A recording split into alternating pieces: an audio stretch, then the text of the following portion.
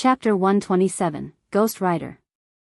Just as the ferocious evil spirits were about to rush into the house, Ye Feng took out an intermediate frost grenade from his bag, throwing it. The ferocious evil spirits already had a rough understanding of the frost grenade's formidable power, and they showed extreme disdain towards it. Without even attempting to dodge the frost grenade, their pitch-black claws abruptly extended forward, slashing towards Ye Feng's heart. However, after the frost grenade discharged, the cold air that expanded was several times colder than before. At this moment, the ferocious evil spirits immediately realized something was wrong. The sinister expression on their faces revealed a hint of fear.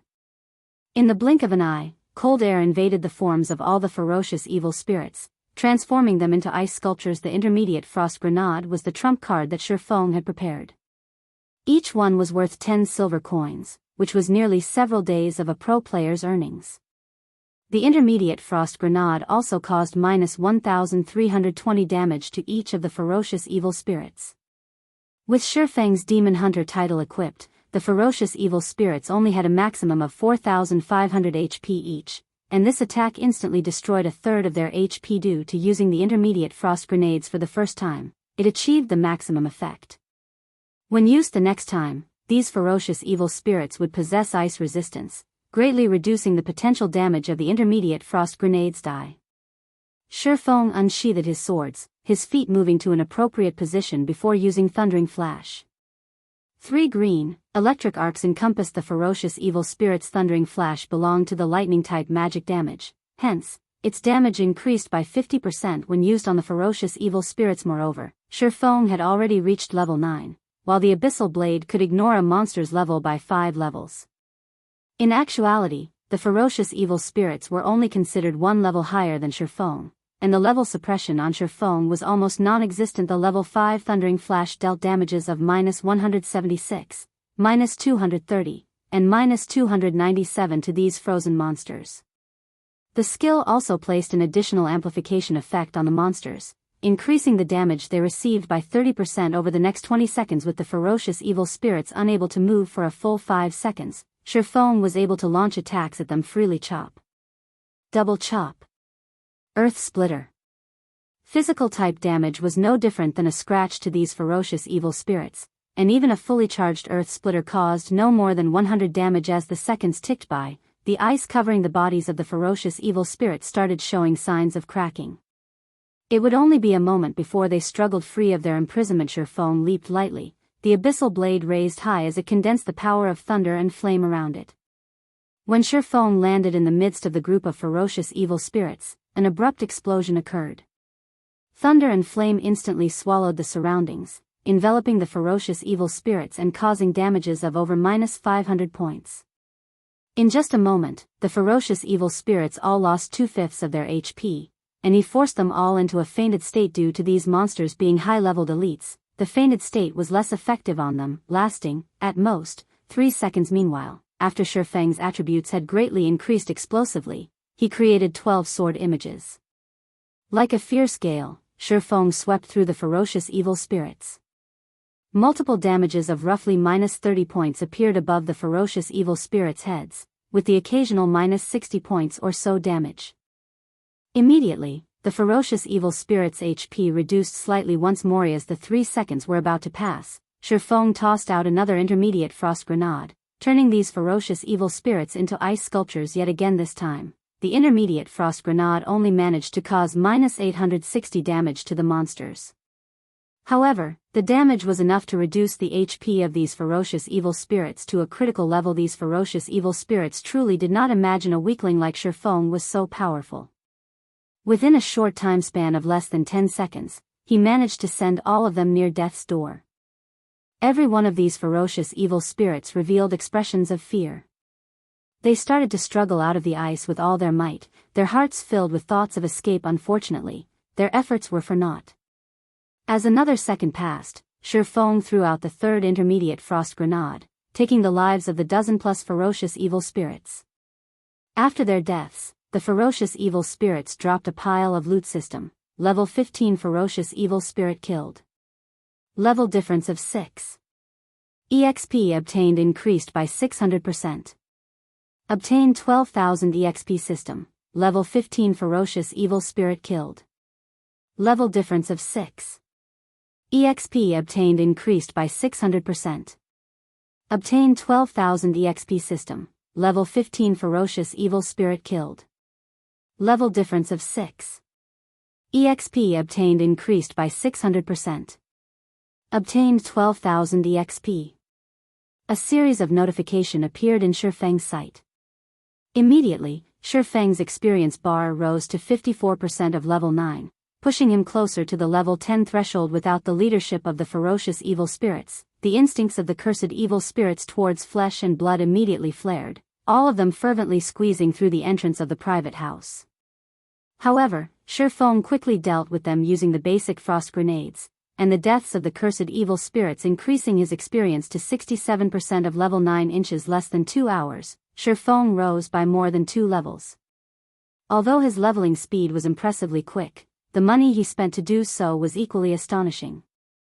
Such a method of leveling was only possible to a tycoon like Ye Feng. After all, each basic frost grenade cost 1 silver, 50 coppers.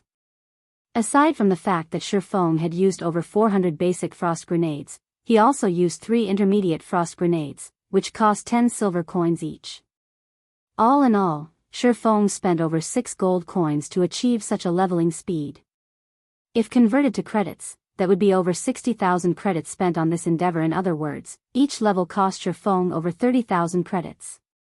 Even the elite members of society could not afford such spending, following which, Ye Feng collected the drops from the monsters with the entire street of ghosts murdered by Ye Feng. It took him over half an hour to collect all the loot that dropped. Making a rough calculation, Ye Feng discovered that he actually did not take a loss. Instead, he profited from this adventure of his. Ye Feng picked up a total of 1 gold, 32 silvers.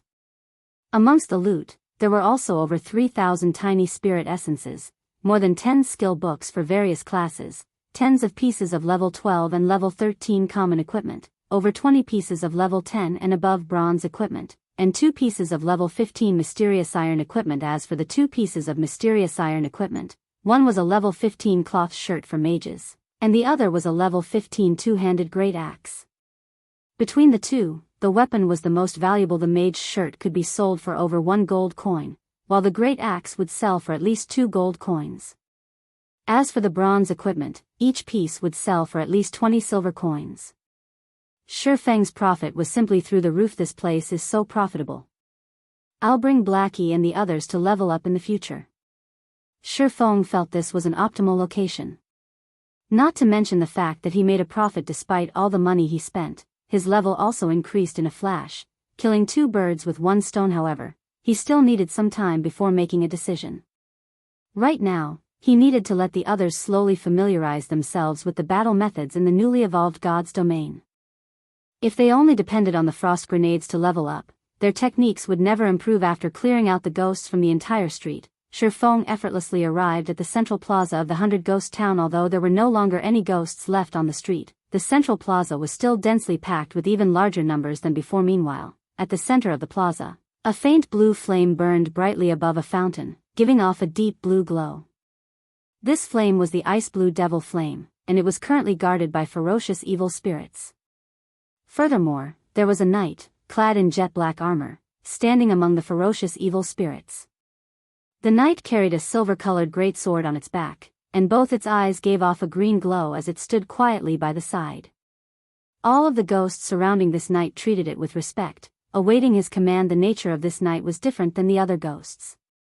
Its entire body was just a skeleton covered in faint blue flames. The heat given off by those flames caused the land around it to dry up and crack. Ghost Rider, Chieftain rank.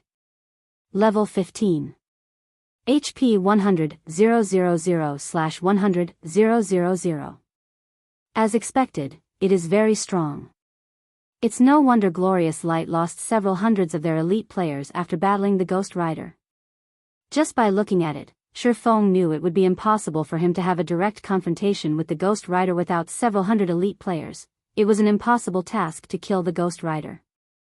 Moreover, there were also thousands of cursed evil spirits and ferocious evil spirits present. Chapter 128, Engaging the Ghost Rider. The flames in the Ghost Rider's eyes flickered, its emotions impossible to discern. However, none of the ferocious evil spirits dared to approach within 20 yards of it with the frightening prowess of the Ghost Rider. Even if Ye Feng had risen to level 20 and brought along a 20-man elite team, he would still fail to kill the Ghost Rider.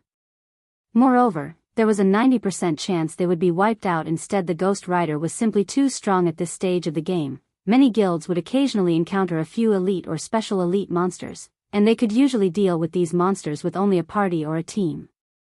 However, after the evolution of God's domain, even only a level 5 Chieftain ranked monster could completely wipe out a 20-man team filled with level 5 elite players.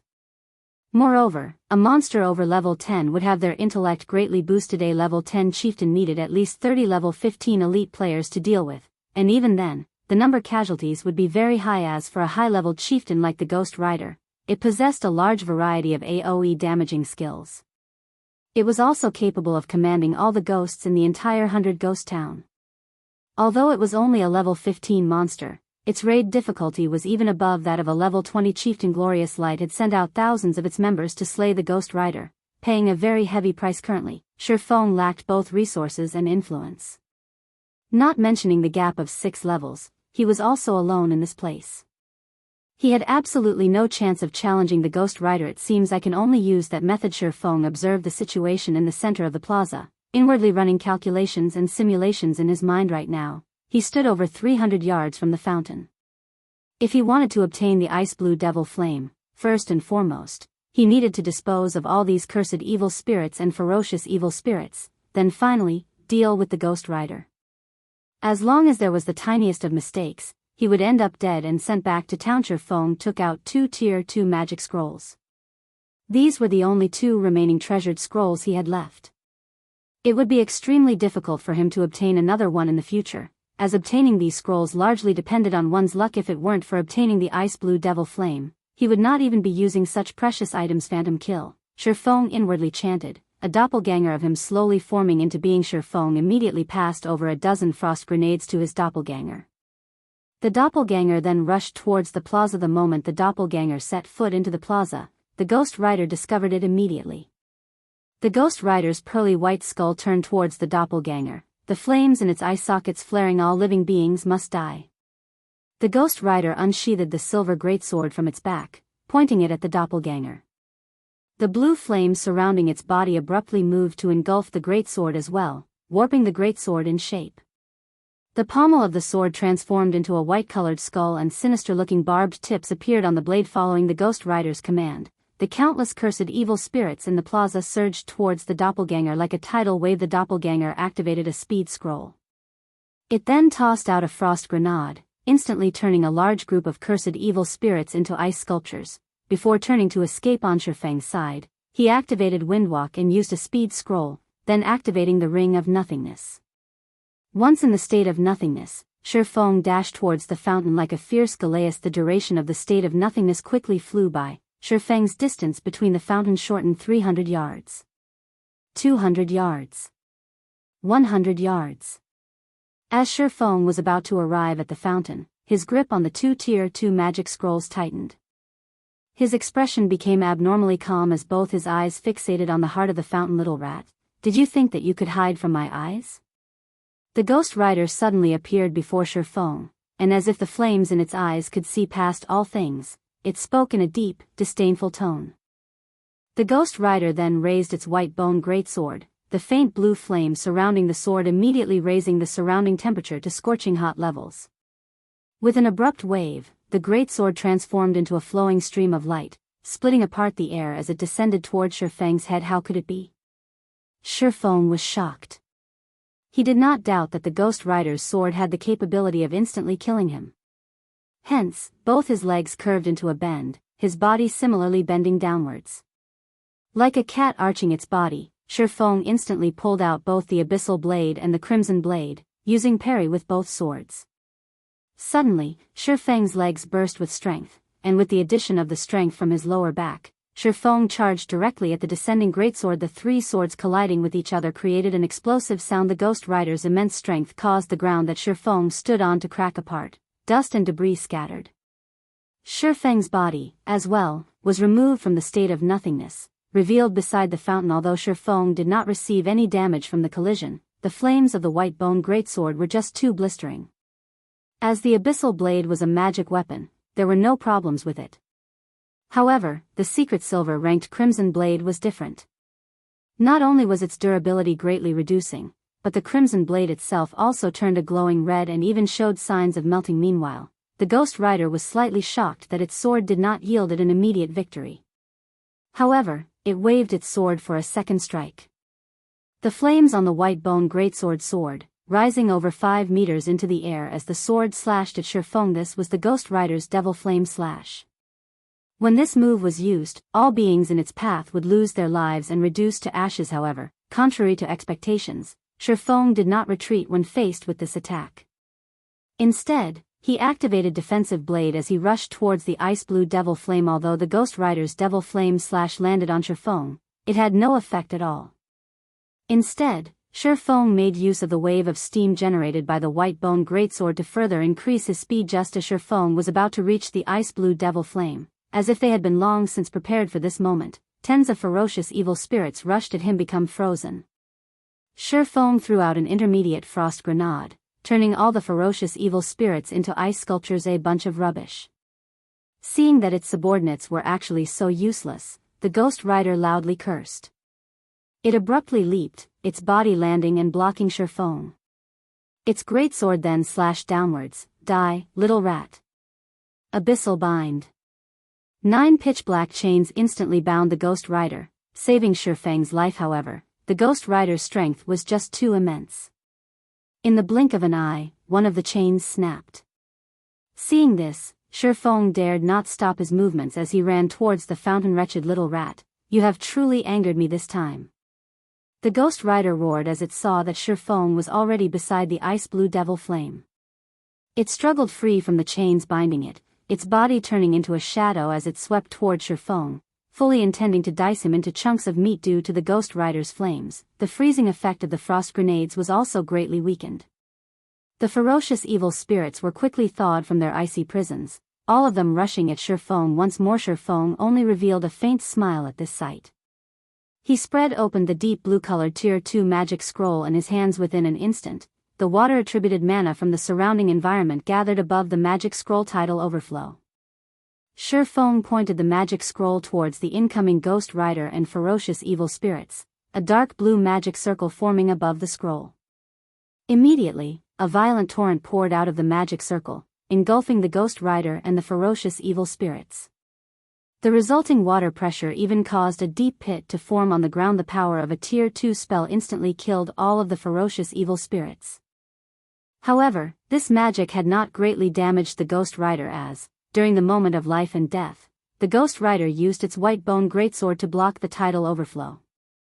As a result, the ferocious torrent only pushed back the Ghost Rider by over 30 yards.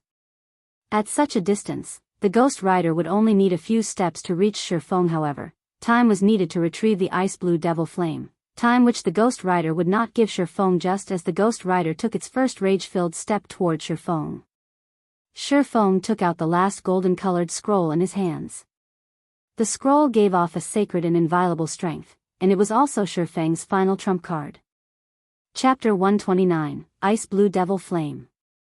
Wretched little rat, feel the wrath of the flames of hell. The flames in the eye sockets of the Ghost Rider were capable of seeing through all things, and when it saw the scroll within Ye Feng's hand, it revealed a human-like disdainful expression. Although the might of a Tier 2 magic was great, it was not enough to deal a heavy blow. Furthermore, how many Tier 2 magic scrolls could Ye Feng possibly possess? If the other players knew the Ghost Rider's thoughts, they would definitely not think the Ghost Rider was an NPC, but an actual player. However, after the evolution of God's domain, the intellect of these high-ranking monsters was simply that high. At this moment, the faint blue flames surrounding the Ghost Rider all disappeared. The flames had all gathered on the white bone greatsword, boosting the flames by tenfold. All living beings must die. The Ghost Rider bellowed. The berserk roar resounded throughout the entire central plaza as the Ghost Rider abruptly threw the white bone greatsword in its hand. The instant the white bone greatsword left the Ghost Rider's hands, it transformed into a faint blue-colored flame serpent. The flame serpent was over 10 meters in length, and if coiled into a bundle, it would look like a small building. The serpent spread open its mouth, biting towards Shi Feng as the ferocious flame serpent grew closer and closer. Shi Feng still had yet to activate the final Tier 2 magic scroll in his hand. This magic scroll was different from the other magic scrolls in that it needed some time to take effect after being activated. Hurry. Please hurry. Hurry, damn it. As the flame serpent flew closer and closer, Shi Feng started panicking. However, the activation bar still increased slowly as always. Just as the flame serpent's widened mouth was about to devour Shi Feng, the activation bar finished loading system. A mysterious iron-ranked weapon or above is needed to be sacrificed. Confirmed to sacrifice? Without hesitation, Shi Feng chose to sacrifice. As for the sacrificed weapon, it was the crimson blade he held in his hand. At this moment, the crimson blade had already reduced to just scrap metal, and it would be meaningless for Shi Feng to continue holding onto it in the blink of an eye. The crimson blade in his hand released a bright golden glow, illuminating the entire central plaza. At the same time, with Shi Feng as the focal point, a large golden magic circle appeared. The magic circle then ascended to the skies at high speeds. When the golden glow shone upon the flame serpent, it wailed in agony, following which, the crimson blade transformed into a stream of light, shooting up to the air. In the next instant, the stream of light transformed into thousands of holy swords of light. The holy swords rained down from the sky, forming a holy domain in a 30-yard radius around Shi Feng. The flame serpent, which was inside the domain, was immediately pinned down by tens of holy swords, its body unable to move even an inch. The flame serpent released an unwilling roar made it at the last second. Shi Feng released a sigh as he looked at the thousands of holy swords surrounding him. The holy swords even encompassed the fountain as well. Immediately, Shi Feng started retrieving the ice blue devil flame. This golden magic scroll was the most powerful Tier 2 life-saving magic scroll Shi Feng possessed. The holy sword seal, when used, all attacks within a 30-yard radius would be blocked, while all enemies within the affected area would be suppressed, preventing them from moving even an inch. However, the user would be unable to attack any of the enemies, and any outside enemies and attacks could not enter the holy domain.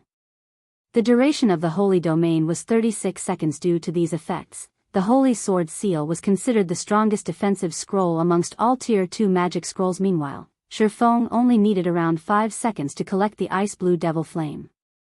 In addition to the cast time of the return scroll, which needed 30 seconds, the total time was just about right. The Ghost Rider outside of the holy barrier instantly entered a violent fury. It pulled out a white bone great axe, swinging it at the holy barrier repeatedly like a god of death. Unfortunately, all its efforts yielded no results. The holy sword seal was the strongest defensive skill amongst all Tier 2 skills.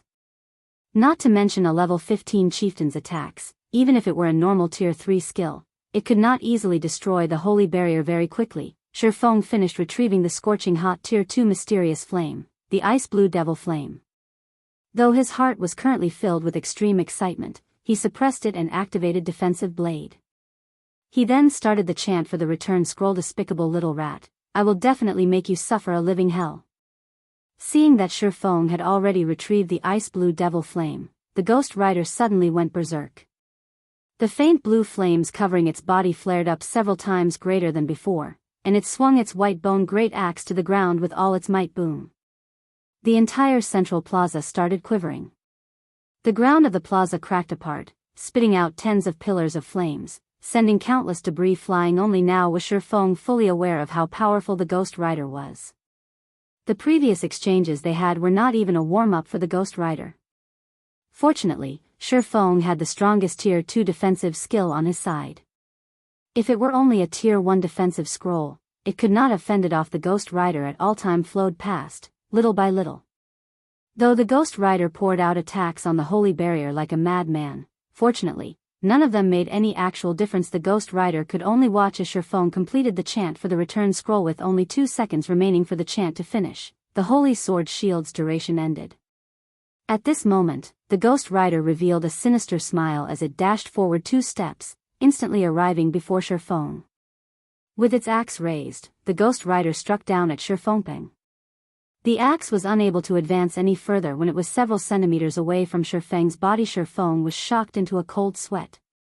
The Ghost Rider's speed was just too fast after becoming berserk. Even he could only barely see it move. Fortunately, he had activated Defensive Blade beforehand. The level 2 Defensive Blade could completely resist 4 melee attacks or 7 ranged attacks. Now that the skill blocked 1 attack, only 3 more blocks remained. Seeing that its attack did nothing, the flame in the Ghost Rider's eye sockets congealed slightly.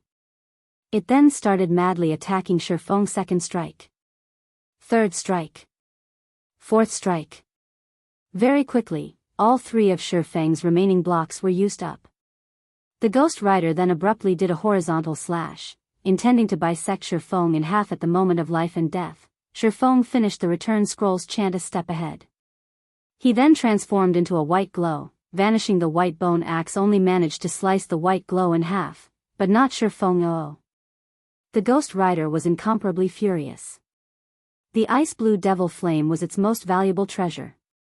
The reason it could turn from a cursed apparition into a Ghost Rider was all due to the ice blue devil flame.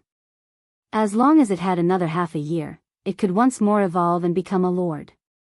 With a lord's strength, it could launch attacks at the living beings in the nearby towns, slowly strengthening its army of ghosts.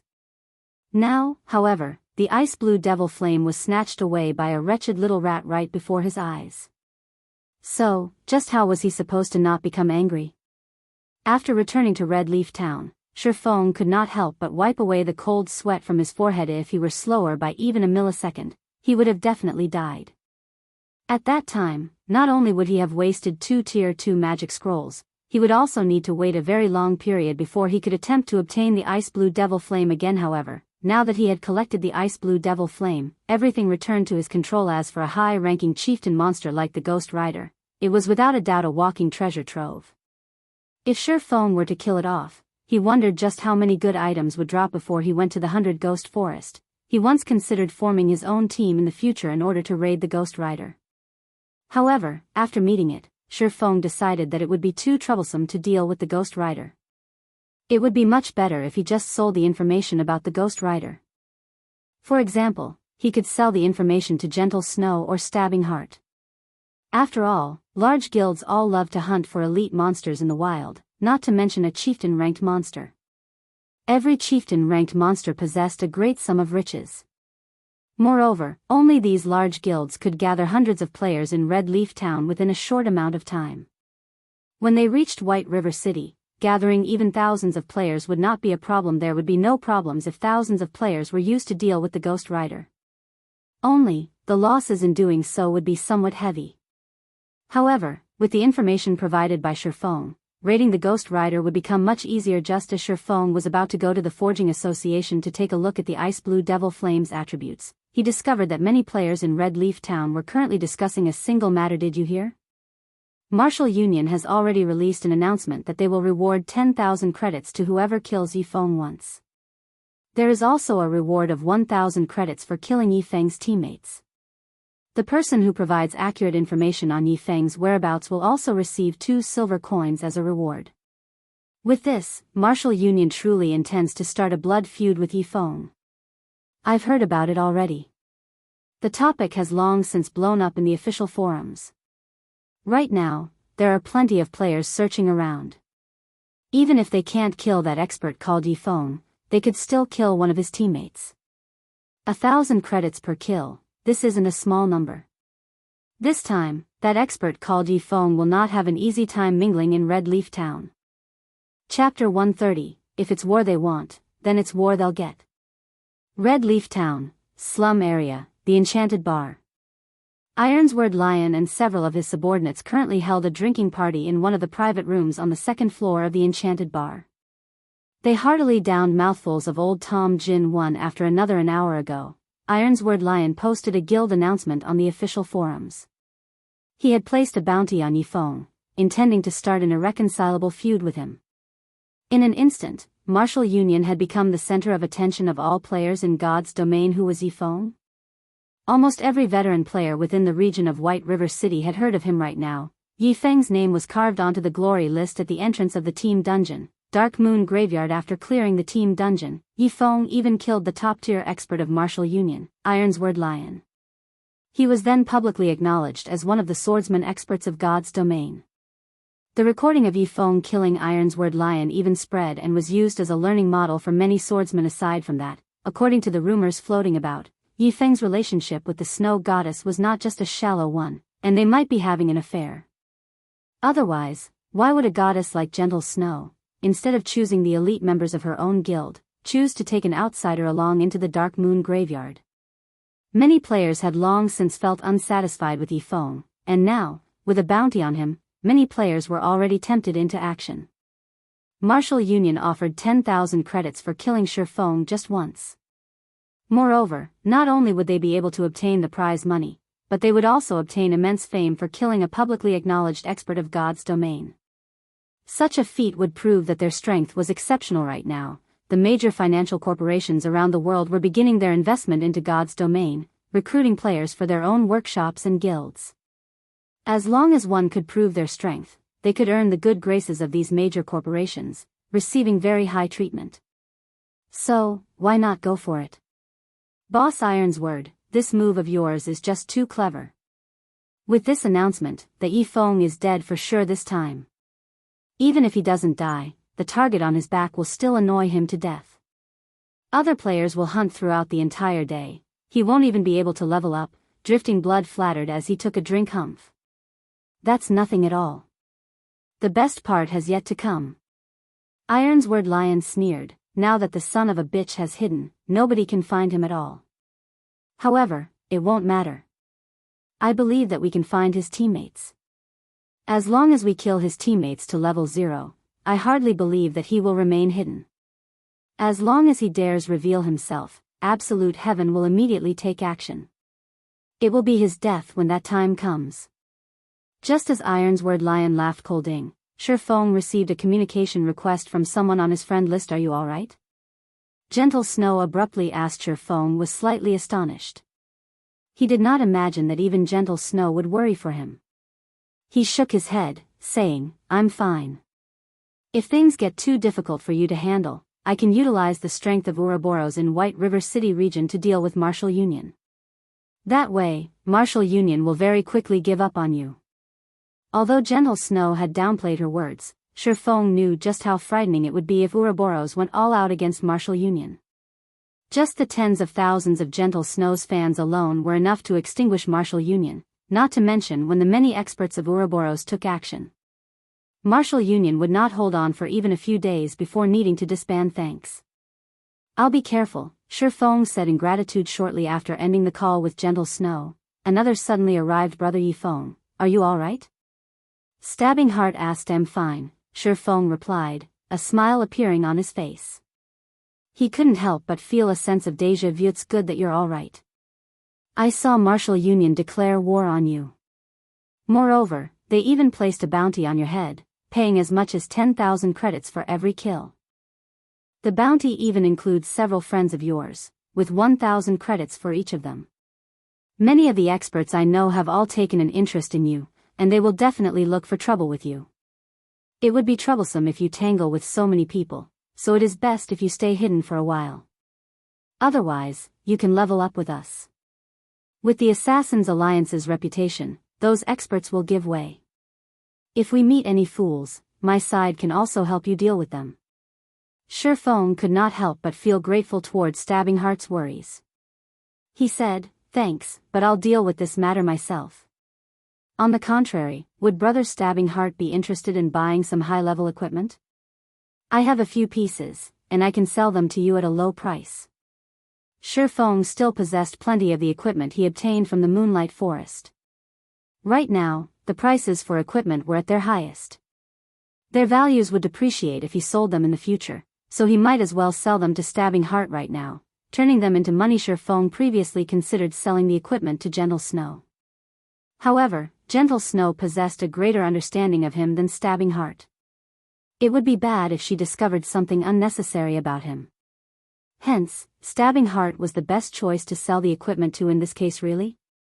With the new influx of players right now, our guild became sorely lacking in equipment. If you could sell them at a lower price and trade fully using credits, then I will buy as much as you have. Right now, the available equipment on the market was fervently contested over. Meanwhile, Stabbing Heart knew Ye Feng would have a lot of equipment. After all, Ye Feng managed to clear the Dark Moon graveyard. That meant that the other party dungeons would be easy pickings for him. Moreover, Shi Feng only had a single party under his command. He would definitely possess plenty of extra equipment. If Stabbing Heart could purchase all of it, it would be a huge boost to his guild. I'm busy right now. How about we meet up and trade inside the hotel at the trade area? Shi Feng asked. That would be great. I also need some time to collect the money needed, Stabbing Heart replied with a smile, following which, Shi Feng disconnected the call with Stabbing Heart. He then sent a message to Blackie and the others, telling them to be careful of ambushes from other players. Currently, with Blackie and the others' equipment and level, a dozen or so average players could not do anything to them at all. Shi Feng was only afraid of those elite players taking action. Blackie and the others would not have an easy time if they truly met up with such players. Hence, it would be best if they took precautions early on. After receiving the information, Blackie immediately led the others to depart from their current grinding spot. They went to an even more secretive location Shi Feng gave them. It would not be easily discovered, even by those pro players. Martial Union, since you guys want war, then to war we shall go. Shi Feng's eyes flashed with a cold glint. Shi Feng's mind constantly considered how he should earn money in God's domain and his future development in the game. He did not imagine Martial Union would send a top-tier assassin at him, and even go further to place a bounty on his head. They had gone too far. Did Martial Union think he would be helpless against them? Shi Feng immediately logged onto the official forums. Using the name Ye Feng, he sent out a declaration. Martial Union, since you guys want war, then to war we shall go. I now place a bounty on all players from Martial Union. As long as you can kill a normal member of the guild, you will receive a reward of 100 credits or 1 silver coin. For one of the upper echelons of the guild, every kill will earn 1,000 credits or 10 silver coins. As for Ironsword Lion, I will pay you 5,000 credits or 50 silver coins for every time you kill him. This bounty will be effective until Martial Union completely disappears from Red Leaf Town. After Shi Feng issued the post, it instantly caused a sensation in the forums of all of White River City region, giving rise to a raging tempest. A single independent player actually dared to declare war against a large guild. This was a first in the entire God's domain. Before this, one would only hear about guilds issuing bounties on a single player. It was the first time players had actually seen a single person place a bounty on an entire guild. The players who read Shi Feng's post were completely astonished. If a large guild acted rich and overbearing, then so be it. However, they never imagined an independent player would also make such a move. Said player even placed bounties on every single member of a guild. Although it was only limited to the area within Red Leaf Town, a large guild would still have several hundreds of players there. The money needed for such a feat was impressive, and such a way of spending was no different than running water. Even tycoons would not dare play in such a way. Chapter 131, Owning a Mysterious Flame. Shortly after Shi Feng published the post, many players replied to it. No way. Such a high bounty. It would be great if I had chosen to start at Red Leaf Town. 1 silver coin just for the regular members, that's already an entire day's worth of my earnings. If I strive hard an entire day, I could kill at least 7 or 8 of them, which would be 700 or 800 credits. If I continued hunting for an entire month, the amount I can earn would be several times higher than my normal salary. Could it be a scam? Wasn't the Ye Feng an expert in dire straits? Where did he get so much money? The commenter above is right. This is definitely a scam. This Ye Feng is just trying to make a name for himself and win the pity of the masses, tricking us into opposing Martial Union. There were many players who voiced out their own varying opinions. Some supported Shi Feng, while some felt disgusted with him. A large number of players cursed at Shi Feng, and an even greater number refused to believe that Shi Feng possessed that much money. After all, making a rough calculation, just killing all the members of Martial Union in Red Leaf Town once would cost a lot, not to mention killing them several times. Even a normal tycoon would not dare carry out such an action, much less a poor expert in dire straits. I am Stabbing Heart of Assassins Alliance. I am in full support of Brother Ye Feng, and I can guarantee that everything Brother Ye Feng has said is the truth. If you aren't able to cash in your bounties from him, you can collect them from me instead. Just when everyone determined Shi Feng was a scammer, Stabbing Heart's abrupt reply sent a tremor through the forums once more. Although Ye Feng was famous, when compared to a large guild, his prestige was still sorely lacking. On the other hand, the words Stabbing Heart from the Assassins' Alliance had written were wholly different. Ignoring the fact that the Assassins' Alliance was a second-rate guild, possessing a member count in the tens of thousands, just the dozen years or so fame they had accumulated from other virtual reality games was strongly persuasive. Wow. The Assassins' Alliance's Stabbing Heart has appeared. Please let me join the Assassins' Alliance. Even Stabbing Heart has already shown himself, so the bounty must be real. This time, the players of Red Leaf Town are going to make a fortune. Not long after Stabbing Heart's appearance, another reply appeared which instantly caused the number of views on Ye Feng's post to multiply by 10. Ye Feng is my friend. I can guarantee his credibility. If there are any problems, you can find me to deal with them. The reply, indeed, belonged to the snow goddess, Gentle Snow, herself. Moreover, she was willing to make assurances for Ye Feng. Those who cursed at Ye Feng previously immediately shut up after her reply, because if they did not, the snow goddess fans might pummel them into meat paste. Ye Feng, you are my idol. Please take me in as your disciple. I'm willing to do anything you ask. I guarantee it. Big brother Ye Feng, do you have a girlfriend? Little sister is 18 years old, has a beautiful appearance, a sexy body, and wishes to become Big Brother's girlfriend. I can give birth to a bunch of little monkeys for Big Brother. Looking at Gentle Snow's reply, everyone immediately thought Ye Feng was just too awesome. He had received the support of Stabbing Heart of Assassins' Alliance and the Snow Goddess of Ouroboros. This was not a treatment any ordinary expert would receive. Now that God's domain was so popular, Ye Feng's future would be limitless. Slum area, the Enchanted Bar. Boss Iron's word, this is not good. Ye Feng placed a bounty on our heads. An assassin suddenly rushed into the private room. Currently, Iron's word Lion happily drank away, his face flushed red. He did not think the alcohol in a virtual world could get a person get drunk. The alcohol had such a rich and mellow taste. Compared to the alcohol available in the real world, what he drank right now was much better. It was no wonder those players that tread on the path of darkness all loved to hang around in this place at this moment. The person who rushed into the room shouting had immediately interrupting Iron's word Lion from enjoying his drink. Annoyed, he said, "Why are you shouting? It's not like the sky is falling. Which son of a bitch was it that placed a bounty on me? Let's see if I don't hack him into pieces." "Boss, I heard it was the Ye Feng who placed the bounty on us," Drifting Blood said in a daze. Ye Feng? With him alone, he wants to place a bounty on us, Martial Union? Who would even believe his words? Iron's word Lion laughed in contempt, swallowing another mouthful of Old Tom Gin. Boss Iron's word, it's true.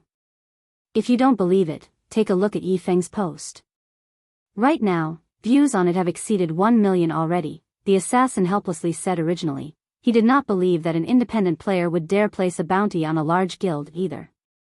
Anyone who dared would just be digging their own graves. Without great enmity against a guild, no one would not carry out such an action. Such an action was a major threat to the reputation of a guild, and they would definitely not let off any players who dared provoke them. If they did not kill the player until he quit the game, they would not let the matter rest. However, reality told him otherwise, as such an incident had truly occurred. Ironsword Lion still did not believe his subordinate's words. To place a bounty on the members of Martial Union, was this Ye Feng seeking death? Hence, Ironsword Lion checked out the official forums immediately. Ironsword Lion was dumbfounded. Ye Feng actually dared place a bounty on all of Martial Union. He really intended to fight until one side was gone. However, Ironsword Lion had forgotten that he was the one who first placed a bounty on Ye Feng. He had already forgotten his own declaration to fight until one of them was obliterated. After taking a closer look at the contents of the post, Ironsword Lion was truly shocked. Those who originally called Ye Feng a scammer had all shut their mouths now, and they all itched to slaughter the members of Martial Union. It was like they discussed competing over vegetables on the forum. When Ironsword Lion saw the price tag of his own bounty, he nearly exploded with anger. He had spent 1,000,000 credits to hire Absolute Heaven to assassinate Ye Feng, and the bounty of 10,000 credits he publicly declared was just for entertainment. He was not hoping that someone would kill Ye Feng at all. His main goal was to kill Ye Feng's teammates now. However, Shi Feng had tagged him with a bounty of 5,000 credits. In doing so, wasn't Ye Feng stating that he was far from being his equal? The most unbelievable thing was that Stabbing Heart and Gentle Snow had also stood out to show their support for Ye Feng. Ironsword Lion simply could not understand this situation. The bounty he placed was only on Ye Feng, yet, why did these fellows mind other people's business? Gentle Snow was one thing, but why had Stabbing Heart appeared as well? He and the Assassins' Alliance had always minded their own business, and he had never provoked the Assassins' Alliance before. So, why was Stabbing Heart showing his support to Ye Feng?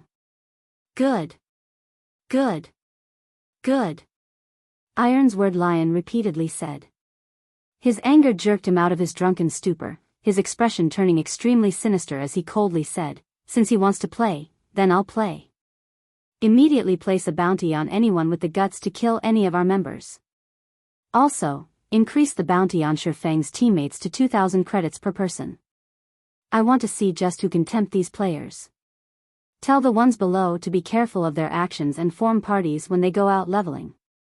Yes. After Ironsword Lion finished giving out his instructions, the assassin turned and left. Following which, Ironsword Lion initiated contact with Absolute Heaven.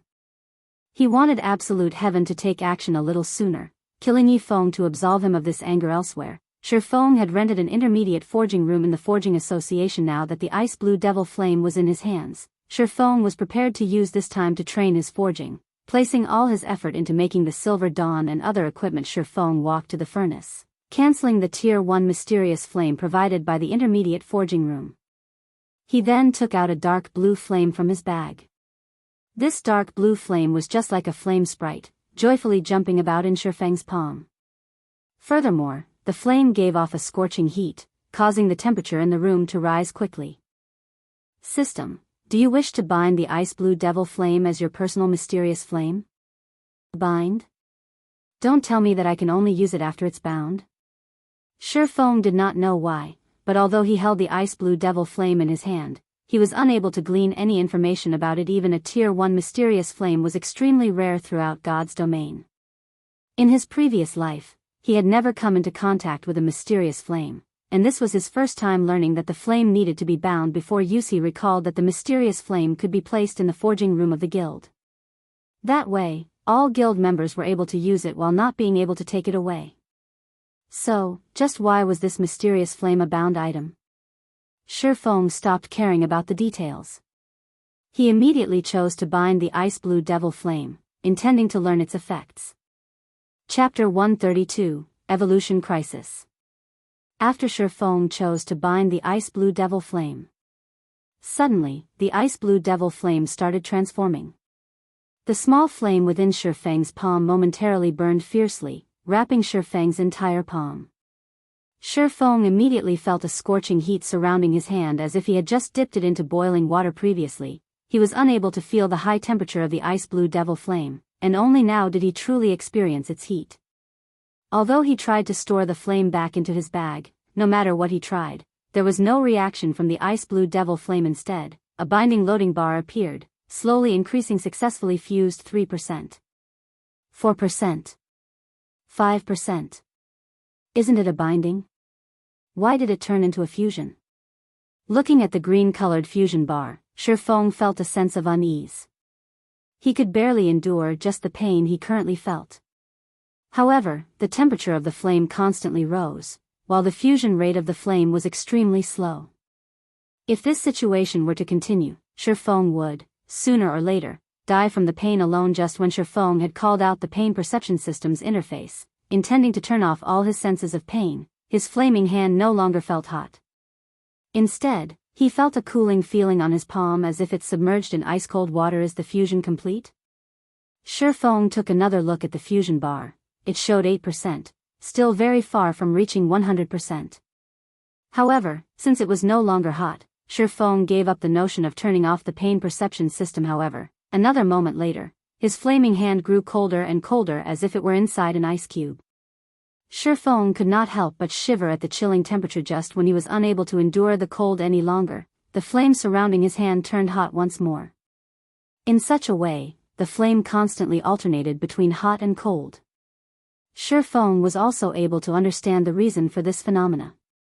Just like its name, the ice blue devil flame possessed both ice and fire attributes. However, Shi Feng no longer wished to endure torture by the ice blue devil flame, so he chose to turn off the pain perception system. During the fusion process of the ice blue devil flame, if pain perception falls below 20%, fusion will fail and cause a fixed amount of damage to the player. Are you sure you want to turn off the pain system? Crap.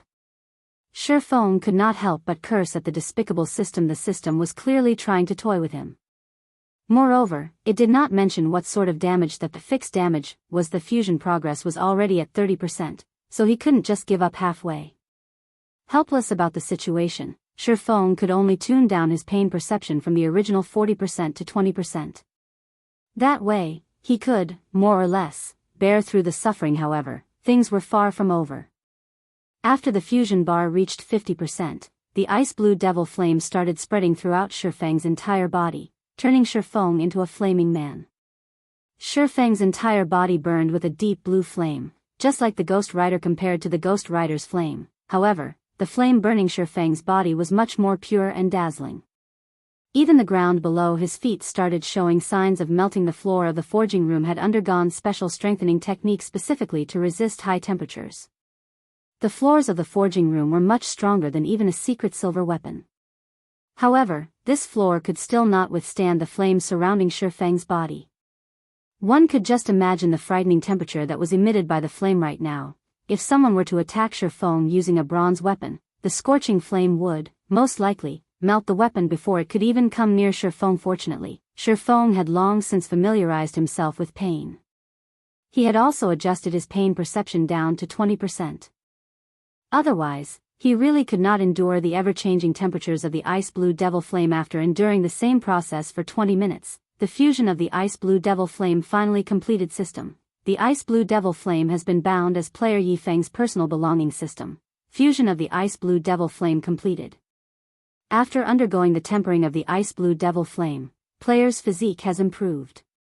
Strength plus 10, endurance plus 10, agility plus 10, ice resistance plus 20. Fire resistance plus 20. Able to fully control the ice blue devil flame. Even this is possible? Shi Feng was shocked. Ignoring how valuable the ice blue devil flame was to forgers, Shi Feng did not think that it could even improve a player's physique after fusion.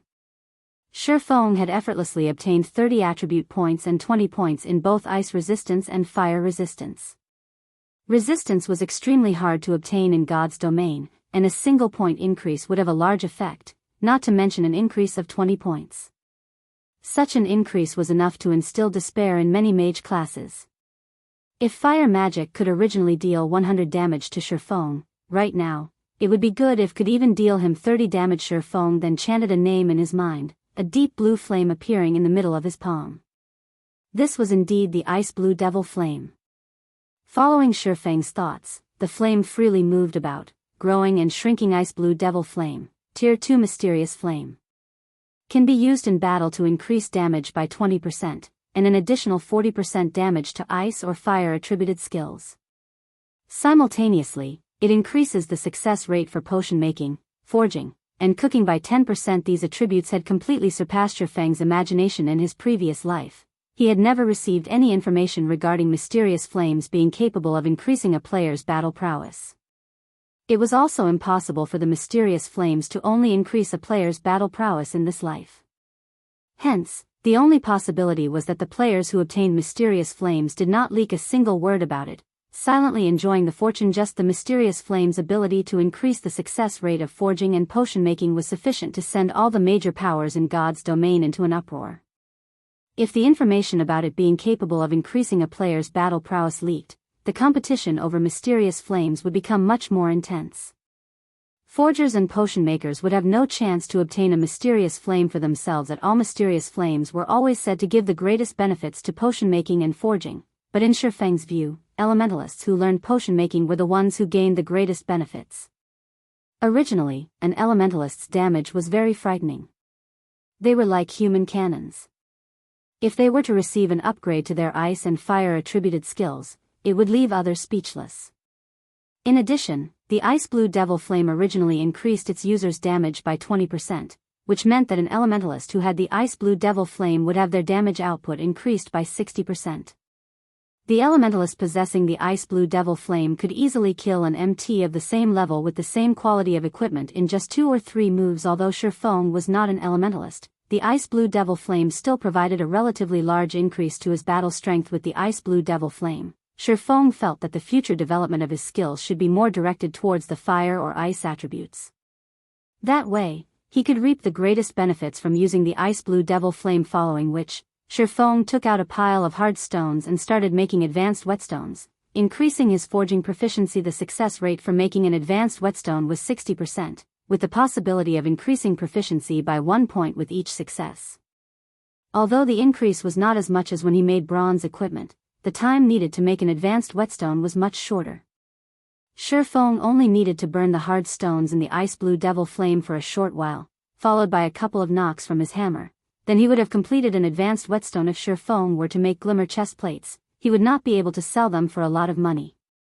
After all, there were various guilds currently selling that item. On the other hand, making the high-level bronze equipment and mysterious iron equipment from the forging designs he bought from Stonemer Town was not very efficient. It would be much better for him to just upgrade to an intermediate forging apprentice, increasing his success rate a little earlier. At that time, it would not be too late for him to start using those forging designs. Meanwhile, while Ye Feng made the advanced whetstones, tension rose throughout the entire Red Leaf Town. However, it was not only due to the matter of Ye Feng and Martial Union placing a bounty on each other. There was also the crisis after God's Domain's evolution due to the difficulty of the monsters in the wild increasing, the large influx of newcomers, and Ye Feng's stock clearance of the auction house. The prices of items rapidly increased. Within a short 2 hours, the prices of items had already doubled, causing many players to voice out their complaints. Originally, the money they earned within a day was small. They also needed to buy many items they needed in the wild, such as food and beverages, return scrolls, and such items. There were also the regeneration potions and mana recovery potions. However, the prices for all these items had suddenly skyrocketed. Amongst the items with inflated prices, the highest was equipment. Previously, 20 copper coins was sufficient for a player to purchase a piece of level 2 common equipment. Right now, they would need 40 copper coins to do so. As for bronze equipment and higher, the increase in their prices was even greater. However, without good equipment, how could they hunt monsters? Hence, the majority of the players right now all held the thought that they had to obtain a good piece of equipment no matter what, even at the cost of saving up the money meant for potions. With good equipment, they could easily look for a party to join. Their efficiency of killing monsters would also rise as a result, and it was only a matter of time before they earned back their money. As a result, the prices of equipment constantly rose. Similarly, this phenomenon caused plenty of players, who were wealthy in real life, to purchase coins using credits for purchasing equipment, causing the price of coins to skyrocket. Looking at this situation, the players in Red Leaf Town became even more attentive towards the bounty put out by both Ye Feng and Martial Union. The players, who were previously uninterested in participating, started to take action. There were many experts who began searching for Ye Feng and his teammates, and there were some who set their sights on Martial Union, forming a party to hunt Ye Feng's party. Must be level 6 or above, with a complete suit of bronze equipment. Those who fulfill the conditions, please gather at my location.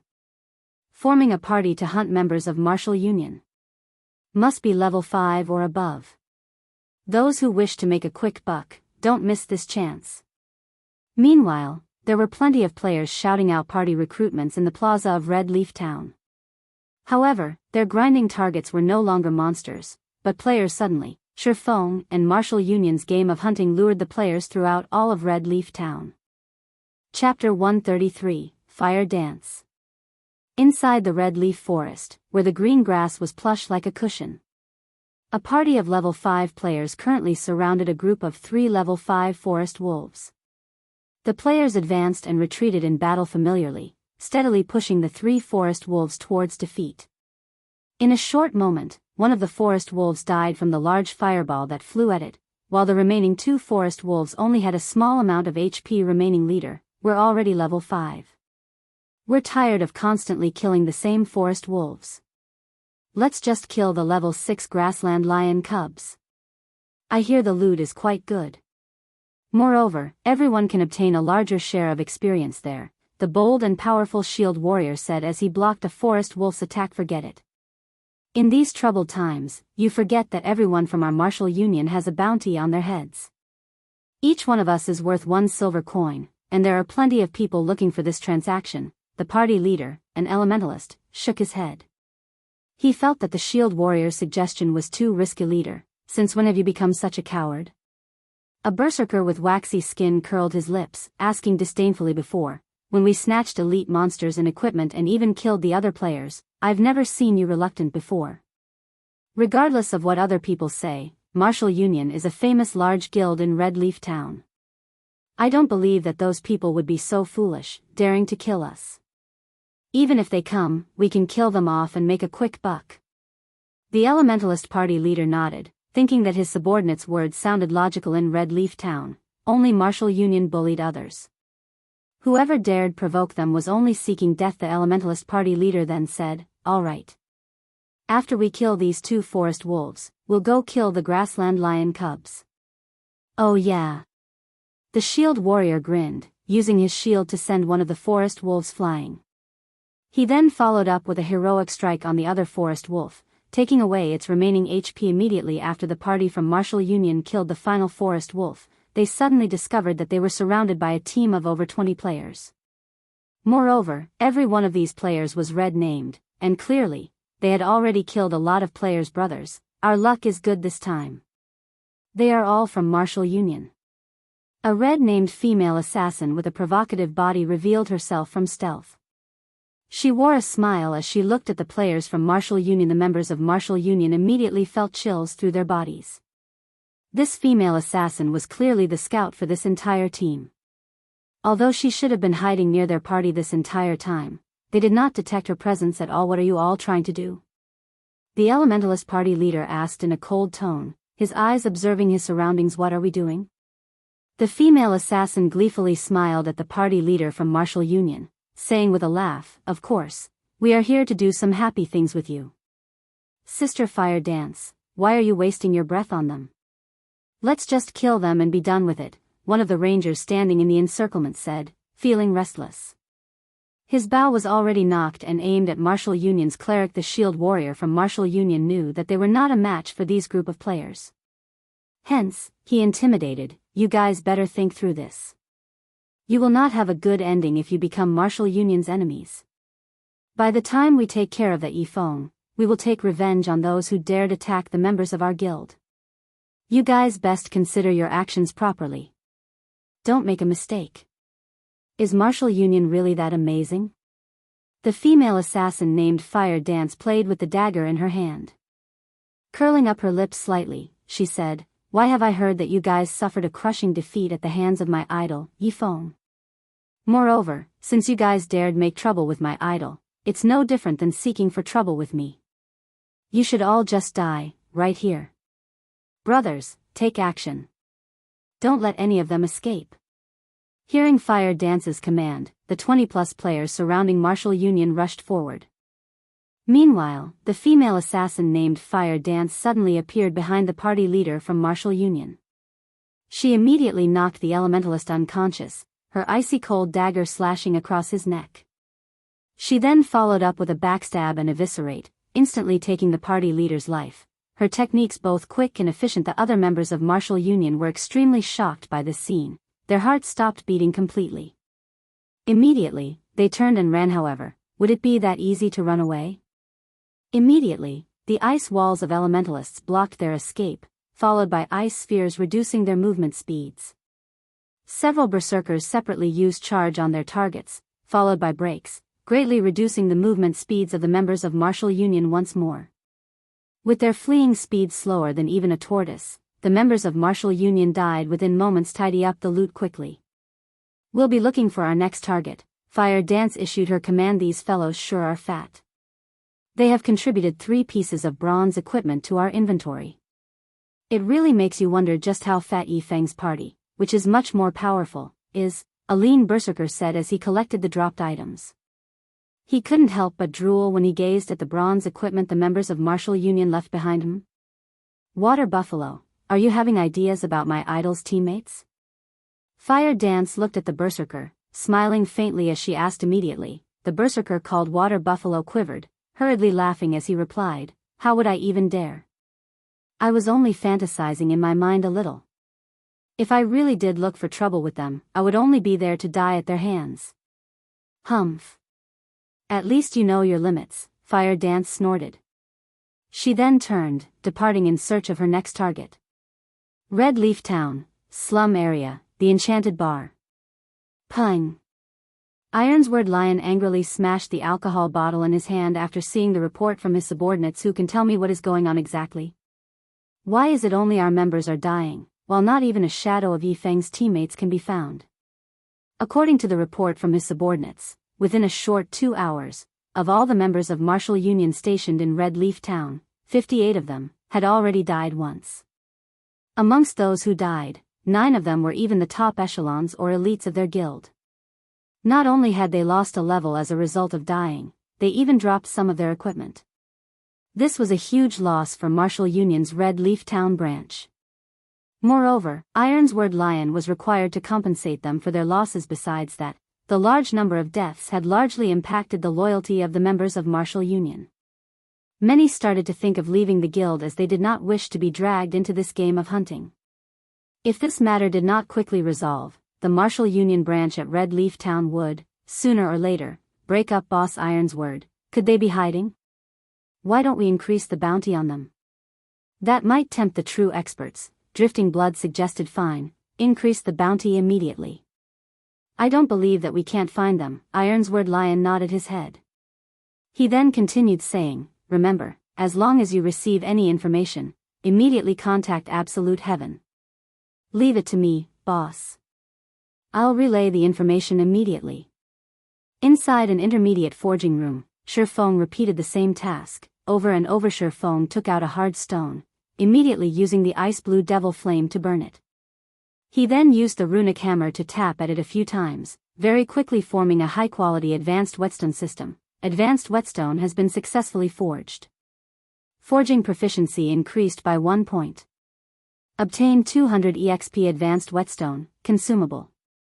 When used on a level 20 weapon or below, recovers the durability by 8 to 12 points. Simultaneously, it increases the damage of the weapon by 3% for a duration of 30 minutes. Number of usage remaining, 3. In the later stages of the game, the value of this item would become greater and greater.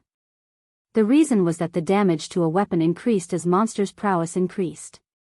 It was especially true for monsters that were level 7 and above, as some of them possessed skills that could greatly reduce the durability of a weapon. Hence, whetstones became one of the necessities when grinding and battling in God's domains wilds. Compared to a normal whetstone, not only could the advanced whetstone recover a weapon's durability, but it could also increase the weapon's sharpness, increasing the weapon's damage by 3%. This effect could even compare to a buff, and it would greatly benefit melee players. There would be plenty of melee classes scrambling over this item, and they would still be willing to buy more after buying the first. No player would willingly reduce their damage when fighting monsters, even if it were just a 3% reduction right after Ye Feng finished the advanced whetstone system. Congratulations! You are the first player to be promoted to an intermediate forging apprentice. Obtained 50,000 EXP, rewarding 10 runic steel. Chapter 134, Silver Lake. After seeing the system notification, a faint smile appeared on Ye Feng's face. He finally received the promotion to intermediate forging apprentice after making over 400 advanced whetstones. However, to obtain the promotion to advanced forging apprentice, he needed 3,000 proficiency points. He could not achieve such an amount in a short period. Ye Feng looked at his experience bar. It was currently at 94% of level 9, only 6% away from the level 10 threshold. As long as he strived a little further, he would break through that threshold in God's domain. There was a huge boost in attributes every 10 levels when players obtained their first 10 levels. It was an indication that they could enter a city. In a city, players could enjoy various benefits. Not only could they purchase resources not sold in towns, but they could also obtain plenty of high-leveled quests. Players could even purchase bronze equipment at a low price, though that depended on the player's luck. It would also be much easier for players to make money once they reached a city. Furthermore, players could use the teleportation gates available in the city to transfer to high-level monster areas. They would not need to waste a huge amount of time on travel, quickly arriving at level 10 or higher monster areas. Moreover, the game of God's domain only truly began after entering a city. When that time came, the players from tens or hundreds of towns would gather in a city. A single city would have, at the very least, over 100,000 players. Moreover, White River City was one of the 5 largest cities located in Star Moon Kingdom. The number of players that would gather there would exceed 1 million.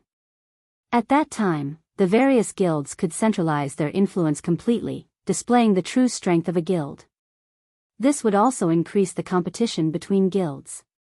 It would be a lot less peaceful when the various guilds competed over the limited resources available. This was the case with all virtual reality games. The resources available were limited, and the best resources and leveling spots would only number so many within a city's region. However, with the huge amount of players, if one wanted to level up and upgrade themselves quickly, they needed to compete over said resources.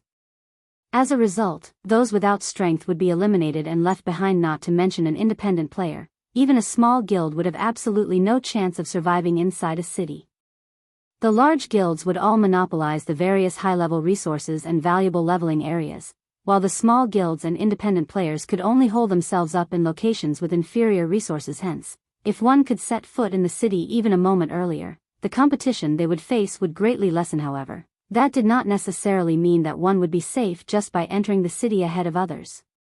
Instead, the more advantages a person possessed before entering the city, the better off one would become afterward. Take Blackwing City for example. If an average player were to enter the city, they would only be there to gain some knowledge and experience, a purely time-wasting endeavor. However, if it were one of the upper echelons of a large guild, things would be quite different. Aside from being able to form a relationship of mutual exchange with guilds from other countries, they could purchase items unique to Blackwing City in bulk. Such benefits would lead to huge improvements of a guild. Right now, Ye Feng's level was ranked number 1 in White River City, and the others would need at least 2 or 3 days before they could catch up. During this time, Ye Feng wanted to increase the gap further. Only then could he carve out a place for the Zero-Wing Guild he wanted to establish in White River City. So this is runic steel? As expected, this is a treasure. Ye Feng took out a piece of blue steel, filled with magic, from his bag, joy filling his entire being. In Ye Feng's previous life, many forgers competed madly for just a piece of runic steel. Even if they managed to buy one, they would treat it like their baby. They would not use it lightly. Meanwhile, Ye Feng possessed 10 pieces of runic steel right now. Runic steel, fine gold rank consumable. When used to forge level 50 fine gold equipment or below, increases success rate by 10%. There is a fixed chance to increase the forged equipment's rank by 1, up to a maximum of fine gold rank. No matter how one looked at it, runic steel was significantly better than the 100 refinement steel. Moreover, it could even increase an equipment's rank. With this runic steel, my success rate for forging the Silver Dawn will be even greater now. Ye Feng had purchased all the materials required to forge the Silver Dawn at the auction house. In addition to the materials he had purchased before, he could forge a total of 16 Silver Dawns. Just the cost alone for a single Silver Dawn was over 37 silver coins. Even an elite party needed to raid a hard mode party dungeon half a dozen times before collecting such an amount. Hence, Ye Feng only chose to forge the Silver Dawn after he was promoted to intermediate forging apprentice. Ye Feng took out the forging design for the Silver Dawn, clicking to learn it. He began the process of forging his first Silver Dawn previously, before he had obtained the Ice Blue Devil Flame. His success rate for forging the Silver Dawn was only 32%. After the addition of the Ice Blue Devil Flame, the success rate increased to 42%. If Ye Feng used the runic steel, he could further increase it to 52. A mere intermediate forging apprentice's chance of successfully forging a secret silver weapon was just over 50%. Even a master forger would be flabbergasted at this success rate. The reason was that a basic master forger only possessed a 30% success rate when forging a secret silver equipment, and only a grand master forger had a 50% success rate. Ye Feng carefully read through the process of making the Silver Dawn before refining the materials. Ye Feng first used the Philosopher's Stone to obtain a high purity refinement of the materials. He then placed the materials into the ice blue devil flame, waiting for them to merge. Shi Feng possessed 100% control over the ice blue devil flame, so he could merge the materials together to an exceptional degree. However, Shi Feng chose not to include the incomparably precious runic steel in the forging process this time. The first attempt was only for Shi Feng to familiarize himself with the forging process of the Silver Dawn. Moreover, he only possessed 10 pieces of runic steel, and each one of them was worth at least 1 gold coin. The runic steel was extremely hard to obtain, and using it now would just be a waste. If other forgers knew that Shi Feng intended to use the runic steel to forge the Silver Dawn, they would curse at Shi Feng in anger. The Silver Dawn was only a level 10 secret silver weapon, yet, Shi Feng actually thought of using the runic steel to forge it. Such an action was simply maddening. 10 minutes later, the refinement process was complete. Shi Feng looked at the product of his refinement with satisfaction. He then placed the piece of metal on the anvil, using the runic hammer to pound at it. Sparks flew about as the sounds of the hammer striking the metal resounded throughout the forging room. Shi Feng was extremely careful with every strike, afraid that a single misstep would affect the final shape of the Silver Dawn. After striking at the metal hundreds of times, sweat drenched Shi Feng. Satisfied, he clicked the generate button, following which, the red-hot metal began to take shape, transforming into a silver-colored longsword. He investigated the weapon's information after a full 5 seconds. System: forging of the Silver Dawn has failed. Shi Feng looked at the weapon's attributes, discovering that it was only a level 10 mysterious iron weapon. Indeed, the forging failed. However, Shi Feng was not overly disappointed at the results. Although the success rate stated was 42% on the surface, due to it being Shi Feng's first time forging the Silver Dawn, the actual success rate was much lower. Success was impossible, no matter how one looked at it. If he succeeded, it would be a true miracle. With a failure in hand, Shi Feng summarized his experience into a lesson for himself. The reason Shi Feng could lead a third-rate guild like Shadow to become one of the top second-rate guilds was not due to any inborn talent of his. Instead, it was because Shi Feng always summarized and learned from his experiences. If others gained experiences from success, Shi Feng gained experiences from failure. After reviewing for over 10 minutes, Shi Feng started forging a second time. However, after 20 minutes or so, it was another failure. The weapon he forged was still mysterious iron ranked, though with a slight improvement. The attributes of the weapon were slightly better. Shi Feng continued forging, and failing, for a total of 6 tries, taking a loss of over 2 gold coins. Feeling that he was mostly familiar with the forging procedures, Shi Feng started his 7th attempt of forging the Silver Dawn. He even used a runic steel this time. Soon after, Shi Feng refined, hammered, and shaped the lump of metal. Clicking generate. Suddenly, an exquisite-looking light blue-colored longsword formed. There were even mysterious runes carved on the blade of the sword, the runes possessing faint traces of magic circulating within. With a glance, one could immediately tell that it was no ordinary weapon. Shi Feng immediately grew excited. He knew that he lucked out this time, and it was not as simple as a mere success. I wonder what the attributes are? Shi Feng clicked to check the weapon's attributes. He had to wait a total of 10 seconds before the system could give him a conclusion. System: runic steel's effect triggered, rank increased by 1 system, black steel insignia effect triggered, attributes increased. System: Silver Lake has been successfully forged. Forgery proficiency increased by 3 points. Obtained 10,000 EXP. Chapter 135, Personal Exclusive. The series of system notifications startled Shi Feng slightly. He had only made some slight adjustments to the Silver Dawn based on his habits and battle styles. He did not think his luck would be so heaven-defying. Even out of 100 tries, both effects definitely won't trigger together again. One could just imagine how greatly enhanced the Silver Lake's attributes are, to what extent of an increase. However, nobody knew the runic steel could upgrade an item's quality by 1 rank. That meant that secret silver rank could be upgraded to fine gold runkas for black steel's insignia. It could increase the attribute values of a piece of equipment, and the increase would normally be between 5% to 25%. If the weapon's attributes rose by 20%, it would be the equivalent of having upgraded the weapon's quality by an entire rank. If both effects stacked with each other, the refined light blue longsword would, at the very least, be a top-tier fine gold weapon, with the possibility of even being a dark gold weapon, a level 10 dark gold weapon. At this stage of the game, aside from magic weapons, it was the most powerful weapon available. Immediately, Shi Feng held up the Silver Lake that gave off a blue glow, checking its attribute Silver Lake, Fine Gold rank, One-handed sword. Level 10. Equipment requirement, Strength 45, Agility 80. Attack power plus 78. Strength plus 18, Agility plus 22. Attack speed plus 1. Durability 70/70ths. Additional passive skill. Flowing Shadow, creates an afterimage effect while attacking. Simultaneously, the faster the attack speed is, the greater the damage caused.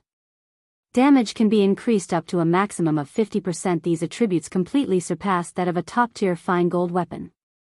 With the additional skill, Flowing Shadow, the Silver Lake was absolutely comparable to a dark gold weapon. The attributes combine both speed and strength. As expected, it is as I thought. The more he looked at the Silver Lake, the greater his love for it became. In God's domain, the equipment forged generally had better attributes than the equipment dropped by the bosses from dungeons. Moreover, the forged ones were more suitable for specific classes. Hence, many experts preferred to hire master forgers to craft them custom weapons and equipment personally. Hence, master forgers were extremely welcomed and respected in God's domain. The experts of God's domain, especially, loved to make friends with master forgers. Master forgers also held great influence within a guild within God's domain. Nobody would rashly offend a master forger who knew which expert a master forger had forged a weapon for before. If one carelessly provoked a master forger, they might end up assassinated or hunted by a large number of experts. After all, these experts all wished to earn a favor from a master forger, calling it in for custom equipment. Only suitable equipment would be the best equipment. Although these personalized weapons and equipment were only slightly better than equipment dropped from dungeons, the battle prowess a player could display while using the equipment would increase manyfold. Regarding these sorts of weapons and equipment, they were all referred to as exclusive equipment. They were only suited to a single individual or a certain type of individual. The Silver Lake was a personal exclusive weapon that Ye Feng created for himself. If other swordsmen used the Silver Lake, it would only display the power of a normal fine gold weapon. However, in Ye Feng's hands, it could display the prowess of a dark gold weapon. Previously, Ye Feng had lost the Crimson Blade in battle, and he just happened to be in need of a new weapon. This Silver Lake would suffice for Ye Feng's use for a very long time, and he would not need a new weapon anytime soon. Now that he had crafted his first personal exclusive weapon, Ye Feng felt much more assured. He then continued forging more silver dawns. After successfully forging the fine gold ranked Silver Lake, it became much easier for Ye Feng to forge the silver dawn. 2 days quickly passed. During the day, Ye Feng would move some items to his new house, decorating his new home with some furniture. He then trained his body as usual. At night, after he entered God's domain, he forged equipment without stopping. In such a way, his time was fully occupied. After training his body for a time, in addition to the constant aid of the nutrient fluids, Ye Feng could feel a clear improvement in his body's physique. Also, his mind felt much more clear. Currently, his physique had only caught up with the average standard of the athletes in his university. As long as he persevered for another fortnight, he might be able to reach the standard of the Fighting and Martial Arts Society's members. At that time, his body could absorb nutrient fluids more efficiently, allowing his mind to become much more active. Meanwhile, during the nights in God's domain, aside from occasionally visiting the auction house to purchase materials and appreciation items, Ye Feng had conducted a large transaction with Stabbing Heart. Ye Feng sold the level 5 to level 7 bronze equipment he possessed in bulk, earning himself over 2 gold coins and over 200,000 credits. Other than that, Ye Feng spent the remainder of his time cooped up in the intermediate forging room. Not only did he forge silver dawns, but he also forged plenty of equipment using the bronze and mysterious iron forging designs he obtained from Blackbeard. After he spent all his money on forging equipment, he continued making advanced whetstones. In a period of 2 days, Ye Feng had forged a total of 31 silver dawns, over 200 pieces of level 8 bronze equipment, over 100 pieces of level 9 bronze equipment, over 100 pieces of level 10 bronze equipment, over 60 mysterious iron weapons, over 70 pieces of mysterious iron equipment, and over 2,000 advanced whetstones. If other forgers saw at these numbers, they might faint from shock. Ye Feng's forging speed was simply outrageous. However, the main reason Ye Feng could create so many items was his low rate of failure. After forging so much equipment, Ye Feng's level had long since reached level 10, and he was not that far from level 11. As long as Shi Feng desired, he could go to White River City at any time. However, he did not plan to make that journey yet. At the very least, he wanted to make a trip to Blackwing City first, before going to White River City. According to Shi Feng's understanding, the average players were mostly at level 6, the pro players at level 7, while only those leveling madmen who played the game 24 hours a day might be level 9. Hence, Shi Feng was not in a hurry.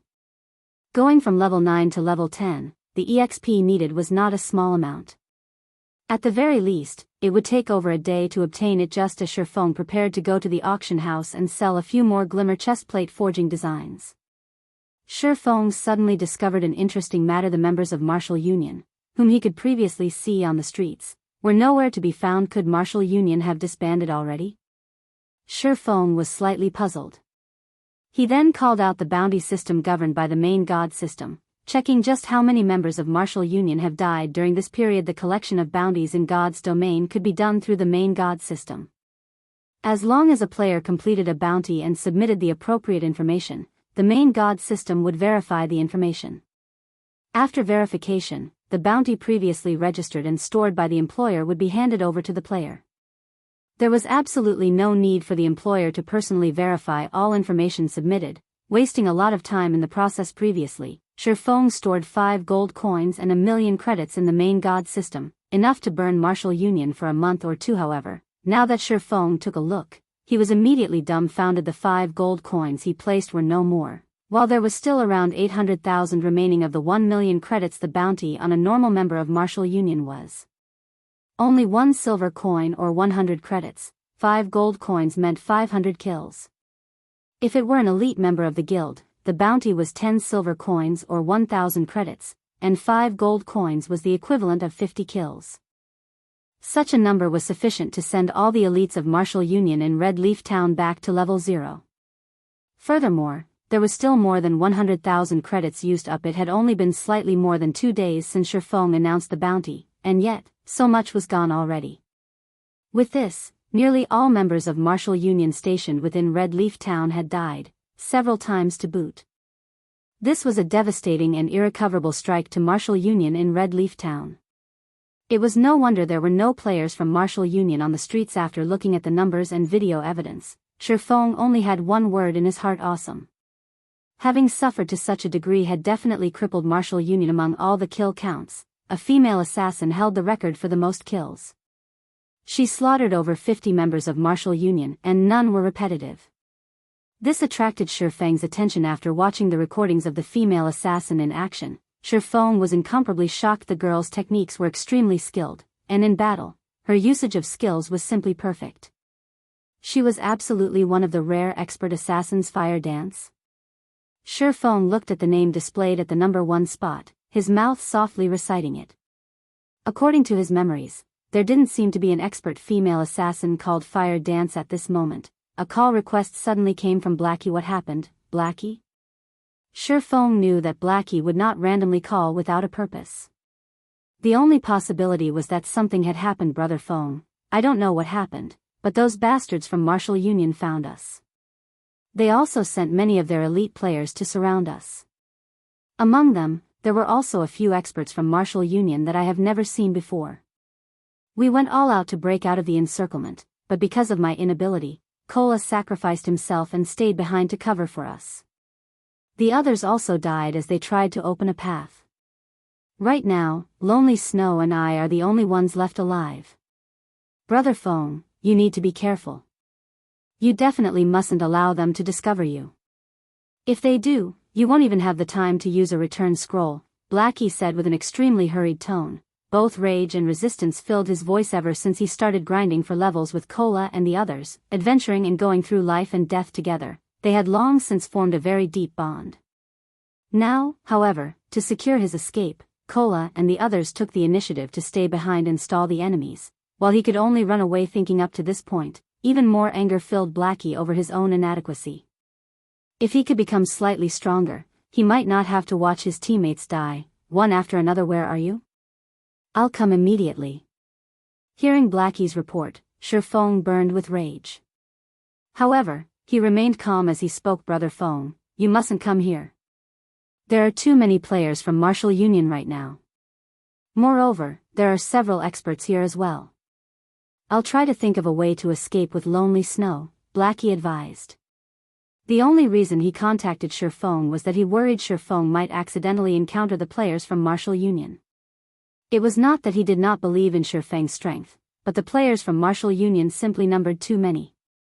There were also many experts among them. Ye Feng would have no chance against them. Tell me where you two are, now, Ye Feng said each word coldly, an icy glint flashing in his eyes. Hearing Ye Feng's grave tone, Blackie knew that Ye Feng was serious. Moreover, Ye Feng was very angry. Helpless, Blackie said, we're in Gale Valley. Alright, I'll be there immediately. Be careful not to get surrounded, Ye Feng said. Lonely Snow and I have escaped into the inner regions of the Gale Valley. Shrubs and fog fill this place, so they should not easily discover us. Blackie felt that he should not have contacted Ye Feng. That way, he wouldn't have dragged Ye Feng into this mess as well. Good, then. Since you can't use return scrolls, someone might be using some special skill to stop you. However, you too can still use isolation scrolls. That way, it will be much harder for them to discover you. Find a good place to hide. I'll arrive soon. Ye Feng disconnected the call. Although Ye Feng did not know how Martial Union managed to find another group of players, even with experts leading them, they were gravely mistaken if they thought they could easily bully him. Ye Feng dashed towards Gale Valley. Chapter 136, Resonant Sword. Gale Valley was quite far from Red Leaf Town. For the sake of speed, Ye Feng used a speed scroll without hesitation. Instantly, Ye Feng's speed soared, his body leaving behind afterimages as he ran. Crap. Who's that? How can he be so quick? Is he hacking? How could that be? This is God's domain. However, that is truly fast. Before I could get a clear look at him, he was already gone. That person must be an assassin who went full agility with all his speed increasing skills activated. The players who saw Ye Feng running were all shocked by his wind-like speed. He was no slower than a sports car. Ever since Ye Feng reached level 10 and equipped his new weapon, the Silver Lake, his battle prowess was at least double that of at level 9. Moreover, after players reached level 10, all attributes increased by 10 points and HP by 100 points. Due to this increase, there was a large gap between level 9 and level 10 players. However, compared to the average level 10 player, Ye Feng's attributes were much higher. The ice blue devil flame alone had greatly increased Ye Feng's attributes, not to mention the magic weapon, Abyssal Blade, and the fine gold weapon, Silver Lake. Furthermore, Ye Feng possessed the complete Silver Moon set equipment, coupled with a few independent pieces of secret silver equipment. He also had the title, Might of 1,000, currently equipped. Ye Feng's strength alone reached 93 points. It was absolutely an unreachable amount to the average player. Moreover, Ye Feng's agility had broken through the 100-point threshold, activating the intermediate agility hidden passive skill. Like the wind, it was renowned as a godly skill for battling in the open. With this new passive skill, players' movement speed increased by 15%, attack speed increased by 5%, and the shrubs and brambles of roads and forests would no longer affect him. Simultaneously, consumption of stamina had slightly reduced, greatly improving a player's survivability and ability in battle. Originally, Ye Feng needed to travel for about 2 hours to reach Gale Valley. However, with this new passive skill, it took Ye Feng less than an hour to arrive. The outer region of Gale Valley was a level 8 area, while its inner regions were level 9. Not only was there a large number of monsters in Gale Valley, but the monsters here also traveled in groups. Without a certain amount of strength, one could only seek death by coming to this place. Right now, only a small minority of players dared come here to level up. The Gale Valley was long and narrow. If over 500 players were present, they could perform an inch-by-inch search as they advanced. However, based on the information Blackie provided, Martial Union had only sent around 200 players. It was not enough to create a perfect encirclement of the area, and it would not be easy for them to locate Blackie and Lonely Snow. Moreover, if these 200 or so players wished to locate Blackie, they would have to spread out and form search parties. In regards to jungle battles such as this, Ye Feng had experienced plenty in the past. In his previous life, he had done battle with many second-rate guilds, and even first-rate guilds, in forested areas. Although the players involved numbered in the tens of thousands, he still bloodily massacred his enemies. It could be said that Ye Feng was most familiar with these types of battles. For the players who had only recently experienced the evolution of God's domain, however, their experiences of such warfare was nearly as expected. There is a sentry here. Before arriving at the entrance of Gale Valley, Ye Feng had altered his appearance after entering Gale Valley. With his extraordinary 5 senses, Ye Feng immediately discovered the 4 level 6 assassins hidden around the valley's entrance. These assassins were all scouts of Martial Union specialized in investigation. They were currently tasked to report back all the players who entered the Gale Valley, determining whether or not said players were here as the enemy's backup. With this information, they could allow their members to prepare beforehand and set up an ambush. Unfortunately, Ye Feng had long since guessed this, hence his alteration of his appearance before entering the Gale Valley. Even if the experts of Martial Union knew that someone had entered the Gale Valley, they would not know it was Ye Feng. They would only see him as an independent player, here to level up, and they would not be wary of him. Ye Feng paid no heed to these assassins. Instead, he went deeper into the Gale Valley. Based on Ye Feng's strength alone, it would be extremely easy for Ye Feng to kill these 4 level 6 assassins. However, he would not. Doing so would only alert the enemy of his presence. If he caused the members of Martial Union to become vigilant, he could not achieve the greatest effect when he ambushed them later on. Boss unstable, there's a player entering the Gale Valley. However, he's not the target. Ye Feng, one of the assassins on guard at the valley's entrance, reported. Got it. You guys stay on guard there. As long as Ye Feng enters the Gale Valley, immediately report it to me. Also, remember to tail him, and do not let him discover any of you. As long as you all do a good job, you will be members of the guild's elite team in the future, the player called Unstable commanded. Seriously, yes. After finishing his report, the assassin grew extremely excited. He became much more serious as he silently awaited by the entrance for Ye Feng. However, he did not know that the person he mentioned had long since entered the Gale Valley. After Ye Feng entered the Gale Valley, he constantly advanced through the treetops. He utilized his heightened vision to observe the surrounding situation, making accurate decisions. And someone's here. Very quickly, Ye Feng detected sounds of battle from the forest a short distance ahead. Moreover, it did not seem like a small battle. Immediately, Ye Feng stealthily closed in on the origin of the sounds, intending to discover more about the situation. If it were only a battle between players and monsters, there would not be so much movement. Moreover, the closer Ye Feng was, the clearer the sounds of metal clashing against metal and the ear-piercing screech of blades and swords interweaving with each other. Could they have discovered Blackie? Ye Feng shook his head, feeling that the possibility was extremely low. Previously, when Blackie contacted him, Blackie stayed in the level 9 inner regions of Gale Valley.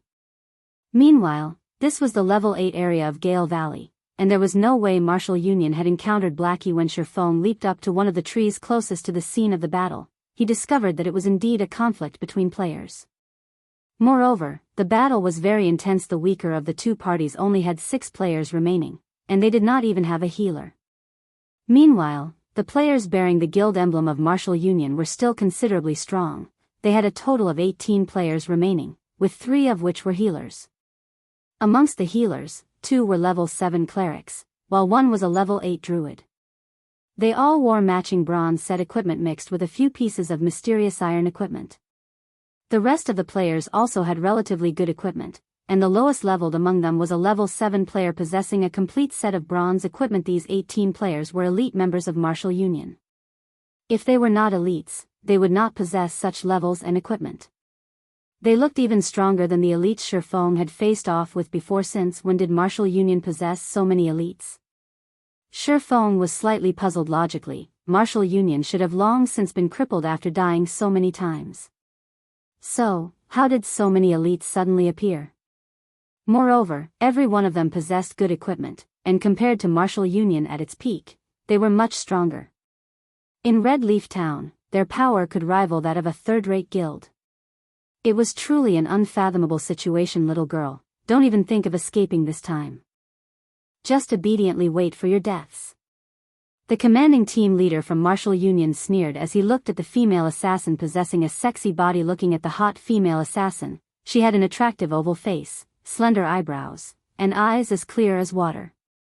The girl was very beautiful, like a dazzling pearl or fluorescent jade, and beneath her appearance, she hid a faint lovely tenderness. Aren't you thinking too highly of yourselves? You want me to stay put and let you kill me? Dream on. Even if I die, I'll take you guys with me. The provocative-looking girl glanced at the swordsman team leader, the corners of her lips curling up slightly as she said disdainfully, Sister Fire Dance, you should leave. Let us hold them off for you. If we continue dragging this on, none of us will get away. Don't forget, we are now red players, and the death penalty is extremely severe. At the very least, we would lose 2 levels and 3 or 4 pieces of equipment, the berserker beside the girl softly suggested. Although the berserker spoke in a very soft tone, Ye Feng, who possessed extraordinary 5 senses, managed to hear him clearly. Fire Dance. It was no wonder Ye Feng thought that the female assassin looked familiar. It turned out that she was Fire Dance, the female assassin who ranked at number 1 for killing the members of Martial Union. It seems that I have to lend some help this time. Ye Feng faintly smiled as he stood on the branch. Even if he were not familiar with Fire Dance, he would still lend her some help. The reason he came here was to kill everyone from Martial Union, creating rivers of blood. He wanted to teach the players from Martial Union what the rage of an independent player truly meant. At this moment, the swordsman team leader laughed loudly, saying, Do you think you can still escape? The moment we discovered you, we called for all our comrades to hurry over. We have long since surrounded this place. If you can still manage to escape, I'll eat this great sword of mine. Chapter 137, Monster. It seems they will bury us here. Our only choice is to carve out a trail of blood, Fire Dance said after hearing the swordsman team leader from Martial Union speak. Fire Dance's expression turned grim, gritting her teeth slightly. Originally, she intended to come here to kill the members of Martial Union. She did not think that she would fall into Martial Union's trap instead. After killing their way out of the encirclement with much difficulty, these players once more surrounded them. Their chances of escaping were already scant, and if another 20 or so enemies arrived, even that tiny hope of escape would vanish if she and her teammates died now. With the previous crime value they had accumulated, at the very least, her teammates would each lose 2 levels, while she would lose at least 3 levels and all of her equipment. Such a loss would devastate them, and their team would very likely disband, never to rise again. Ha ha ha. It's too late to fear now. Originally, we prepared this ambush for the Ye Feng, but I never thought you guys would send yourselves to death. From now on, the fine equipment that you guys use will belong to us. Brothers, go. Leave that little girl for me to deal with. The swordsman team leader licked his lips as he spoke, his eyes revealing an undisguised greed as he gazed at Fire Dance's sexy body. Naturally, Ye Feng, who was hiding in the forest, heard the entire conversation. Although he knew Martial Union definitely had some hidden plot, it turned out that they planned to set a trap for him all along. Previously, he had stayed inside the forging room, creating equipment. Moreover, he had also altered his outward appearance, making it impossible for Martial Union to find him. Hence, they chose to take action against Blackie and the others, using them to lure him out. At the same time, they would set up a trap and surround him. Unfortunately, although they had prepared for a variety of situations, they missed out on 2 important points. First, Ye Feng possessed the demon mask that allowed him to disguise his character's appearance and information easily. Second, they gravely underestimated Ye Feng's current strength. Brothers, follow me and let's kill our way out. At this moment, Fire Dance chose to take the initiative and launched an attack. In the blink of an eye, she rushed towards the spot where the encirclement had the least amount of players. Before the berserker standing there could react, Fire Dance's dagger had already pierced the back of his head, forcing him into a fainted state. Fire Dance immediately followed up with a backstab, assassinate, and eviscerate, instantly removing half of the berserker's HP. The other members of Fire Dance's team also rushed forward with her, breaking through the encirclement. However, just as the several level 7 players fell to critical health, a dazzling white light surrounded their bodies, recovering over half of their total HP. Moreover, those players were not just weaklings. They stubbornly held back the members of Fire Dance's team, not backing down in the slightest. Mages, go all out. Clerics, cast your shields. Rangers, mark the assassins. Do not let them get away. I don't want to become a laughingstock for the players in Blue Water Town, the swordsman from Martial Union commanded as he similarly charged at Fire Dance, including herself. Fire Dance's team only had 6 players remaining. Each of them faced off against 2 or 3 enemies. Their enemies also had healers constantly replenishing their health. They had no chance for victory at all. Moreover, with the constant bombardment from the backline mages of Martial Union, Fire Dance lost another 2 of her teammates in the blink of an eye. Is this really it for us? Fire Dance watched her comrades fall in front of her eyes, her heart bleeding at the sight. However, Fire Dance had no time for anger as she faced off against 3 enemies at once. One of the 3 was also the team leader from Martial Union. However, in addition to being outnumbered, she also had to deal with the constant attacks from the mages. As a result, her HP reduced continuously, while a majority of her skills were on cooldown. She could only dodge the incoming attacks to reduce as much damage as possible. Ha ha ha. Little girl, if you wish to blame someone, then blame the Ye Feng of yours for standing out. All who go against Martial Union will earn a fatal ending. However, you can be relieved. The Ye Feng fellow will sooner or later accompany you as well. Just when the swordsman thought that victory was in his grasp, a black figure silently appeared behind Martial Union's healers.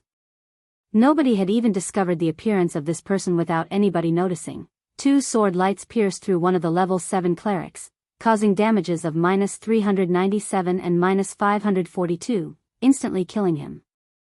Only when the cleric died did the second cleric and druid notice an enemy right beside them.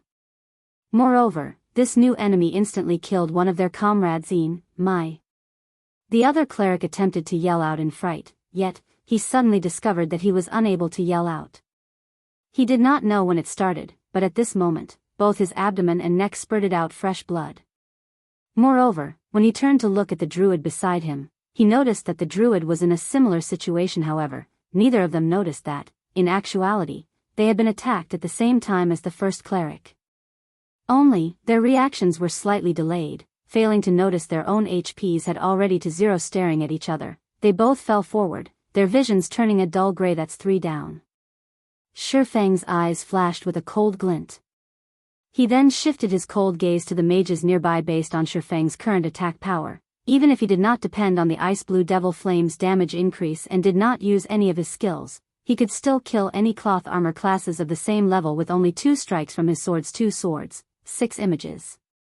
With Shifeng's current attributes, it was an easy feat, and there were burdens when doing so. Moreover, the faster Shifeng's sword slashes were, the greater the damage the Silver Lake could cause. If Shifeng's speed reached its pinnacle, it might even be possible for him to instant kill a cloth armor class with just a single sword strike. In an open battlefield like this, Shifeng was just like a harvester, reaping players' lives with Shifeng's current attack speed. If other players did not activate their extraordinary state, they could not block Shifeng's attacks at all. Without a doubt, they would instantly die. Meanwhile, the current players able to activate the extraordinary state were usually melee classes, such as the swordsman team leader. Only with it could they possibly have a chance to react and retaliate against Shifeng. However, even then, it was only a possibility. Shifeng then activated Wind Blade, rushing towards the nearest elementalist of Martial Union. Are you healers dead or what? Don't you even know how to heal? A low HP assassin of Martial Union cursed. However, the assassin's curses received no replies.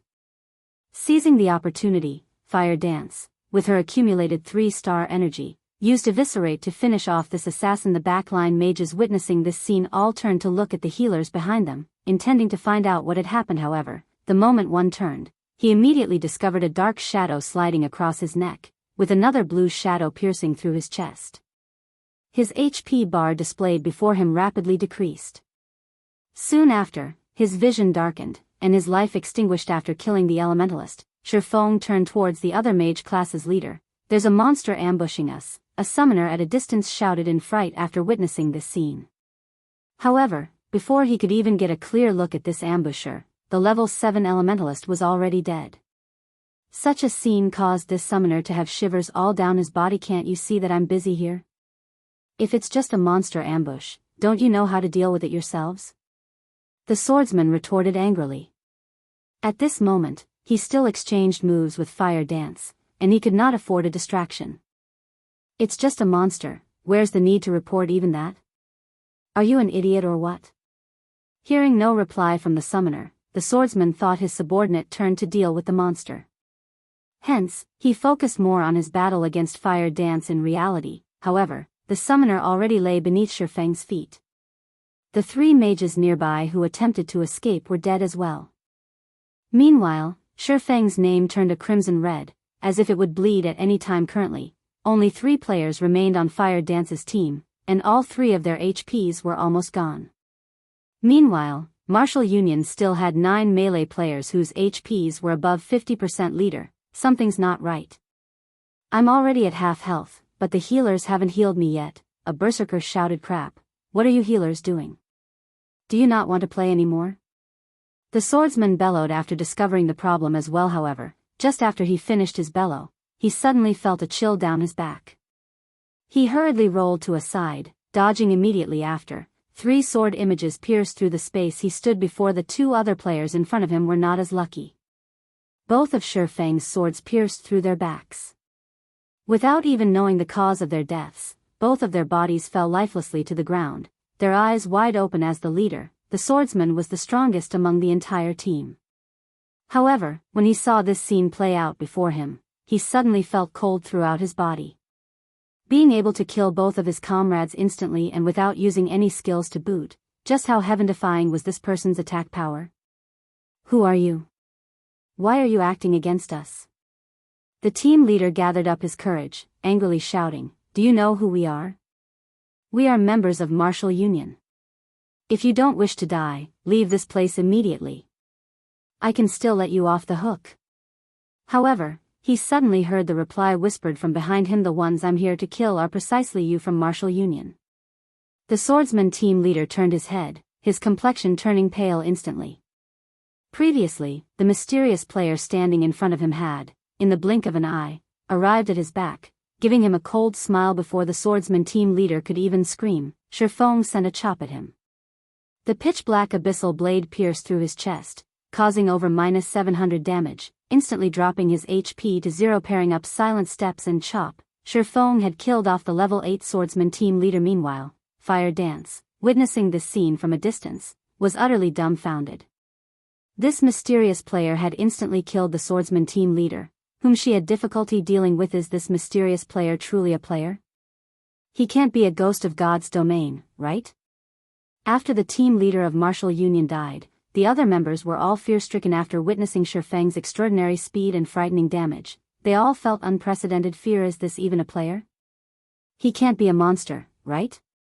This way of thinking reverberated in the minds of these players, causing them to tremble with fear. Although Fire Dance had good technique, at this moment, she did not dare to make any careless movements. She could only watch in silence, and unknowingly, a streak of sweat rolled down from her forehead. When faced with this mysterious player before her, Fire Dance's instincts were telling her that, if this mysterious player wanted to deal with her, death would be the only outcome for her. Chapter 138, Hidden Expert. Fire Dance's eyes flickered when she saw Ye Feng's figure. Aside from the immense pressure that she felt from him, she could also smell the stench of death on him from the moment Ye Feng appeared. She was aware of Ye Feng's existence. However, Ye Feng's movements and battle techniques were just too quick, to the point where she even questioned her own senses. Only when the team leader died was she shocked out of her daze. From the death of the first cleric to the death of the swordsman, only a short 5 seconds had passed. Every time Ye Feng revealed himself, another player fell to the ground, blood spurting from their bodies. Ye Feng was like the Grim Reaper, harvesting the lives of Martial Union's members. One could only describe Ye Feng's movements as erratic. Ye Feng also wore a pitch-black hooded cape that hid his face. In addition, the demon mask hid his name, level, and other information. Aside from his HP bar, there was nothing else to see. It would not be strange even if he received the same treatment as a monster. The only reason Fire Dance knew Ye Feng was not a monster was that she had overheard Ye Feng speaking to the swordsman team leader in a low tone. However, the fact that Ye Feng was not a monster, but instead, a player, shocked Fire Dance even more. Just how high were Ye Feng's attributes for him to be so strong? Meanwhile, Ye Feng felt nothing unexpected about the feats he had just accomplished. The attributes of these players was not even half of his own virtual reality games were just that cruel. Although the gap of attributes between each level was small, when accumulated to a certain degree, the gap in total strength would be massive. Quick, escape. That's a monster. I'm not fighting anymore, that monster is just too scary. Although they knew that this was just a virtual reality, the remaining 5 players from Martial Union were still utterly afraid, their hearts beating madly.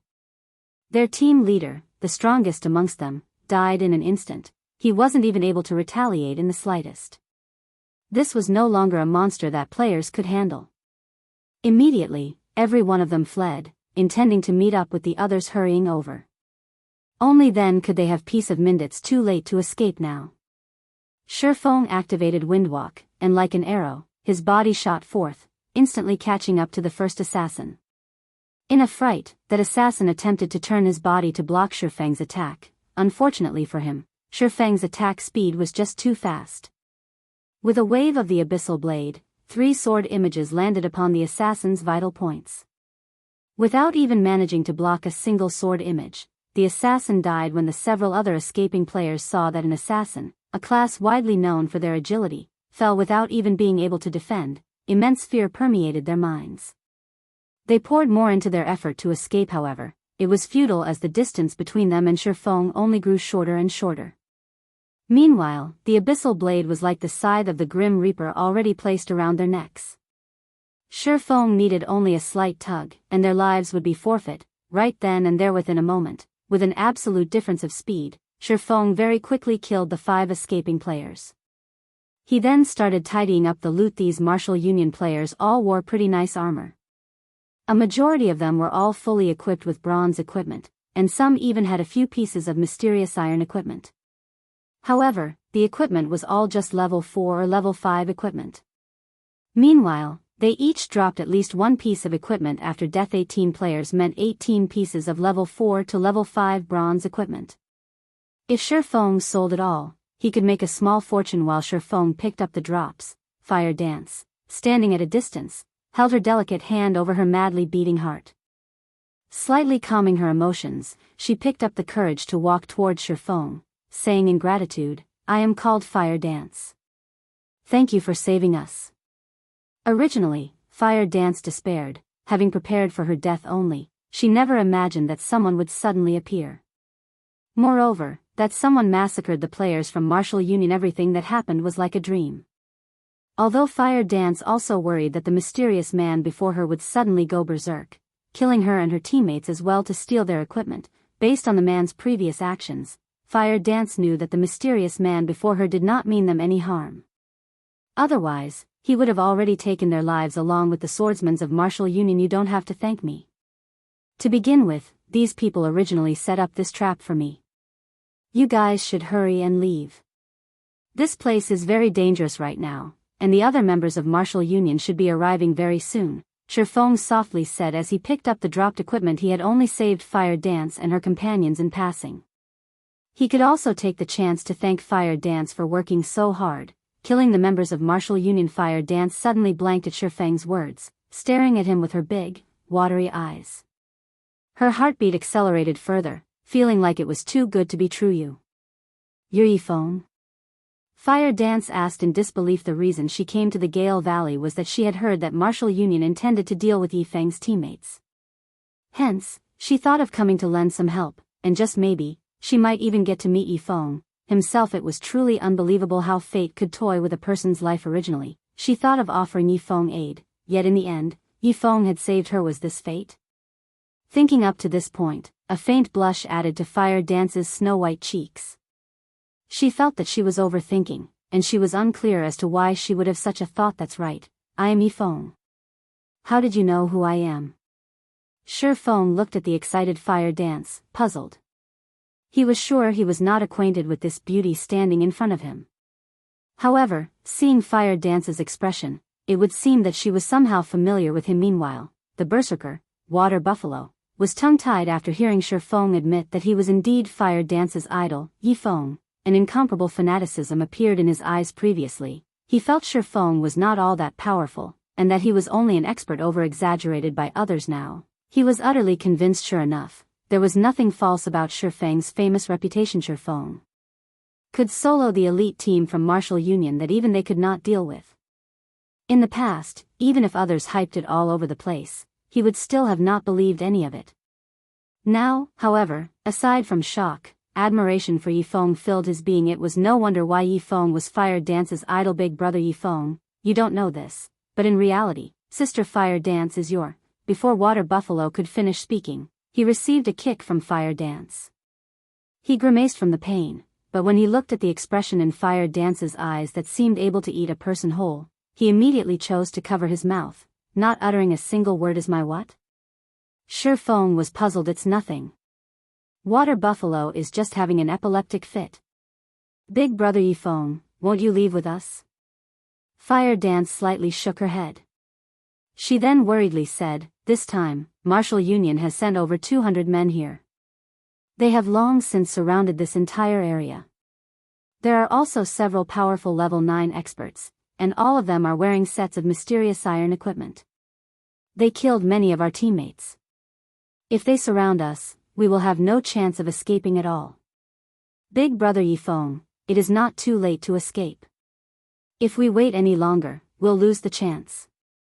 If it weren't for those experts, her team would not have incurred such huge losses. Level 9 experts, is it?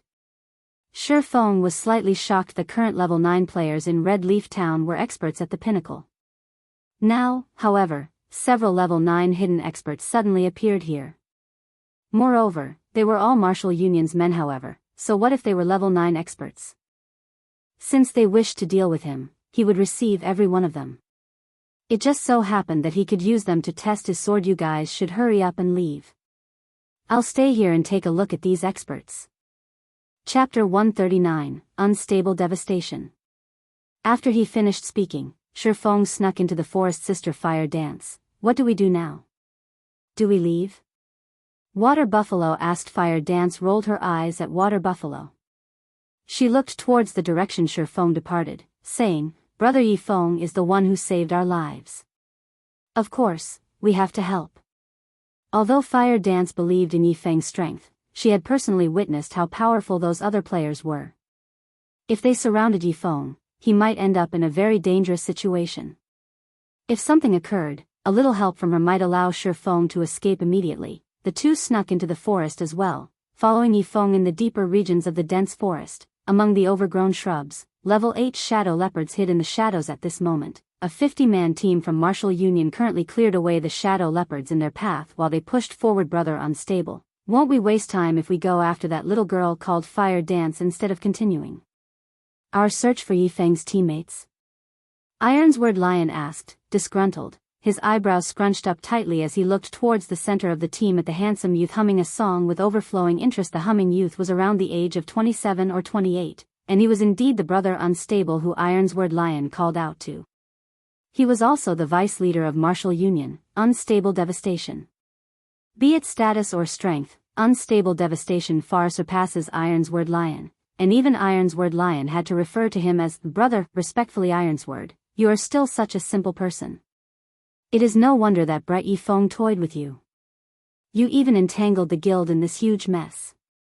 Thanks to you, Martial Union's reputation has suffered, utterly tarnished. Do you understand that? Unstable Devastation suddenly halted his steps. He looked towards Ironsword Lion, growling angrily, if I had not discovered this so soon, Martial Union might have had no place in Red Leaf Town by now. Ironsword Lion lowered his head in silence. Your poor management has already destroyed Red Leaf Town's Martial Union. Right now, in order to help clean up this mess of yours, I have no choice but to transfer all of the elites from the other 3 towns to Red Leaf Town to redeem our reputation. Yet, you still have the gall to speak up. Unstable Devastation reprimanded Ironsword Lion in front of everyone else, not leaving Ironsword Lion any face. Ironsword Lion flushed red with anger. However, he did not dare reply, only enduring in silence. The other leaders from the 3 towns sneered at this sight. Every time Martial Union switched to a new game, the guild's hierarchy also reshuffled. In the past, Ironsword Lion was always able to go wild, but not this time. Currently, Ironsword Lion was only level 8, while they were all level 9. Moreover, the guild's development in their respective towns progressed fairly well, and they managed to recruit many newcomers with valuable potential. Compared to the current state of the guild branch in Red Leaf Town, with only a few weaklings remaining, their branches were stronger by leaps and bounds. Ironsward, do you truly think that, after I have spent so much effort cornering Ye Feng's teammates, I would let 2 of them escape? You should know that Ye Feng is our main target, his teammates are simply lures. If all his teammates died here, do you think he will still show? We have already confined his teammates within Gale Valley, so we have achieved our initial goal. Right now, what we ought to do is to take revenge, and show the players in the town what the consequences are for challenging martial union. Meanwhile, that little girl is the best option as an example. She has killed so many of our people, many players are bound to pay attention to her. As long as we kill her back to level 0, martial union's reputation will definitely recover to its peak. If we manage to kill Ye Feng, then martial union can also use this chance to leap through the threshold of a third-rate guild. Unstable Devastation had long since possessed a plan of his own. Ironsward Lion had always been one of the guild leader's most trusted aides. Many of the elders in the guild also supported the guild leader. If Unstable wished to become guild leader, he needed to increase both his influence and fame. Meanwhile, Ye Feng was a player with a certain amount of fame within White River City. He was a publicly acknowledged swordsman expert, and his fame even far exceeded that of the guild leader, Nameless Pride. Hence, Ye Feng was his best choice. As long as he could kill Ye Feng and upload the recording, he would instantly become an apex expert, famous throughout White River City. Moreover, it would allow the guild branch in Red Leaf Town to rise back up to prominence when that time came. The elders in the guild would side with him, and the day he became the guild leader of martial union would only be around the corner. Ye Feng, you will become my stepping stone. Unstable Devastation proudly said with a laugh. He did not believe that an independent player could survive once surrounded by so many. Only, even until now, Ye Feng had yet to show himself, annoying Unstable just as martial union slowly advanced. Ye Feng, traversing through the treetops, discovered Unstable Devastation and the others. After some silent observation, he discovered that these players were all elites. The lowest amongst them was level 7, and a majority of them were level 8. There were also 4 players who had reached level 9. They all wore mysterious iron equipment, and the weakest of their weapons was also mysterious iron rank. Meanwhile, the handsome youth leading these players wore a secret silver rank longbow across his back. I sent that Unstable Devastation. Ye Feng immediately recognized the bow-carrying youth in Ye Feng's previous life. He had clashed many times with Unstable Devastation. Unstable Devastation was a cunning and cruel individual. His battle prowess ranked within the top 5 throughout all of martial union. Compared to Ironsward Lion, he was much stronger. Ye Feng was also familiar with the other 3 level 9 players. They were all experts comparable to Ironsward Lion, and they were all branch leaders in other towns. No wonder martial union suddenly has so many players. It turns out that they've called over the elites from 3 of the towns nearby. Ye Feng came to a realization: these 3 level 9 branch leaders were very strong. Only, in Ye Feng's previous life, Ironsward Lion had managed to obtain the pass to Blackwing City, allowing him a lead against the others. He then gradually widened the gap, finally becoming the guild leader of mini martial union. However, the tracks of history had already changed in this life. Not only had Ye Feng killed Ironsward Lion twice, but he also obtained the Blackwing City pass that Ironsward Lion possessed. Ironsward Lion's life was fated to end in a tragedy, and he naturally was much weaker than the other 3 branch leaders. If it were during the previous life, if Ye Feng met any one of these leaders, he would have had to proceed with extreme caution. If he met 2 of them together, he would definitely need to avoid them now. However, although all 5 of them were together, Ye Feng had no intentions of leaving. The situation was different this time. Not only did Ye Feng possess a magic weapon, but he had also obtained the Ice Blue Devil Flame and many other pieces of equipment that were top tier at this stage of the game. He also had the advantage of levels, so he naturally possessed the confidence to battle. Even if he couldn't win against them, he could still escape them at this moment. Unstable Devastation had yet to learn that one of his elite teams had been wiped out. That was because players needed to wait 10 minutes before reviving at the graveyard. Within 30 minutes of revival, players could not transmit any information or communication. Hence, Unstable Devastation and the others did not know that Ye Feng had arrived. They were not cautious in the least, and it was a perfect chance for Ye Feng to launch and ambush them. Hence, Ye Feng continued to follow his target's unhurried advancement while they traveled. The team maintained impressive positioning. Their healers stayed in the middle, while Unstable Devastation and the other experts walked beside them. Moreover, the players in the center of the formation only watched the players at the front battle, with no intentions of killing the monsters themselves. This way, it would be difficult for even a top-tier assassin to attack the healers. Meanwhile, the players in the outer layer would not move further than 15 yards from the center. If something unexpected occurred, they could immediately lend aid. Shi Feng did not seek a frontal confrontation. Instead, he would take advantage of his speed to slowly chip at the outer layer of this team. Soon after, Shi Feng silently closed in on them. Within a short moment, the players of Martial Union met with a group of Shadow Leopards. An extremely ferocious level 8 chieftain-ranked Shadow Leopard King led the small leap of Shadow Leopard. Shi Feng felt that this was his chance. He crept closer to the team, hiding in a bush, and waiting. Time passed, bit by bit. The guards around the Shadow Leopard King were all dead, and the king was the only one left. The players of Martial Union grew very excited. Seeing as good equipment was about to drop, they all became much more serious and focused on the battle. They remained completely unaware of Shi Feng, already positioned on the tree above their heads. Empty. Make sure to dodge its skills, don't let its claws land on you. As for everyone else, hold off as many strikes as you can. Healers, go all out with your heals. Unstable Devastation was also excited. Immediately, the speed at which the arrows fired from his bow accelerated. Unstable Devastation did not think that his luck would be so good as to allow him to meet a level 8 chieftain. This kind of field chieftain would not just drop a single piece of equipment, but would normally drop several. Based on the Shadow Leopard King's level, at the very least, it would drop level 7 or level 8 secret silver equipment and possibly fine gold equipment. Mysterious iron equipment was considered high quality at this stage of the game in the entire Martial Union. The total amount of secret silver equipment they possessed was no more than 10 pieces.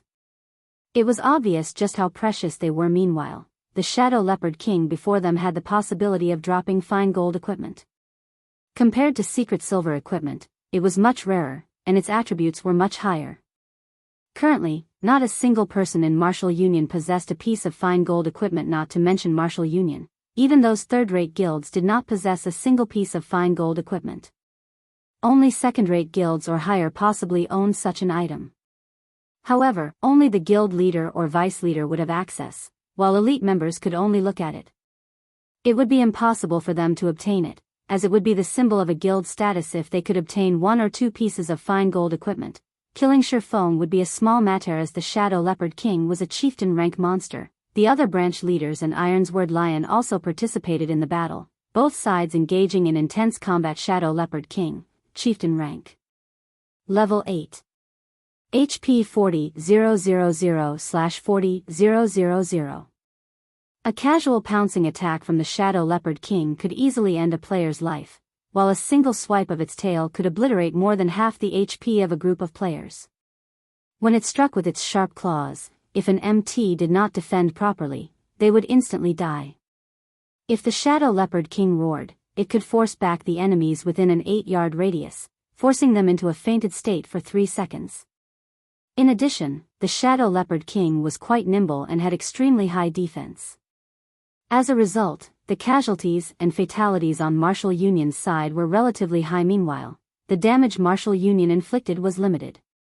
The strongest player among them, Unstable Devastation, could only cause -40 to -50 damage to it, while the others could only manage slightly over -10 damage. Fortunately, there were plenty of players on Martial Union's side. With a total of 50 players surrounding the Shadow Leopard King, they managed to shave off a lot of the monster's HP.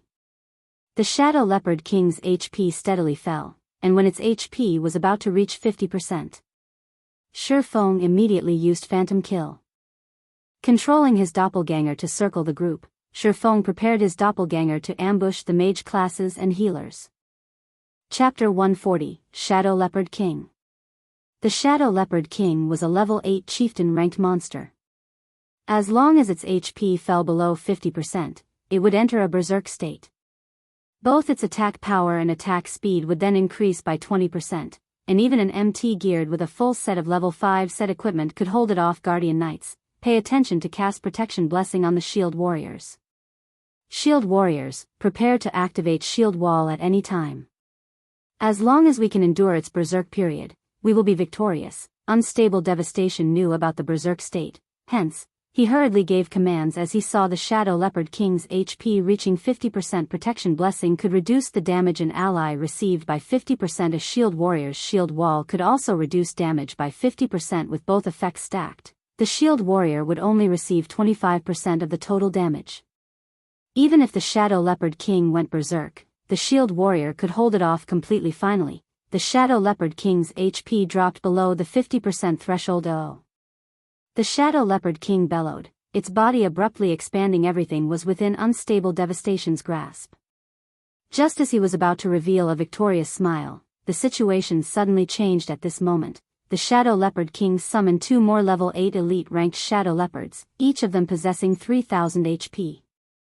The 2 new arrivals roared as they abruptly pounced, arriving behind the healers on the back line. Before any of these healers could react, the 2 Shadow Leopards pinned them to the ground. Shift focus. Get rid of these 2 elite Shadow Leopards first. Unstable Devastation's expression turned grim. Just after he finished speaking, the elite Shadow Leopards annihilated 2 of their healers. However, the level 9 branch leaders were not to be trifled with. Just after the 2 elite Shadow Leopards killed the healers, they moved into position to fend off the attacks of these 2 monsters, preventing the damage from extending any further. However, with the loss of 2 healers, the pressure the core MT faced greatly increased. Even with Protection Blessing and Shield Wall, every attack he received from the Shadow Leopard King exceeded over -300 points. On the other hand, his own HP did not even exceed 1,200 points. Moreover, the attack speed of the Shadow Leopard King was very quick. If it were not for him constantly dodging its attacks, he might have long since died already. Just with the Shadow Leopard King going berserk, Martial Union had lost over 5 players in the blink of an eye. The Shadow Leopard King's tail swipe took out 3 melee players. All 3 were instantly thrown and died while in mid-air. Hold on for a little longer. Its berserk period will be over soon. Watching his team members die, one after another, unstable Devastation became very depressed and annoyed. The players he had brought with him were all elites, and every death was a huge loss to Martial Union. Fortunately, they could revive these players, greatly reducing the lost EXP. However, as long as they could kill the Shadow Leopard King, all of the losses would be worth it. Just when everyone from Martial Union thought the situation had stabilized, Ye Feng's doppelganger used Wind Blade, arriving behind a Cursemancer. The Cursemancer had completely concentrated on the Shadow Leopard King, chanting incantations.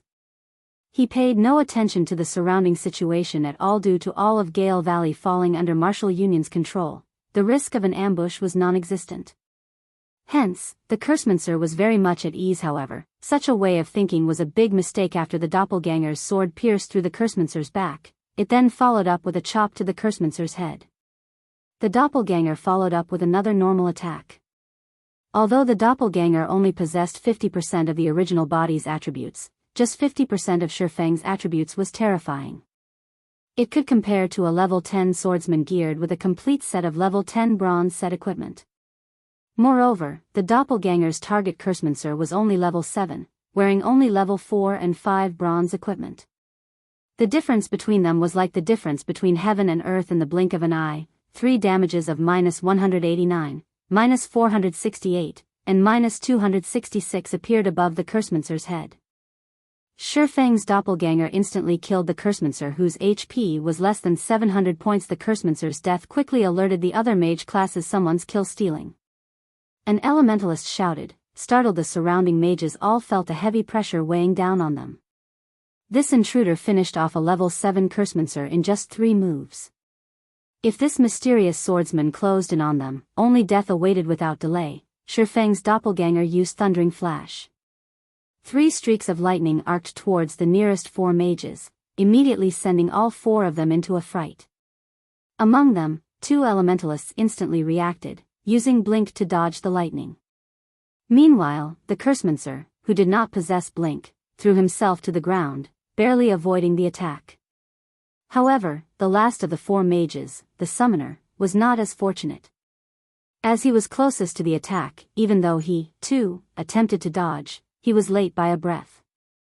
Without a hint of suspense, the level 5 Thunder Flash instantly fried him to a crisp. Although the doppelganger only managed to kill a Summoner, a smile appeared on its face. The goal of this thundering flash was not to kill someone but to open a path. At this moment, there were no obstructions between Shi Feng's doppelganger and Martial Union's healers. The doppelganger activated Windwalk, dashing over. As long as it killed one or two more healers, Martial Union's entire team would fall into a huge predicament. Don't even think about killing the healers. At this moment, Ironsword Lion used Windblade and rushed to block the doppelganger. The swords from both parties collided, and as they attacked, they maintained their extraordinary states, battling with 4 sword images each. The doppelganger could not help but halt its momentum, forced to block the attacks after exchanging several moves. Ironsword Lion was incomparably shocked. He felt that the swordsman, whose information displayed as unknown, facing him was a powerhouse. This mysterious swordsman actually blocked all of his attacks. Moreover, every time their swords collided, Ironsword Lion could feel an immense weight bearing down on him, causing both his arms to go numb. Occasionally, there were even few sudden stabs aimed at his vitals, forcing him to activate Defensive Blade to block Ironsword. It seems that you have truly fallen. You can't even get rid of an average player trying to kill Steel, a level 9 berserker geared in silver grey battle armor snidely remarked. Crap. 5 rats, you come try, if you have the ability. Originally, he was already greatly aggrieved due to the constant pressure from Shi Feng's doppelganger, and his HP constantly fell. Now that he received jeers on top of it, he immediately enraged. Since you want me to join, then I'll join. The level 9 berserker, 5 rats, used charge at Shi Feng's doppelganger. Charge carried with it a fainted effect. Moreover, the surrounding mages were already in the midst of chanting incantations for their spells, sending fireballs and frost arrows at the doppelganger. The doppelganger activated Defensive Blade. It dodged the incoming magical attacks while it gradually closed in on Martial Union's healers. The level 2 Defensive Blade aided the doppelganger in mitigating the damage from the attacks it received. However, 5 rats followed up his charge with a break, greatly reducing the doppelganger's speed. You 3, get rid of him, Unstable Devastation commanded the 3 assassins, pointing. He did not have the time to think about an idiot who was attempting to kill, stealing a team with around 40 players remaining. After receiving the command, their assassins immediately rushed at Shi Feng's doppelganger, receiving the focused fire of over a dozen players. Although the doppelganger managed to dodge a majority of the attacks, it still received a relatively significant amount of damage. The doppelganger's HP continuously fell, and within a moment, only 30% remained. Ha ha ha. I didn't think that it would be a fat fish with brain problems. Judging on the exchanges made and damage caused, 5 rats determined that this mysterious swordsman's equipment was exceptional. As long as he could kill the swordsman, he would definitely drop a lot of good equipment. The reason 5 rats thought so was that a single normal attack from the mysterious swordsman dealt him around -100 damage. Meanwhile, his normal attacks also chipped away 100 of the swordsman's HP. However, the problem lay in the fact that the mysterious swordsman used a one-handed sword, while he used a two-handed sword. In God's domain, a two-handed weapon's attack power was much higher than that of a one-handed weapon, and the damage a two-handed weapon caused was normally around twice that of a one-handed weapon. Due to the strong power stored within a two-handed weapon, every attack from the weapon could cause a devastating amount of damage. Meanwhile, the damage a one-handed weapon could cause was much less. However, its attack speed was much quicker. As a result, the average amount of damage dealt by both weapons, in the long run, was about the same. However, 5 rats had only managed to deal -100 damage to the mysterious swordsman. It showed just how good the mysterious swordsman's equipment was. Unfortunately, it is still too little. It would be great if they could send more people over. In the distance, hidden within a bush, Shi Feng was slightly depressed as he saw that a dozen or so players attacked his doppelganger. He bitterly thought, forget it, I shouldn't be too greedy. I should reel in the net. Now abruptly, Shi Feng's doppelganger burst with power. It suddenly leaped into the air. The abyssal blade in the doppelganger's hand then started to emit flames and thunder, immediately releasing a blast of elements towards the most crowded location. Chapter 141, Ye Feng.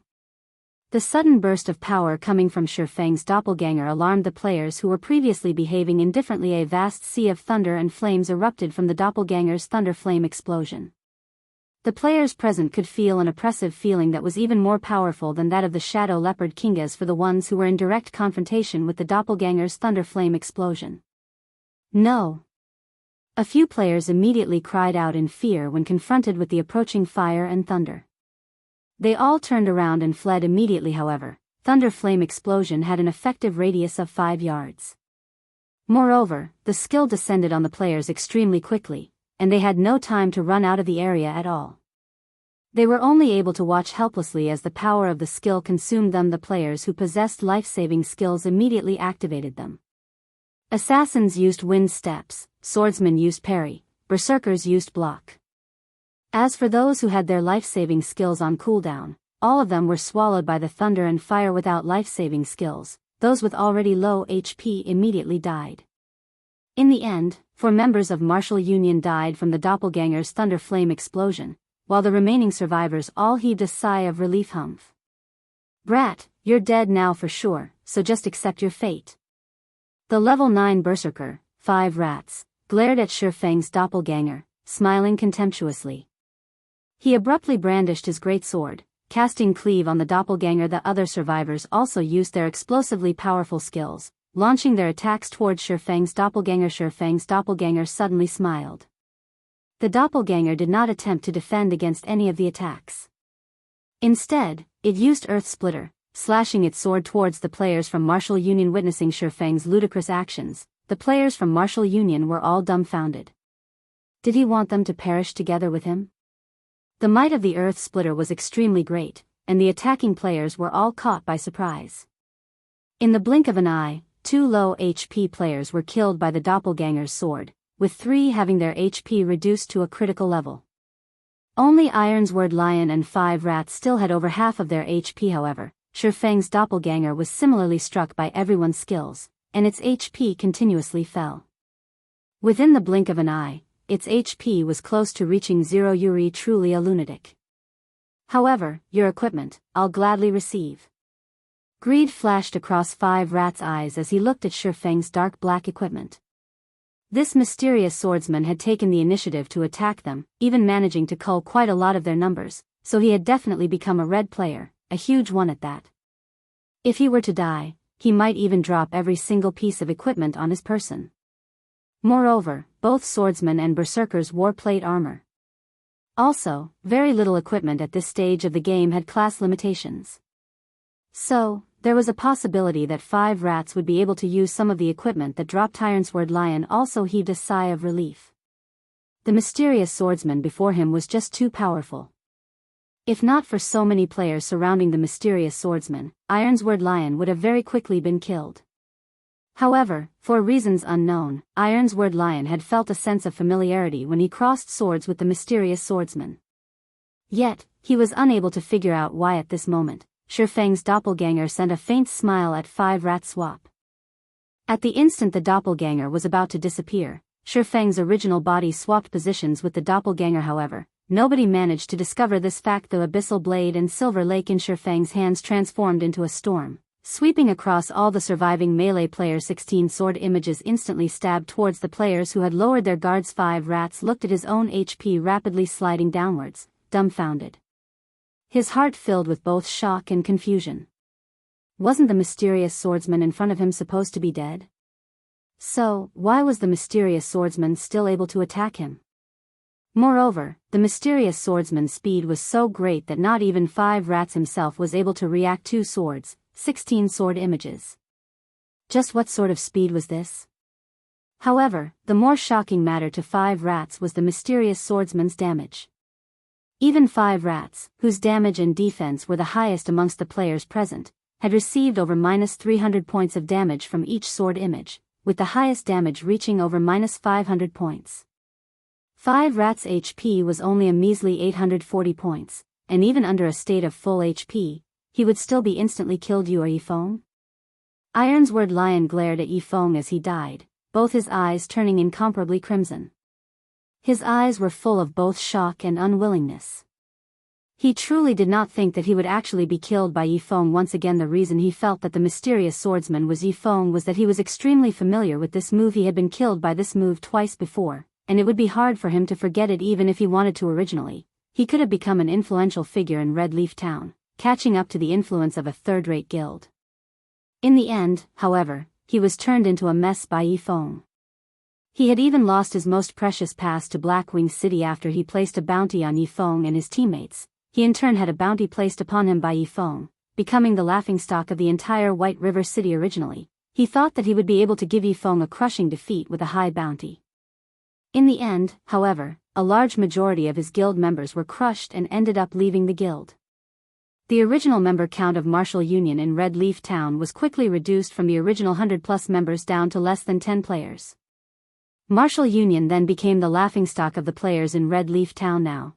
They had prepared to surround Ye Feng, but the results had still turned out as such again and again. Ironsword Lion had tried to deal with Ye Feng. Yet, every single time, he ended up with failure. Ironsword Lion even believed that Ye Feng was the bane of his life. Otherwise, how could he explain his continuous series of failures? Now that Ye Feng had killed him for the third time, Ironsword Lion's confidence had been thoroughly shattered the first time. He used the excuse that he was ambushed by Ye Feng, being killed in just 2 moves the second time. He used the excuse of not having a full understanding of Ye Feng's strength, being insta-killed in just 1 move now. It was the third time. Ye Feng did not even use a skill this time, yet Ironsword Lion was still instantly killed in just 2 attacks. A deep fear had been instilled into Ironsword Lion. Every time he met with Ye Feng, he could feel that the gap between himself and Ye Feng was growing wider and wider. Up until this instance, he did not even possess the qualifications to go against Ye Feng. It was just like how Absolute Heaven had killed him many times over in the past. Although he frantically tried to take revenge, in the end, he would still choose to compromise, be it Absolute Heaven or Ye Feng. Both were existences that he could no longer afford to provoke. When the players from Martial Union heard Ironsword Lion's dying words, each and every one of them was greatly shocked, being able to kill 5 players within an instant, with branch leaders like Ironsword Lion and 5 rats included amongst them. This strength was simply too frightening. So he is Ye Feng? It was the first time Unstable Devastation personally met Ye Feng. Although he tried identifying Ye Feng's information, the results he obtained actually displayed it as unknown, giving him a slight shock. Aside from Ye Feng's HP bar, there was nothing else Unstable Devastation could see. However, the dark black equipment Ye Feng was wearing was undoubtedly an equipment set. Also, due to the hooded cape Ye Feng was wearing, Unstable Devastation was unable to get a clear image of his appearance. Ye Feng held a sword of unidentifiable quality in one hand, and a treasured sword that gave off a light blue glow in the other. The treasured sword was at least secret silver ranked. Judging from Ye Feng's performance in the battle before, Ye Feng was much stronger than what Ironsword Lion had stated. If Ye Feng was already so powerful right now, he would definitely become unstoppable in the future. If Unstable Devastation were to meet Ye Feng before, he definitely would not have provoked Ye Feng, no matter what. However, Ye Feng already had an unresolvable grudge with Martial Union, so Unstable Devastation would not be courteous with him anymore. Before Ye Feng grew to unreachable heights, he needed to thoroughly nip the bud while everyone else was observing Shi Feng's information. Shi Feng himself did not stay idle.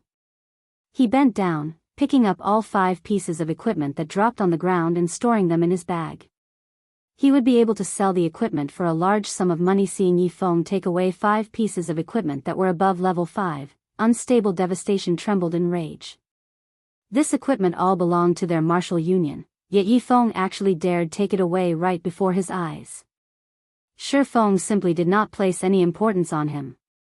Originally, I was still worried that you were an extraordinarily calm person, and that you would not show up no matter what. However, I never imagined that you were just a simple fool. Since you have arrived, I'll just deal with you as well. Unstable Devastation squinted his eyes, a chilling glow coming from them. He stared fixedly at Shi Feng, laughing coldly as he said, aside from shield warriors, guardian knights, and healers, everyone else, get rid of him for me. Unstable Devastation did not know how Ye Feng was able to enter the Gale Valley undetected. He was even able to discover them while they were in the midst of battling against the Shadow Leopard King. However, Ye Feng was simply courting death by hurrying to this place. Unstable Devastation aimed his bow at Ye Feng, locking onto Ye Feng's vital points. Whoosh! Whoosh! Whoosh! 3 arrows consecutively fired out of Unstable Devastation's bow. Right now, the Shadow Leopard King's berserk period was already over, and its remaining HP did not reach even 30%. The 2 elite shadow leopards that the king summoned previously were also dead now, so it was only a matter of time before the shadow leopard king itself would die. Unstable Devastation was not afraid of Ye Feng's disturbance at all at this moment. The other players all started sending attacks at Ye Feng Fireball, Frost Arrow, Dark Arrow, Charge, and many more attacking and restricting skills. Ye Feng smiled as he looked at everyone attacking him, not moving a single step. He then used silent steps to quietly appear behind the healers of Martial Union, very quickly dodging everyone's attacks. Chapter 142, Turnabout. Ye Feng's silent steps allowed him to move behind a target within a 40-yard distance. Although it was not as convenient as an elementalist's blink and had a longer cooldown, its range was much farther than blink. Moreover, there were no activation gestures required for the skill. The skill could be activated wordlessly, making it extremely hard to discover. No. Run! Unstable Devastation abruptly shouted when he observed his surroundings, suddenly discovering Ye Feng behind their healers. Although the healers heard Unstable Devastation yelling, they still turned their heads to look at him. They had no idea what Unstable Devastation was trying to say. Why did they need to run? Too late. Naturally, Ye Feng would not give them any chances. To save time, he did not even use a skill. Instead, he instantly created 12 sword images, instant killing the 4 defenseless healers Ye Feng. Unstable Devastation glared at Ye Feng, both his eyes emitting flames of rage. He bellowed, "You're courting death." Unstable Devastation was truly furious now. With all their healers dead, they would definitely have to pay an extremely high price to deal with the Shadow Leopard King. There was even a possibility of them team wiping, and the main culprit of this was Ye Feng. In the blink of an eye, Unstable Devastation retrieved 5 pitch-black arrows from his bag. He aimed and shot all of them at Ye Feng in succession, fatal shot. The 5 arrows almost instantly pierced Ye Feng's vital points. They blocked Ye Feng's path. "You guys enjoy yourselves. I'll leave first." After killing all of the healers, Ye Feng revealed a faint smile at the arrows flying towards him. He dared not stay any longer. If he fell under the restricting skills of other classes, he would end tragically. It would be better for him to depart now and observe the tigers battle each other. Hence, Ye Feng activated Windwalk, leaving behind an afterimage as he disappeared towards the forest. In the end, the 5 arrows only sliced through the afterimage Ye Feng left behind. Although the players from Martial Union tried to chase after Ye Feng, his speed was just too fast for them. After he entered the forest, they could no longer find any trace of him. Abominable. Watching Ye Feng escape, Unstable Devastation's expression turned indignant, his fists tightening. "Boss Unstable, are we still giving chase?" An assassin carefully asked. Unstable Devastation shook his head, dismal, "No." With all their healers dead, if they were to simultaneously search for Ye Feng while they battled the Shadow Leopard King, there would only be one ending for them, a complete team wipe. That would even allow Ye Feng to reap the benefits. Just the battle prowess Ye Feng displayed was enough to give Unstable Devastation a headache.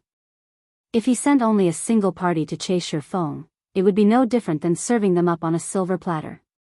Without a full team, they would have no way of dealing with Ye Feng. Moreover, if Ye Feng used that extraordinary speed of his to engage in a getaway battle, a single team would not be enough to deal with him. If they rushed into the forest to chase after Ye Feng, he would simply pick them off, one by one, while they would be completely helpless. "Everyone, retreat. Don't bother with the Shadow Leopard King anymore, and prepare for an ambush by Ye Feng. Notify the other teams, and tell them to gather here immediately. If he thinks he can take advantage of me, he should think again." Unstable Devastation said in a calm tone. He suppressed his anger, calming his excited heart. The Shadow Leopard King still had 20% of its HP remaining, and they would need to throw away a lot of lives to kill it. Although it was unfortunate to give up on the Shadow Leopard King, Unstable Devastation did not believe that Ye Feng would not return to take advantage of the injured. Not only could he get rid of them this way, but he could also obtain the loot from the Shadow Leopard King, killing 2 birds with 1 stone. Who wouldn't go for such a good deal? Thinking up to this point, Unstable Devastation decided to give up on the Shadow Leopard King. Instead of letting Ye Feng gain an advantage, he would rather give up. That way, neither side would gain anything right now. The Shadow Leopard King still had 20% of its HP remaining. Even if Shi Feng wanted to kill it, it would be impossible. If he tried, they might benefit from it. Not only would they get to kill Ye Feng, but Ye Feng would also have reduced the Shadow Leopard King's HP even further. If Shi Feng did not intend to deal with the Shadow Leopard King, that, too, would be fine as long as their other forces arrive. The Shadow Leopard King would still belong to Martial Union. At that time, Shi Feng could only watch from the side with Unstable Devastation's command. The members of Martial Union could only helplessly retreat, giving up a good chance to kill the Shadow Leopard King. However, before the players from Martial Union could properly retreat, the Shadow Leopard King suddenly let out a fierce roar. It summoned forth 2 elite Shadow Leopards once more to chase after Themis. Martial Union's players retreated and the Shadow Leopards pursued them. They discovered a peculiar matter. The Shadow Leopard King did not seem to intend to give up the chase whatsoever. It had killed many other players and even decimated most of a Shield Warrior's HP. Boss Unstable, the Shadow Leopard King is faster than us, and it is still chasing after us. If this continues, it will wipe us out sooner or later. What do we do now? An elementalist beside Unstable Devastation asked worriedly. I can see that. I don't need you to remind me. Unstable Devastation said in a huff. Unstable Devastation suffered a massive headache over the incessant pursuit by the Shadow Leopard King. If he had known earlier, he would have chosen to kill the Shadow Leopard King instead. He truly did not think that this Shadow Leopard King would bear a grudge, refusing to give up. They could not escape even if they wanted to now. Moreover, more members were dying in the chase than in the fight. Notify the other teams to hurry. We'll delay the Shadow Leopard King while we move toward the meeting point, and look out for ambushes. Helpless about the situation, Unstable Devastation could only think of this plan. Meanwhile, hidden within the forest, Shi Feng witnessed this scene with perfect clarity. Although Unstable Devastation's decision was an intelligent one, he could not outdo Shi Feng. Shi Feng had long since known that the Shadow Leopard King would ceaselessly chase after Martial Union. Otherwise, he would not have chosen to depart. He was merely awaiting the perfect chance to take action. After God's domain evolved, the range of monsters' activity had also greatly increased. For Chieftain-ranked monsters such as the Shadow Leopard King, its range of activity might even encompass a large half of the entire Gale Valley. Unless everyone from Martial Union left the Gale Valley, or they entered the core area of the Gale Valley, the Shadow Leopard King would not let them get away. As time slowly passed, the number of players the Shadow Leopard King killed grew higher and higher. However, it only had 10% HP remaining now. Meanwhile, Martial Union's previous 50-man team had only 16 players remaining. One could not help but admit that the losses they suffered were incomparably bitter. Are they still not here? Unstable Devastation paid attention to the surrounding movements as he attacked the Shadow Leopard King, his heart filled with wariness for Shi Feng's ambush. Now that the Shadow Leopard King had less than 10% HP remaining, it was definitely an opportune time for Shi Feng to launch an ambush. Hence, Unstable Devastation's expression turned exceptionally grave. Boss Unstable, they said that they are only 10 minutes away. 10 minutes? Why don't you tell them to go die instead? Unstable Devastation cursed. This was a crucial moment. The Shadow Leopard King in front of them was about to die, and Shi Feng would appear at any given moment. If they waited for another 10 minutes, the Shadow Leopard King would already be dead. He truly regretted not bringing more players with him. Now, Shi Feng, who was hiding in a dark corner, possessed the advantage of initiative, while they were completely helpless against him. It was truly depressing. After a period, the Shadow Leopard King's HP fell below 2%. However, there were still no signs of Shi Feng's assault, causing Unstable Devastation to become incomparably excited. Everyone surround the Shadow Leopard King and focus all firepower on it. It is about to die, so look out for Ye Feng. Unstable Devastation said with a loud laugh. If Shi Feng had appeared sometime earlier, there was an 80% chance of them team wiping.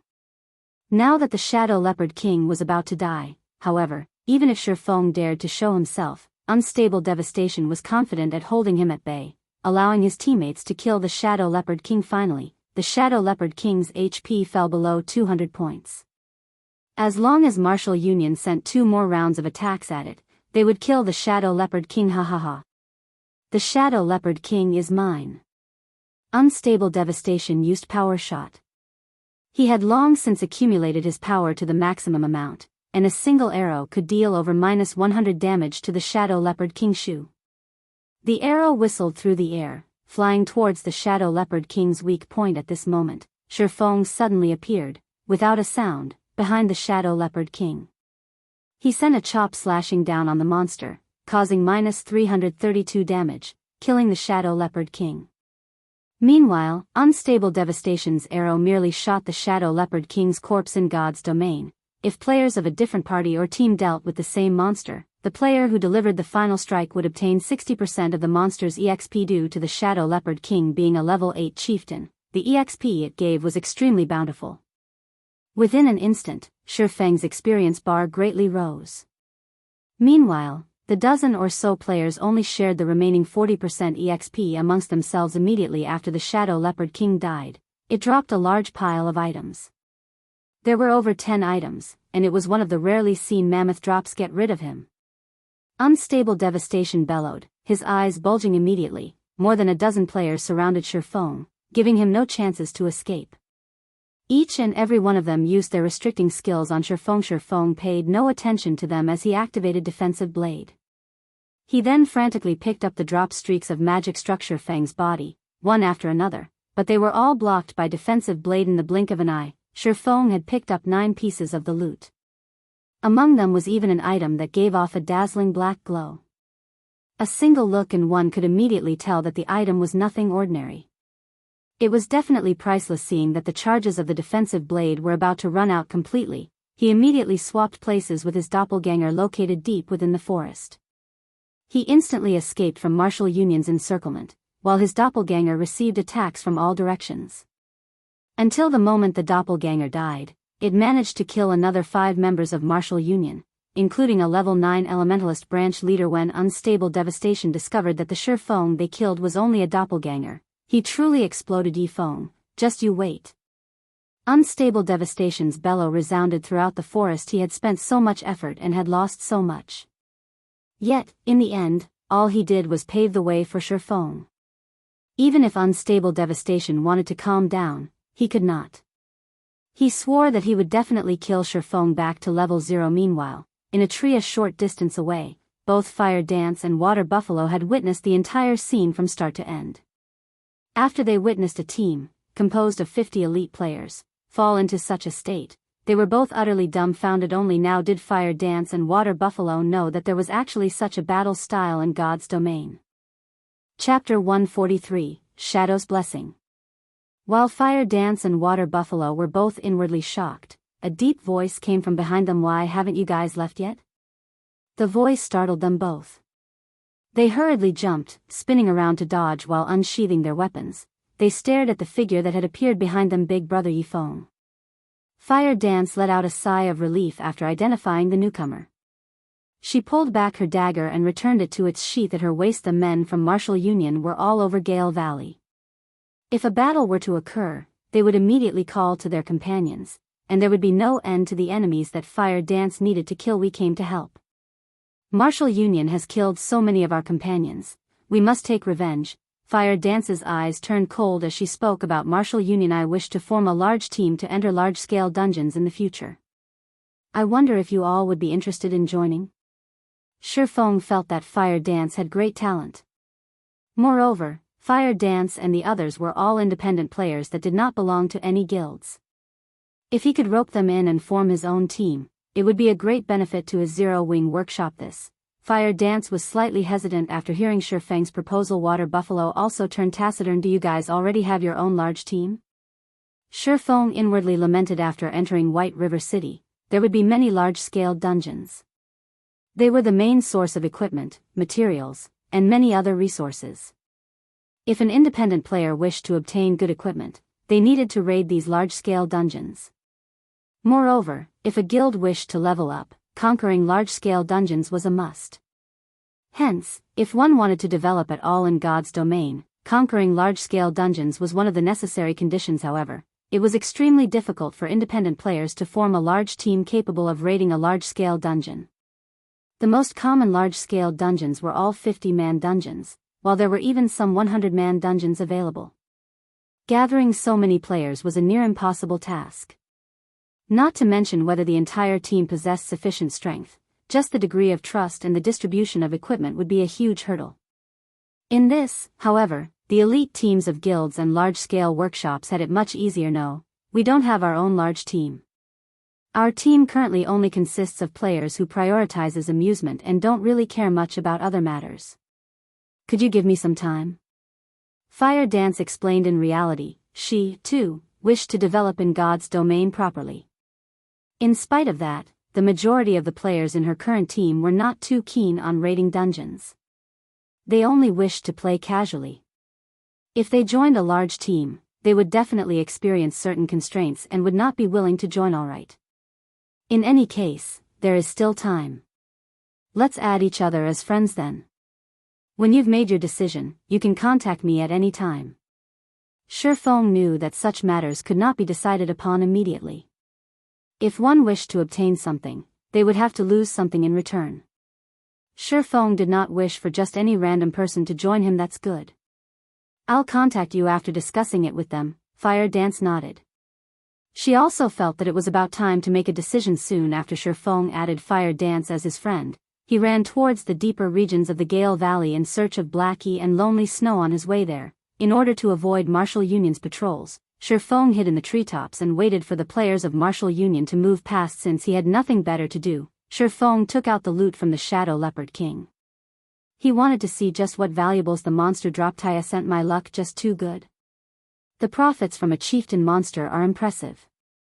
Shi Feng was slightly shocked after looking at the drops. Among the 9 items, there were 2 secret silver weapons, 3 pieces of mysterious iron equipment, 2 rare materials needed to make secret silver equipment, 1 bronze-ranked cooking knife, and 1 secret silver accessory. The 2 secret silver weapons were a level 8 staff and a level 8 two-handed axe. The mysterious iron equipment was also level 8. Moreover, the usefulness of the bronze-ranked cooking knife was also not small. It could increase the speed and success rate of one's cooking. However, the most valuable item among all these items was the secret silver accessory, the Shadow's Blessing. It was one of the most precious items that the Shadow Leopard King could drop. Shadow's Blessing, secret silver rank, necklace. Level 8. All attributes +5. Luck +3. In God's domain, accessories were extremely rare. Even when players reached level 20 or above, they would, at most, possess 1 or 2 bronze accessories. Moreover, these accessories would all be below level 10. Meanwhile, the accessory in Shi Feng's hands was secret silver rank, and it was much more precious than a fine gold weapon of the same level. The luck attribute was extremely rare in God's domain, and it was capable of increasing the drop rate of items when killing monsters. There was once a player who calculated that, with 1 point in luck, the drop rate would nearly double. However, the higher a person's luck was, the less effective every additional point would be.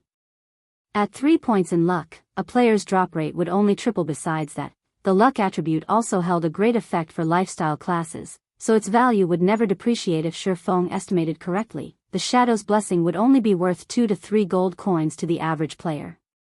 However, to Shi Feng, this item's value was around 10 gold coins. Immediately, Shi Feng equipped the Shadow's Blessing. That way, when he killed high-level monsters in the future, the amount and quality of the equipment he would obtain would increase. After some time, the team from Martial Union finally left. Shi Feng then continued his journey into the depths of the Gale Valley. Blackie, where are you guys right now? Shi Feng sent a voice call, asking. We seem to be beside a swamp. I don't know where this place is, but the monsters here have very high levels. I'll send you the coordinates. Blackie sighed in relief after learning that nothing had happened to Shi Feng. He then sent his coordinates. Don't go any deeper, and stay where you are. I'll be there soon. Shi Feng immediately knew Blackie's whereabouts. After glancing at the coordinates, he truly did not think that Blackie could actually survive in the Silent Swamp. There were 2 entrances to the Gale Valley. One was where Shi Feng entered, and the other was at the Silent Swamp, which led to the high-level monster areas. The Silent Swamp was a level 15 to level 20 monster area. To the players at the current stage of the game, it was a forbidden area. Half an hour later, Shi Feng managed to locate Blackie and Lonely Snow. The 2 of them sat beneath a tree, silently observing their surroundings.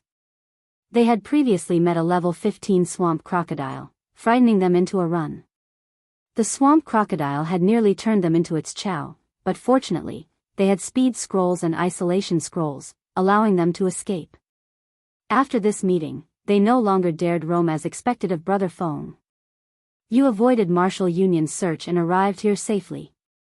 Blackie immediately felt that there was hope for them when he saw Ye Feng walking over. Let's leave this place immediately. This place is simply too dangerous.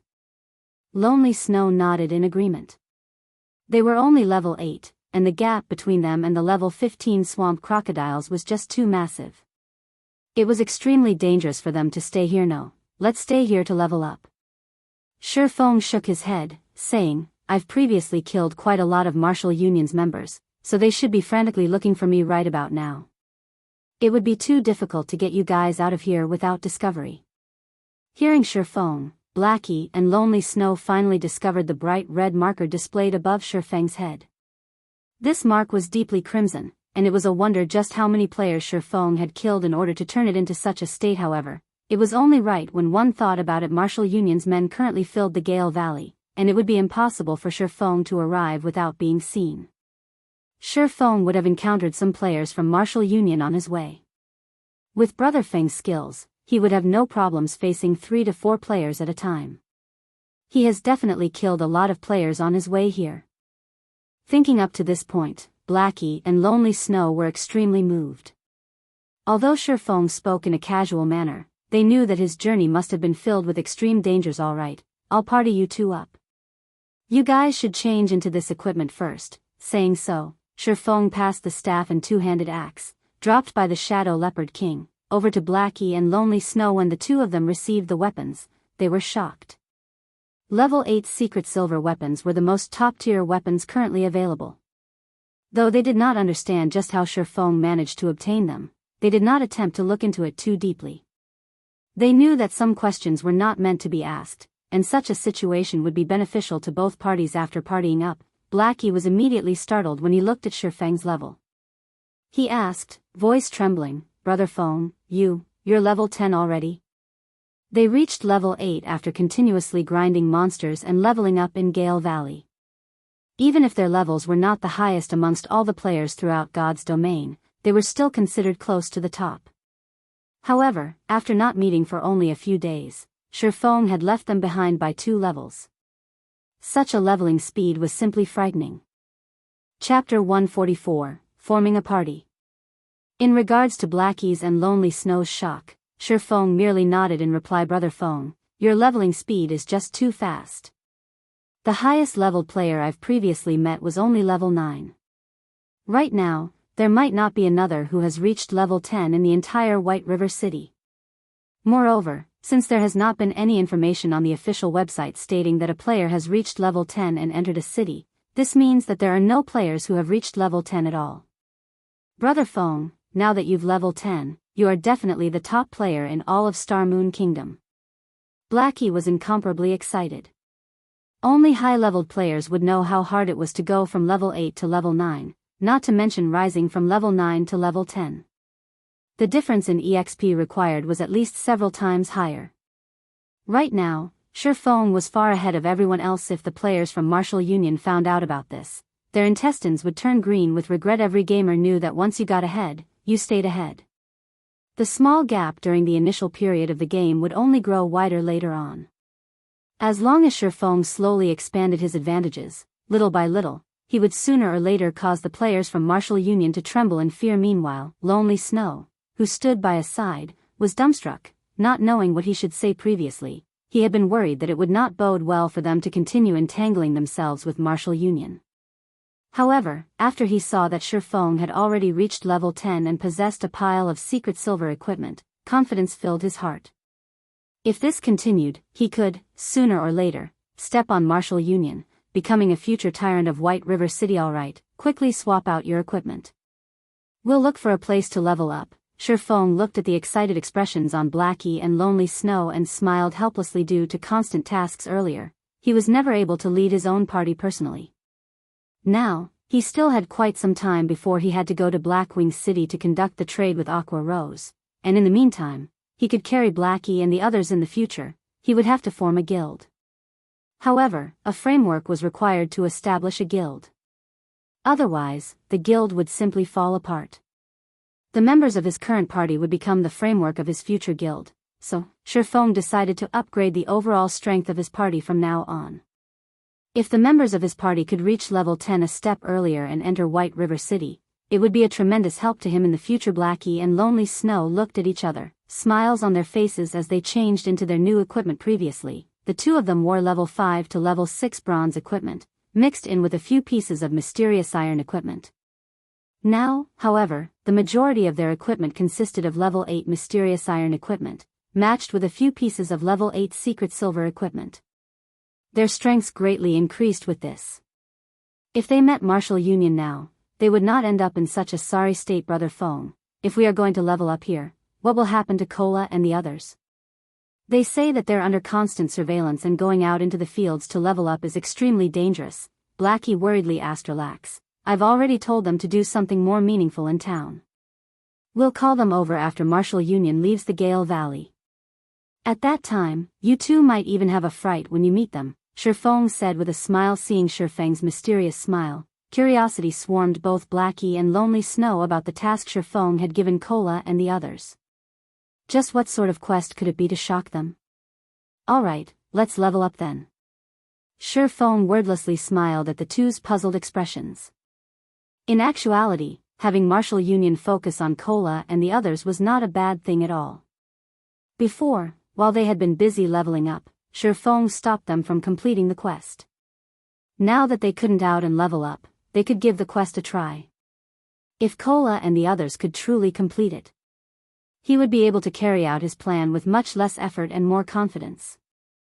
Although the Silent Swamp was a level 15 to level 20 monster area, the outer edge of the swamp was only a level 15 monster area, while the inner regions were level 16 to level 18 monster areas.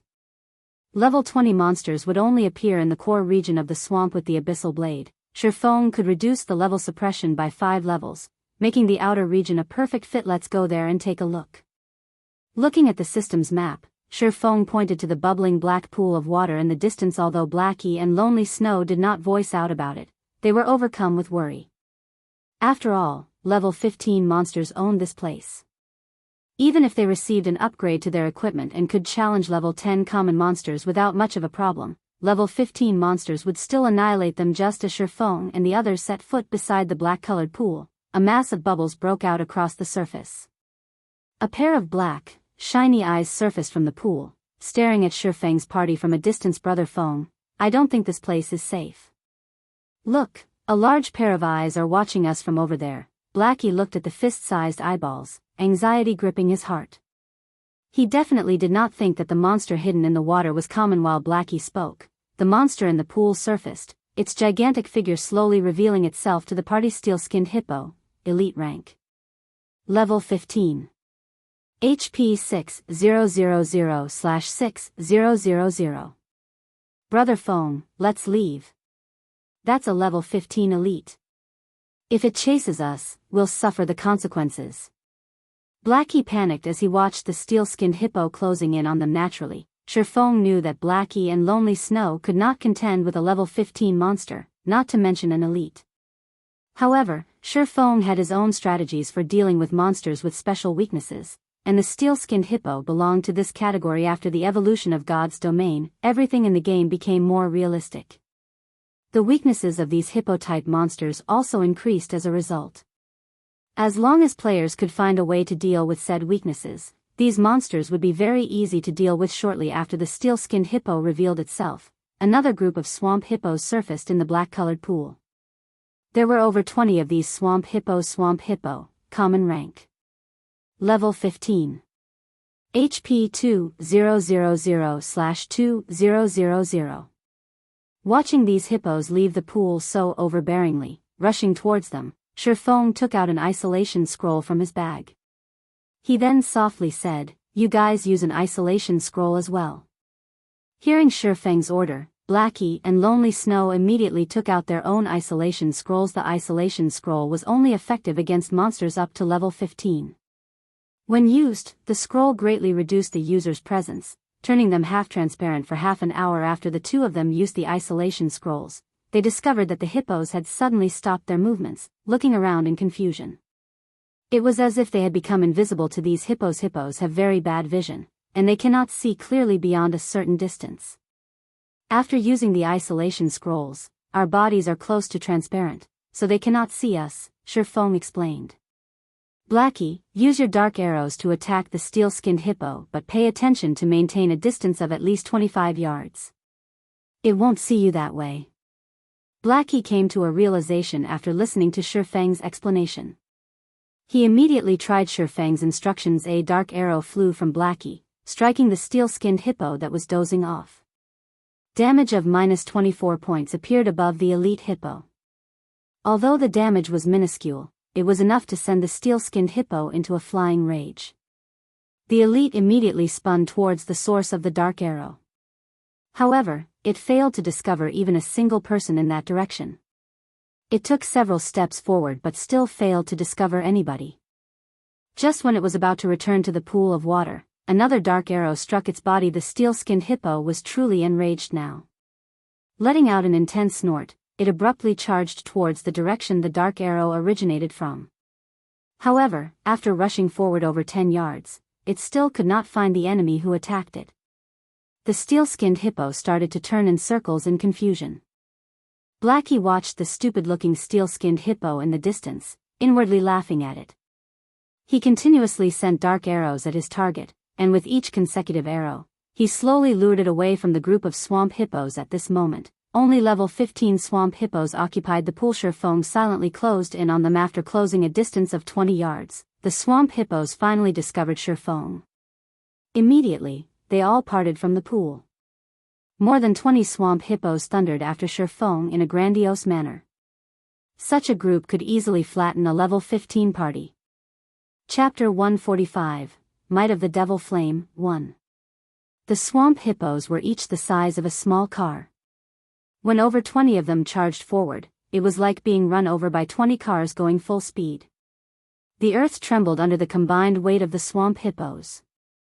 Their imposing aura surged forth, instilling shock and awe into all observers in the distance. Lonely Snow, who observed this scene, wore a nervous expression.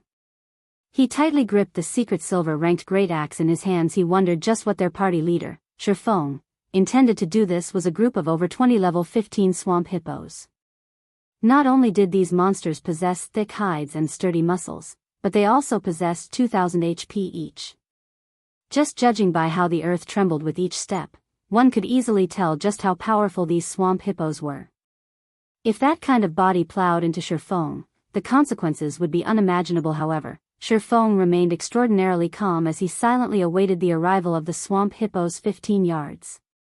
10 yards. 5 yards. Just as the swamp hippos were right before him, Ye Feng finally took action. As Ye Feng raised the pitch-black abyssal blade, it released a chilling glow. Green arcs of electricity abruptly appeared on the blade, producing crackling sounds. Ye Feng then slashed down, the abyssal blade pointing at the incoming swamp hippos. Thundering flash. 3 electric arcs chained towards the swamp hippos, one after another. When the swamp hippos leading the charge noticed these arcs of electricity moving towards them, their bodies instinctively trembled. Though they tried to halt their feet to dodge these electric arcs, the swamp hippos at the back crashed into them. As a result, none of them managed to dodge the incoming attack. In the end, they received all 3 hits after the electric arcs flashed by. The squealing of pigs at slaughter filled the surrounding space. The smell of something burning also filled the air. A series of damages appeared above the 20+ swamp hippos, creating a dazzling sight. Every swamp hippo received frightening damages of -356, -481, and -648.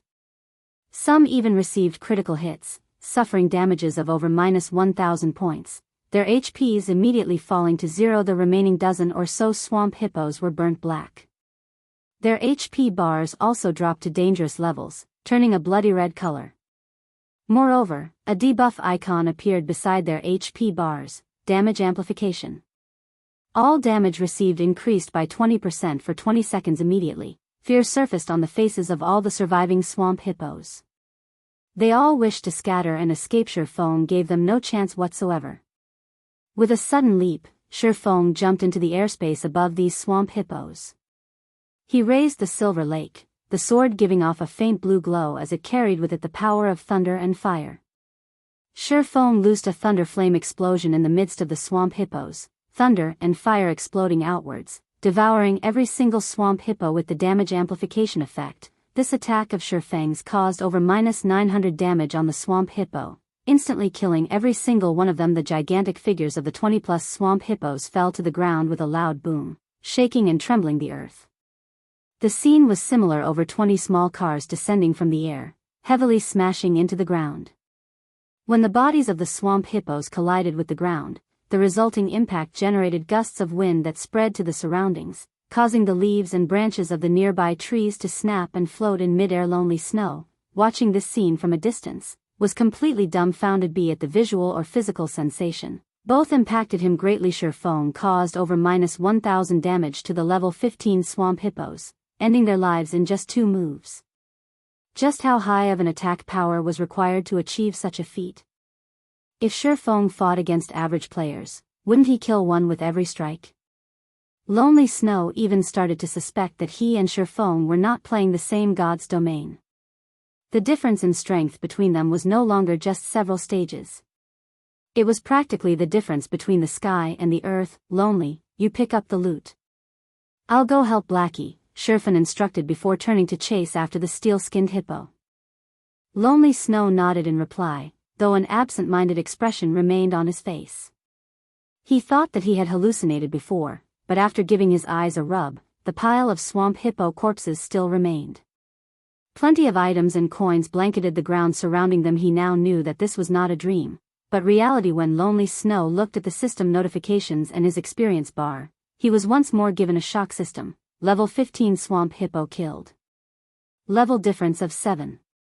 EXP obtained increased by 700%. Obtained 1650 EXP system. Level 15 swamp hippo killed. Level difference of 7.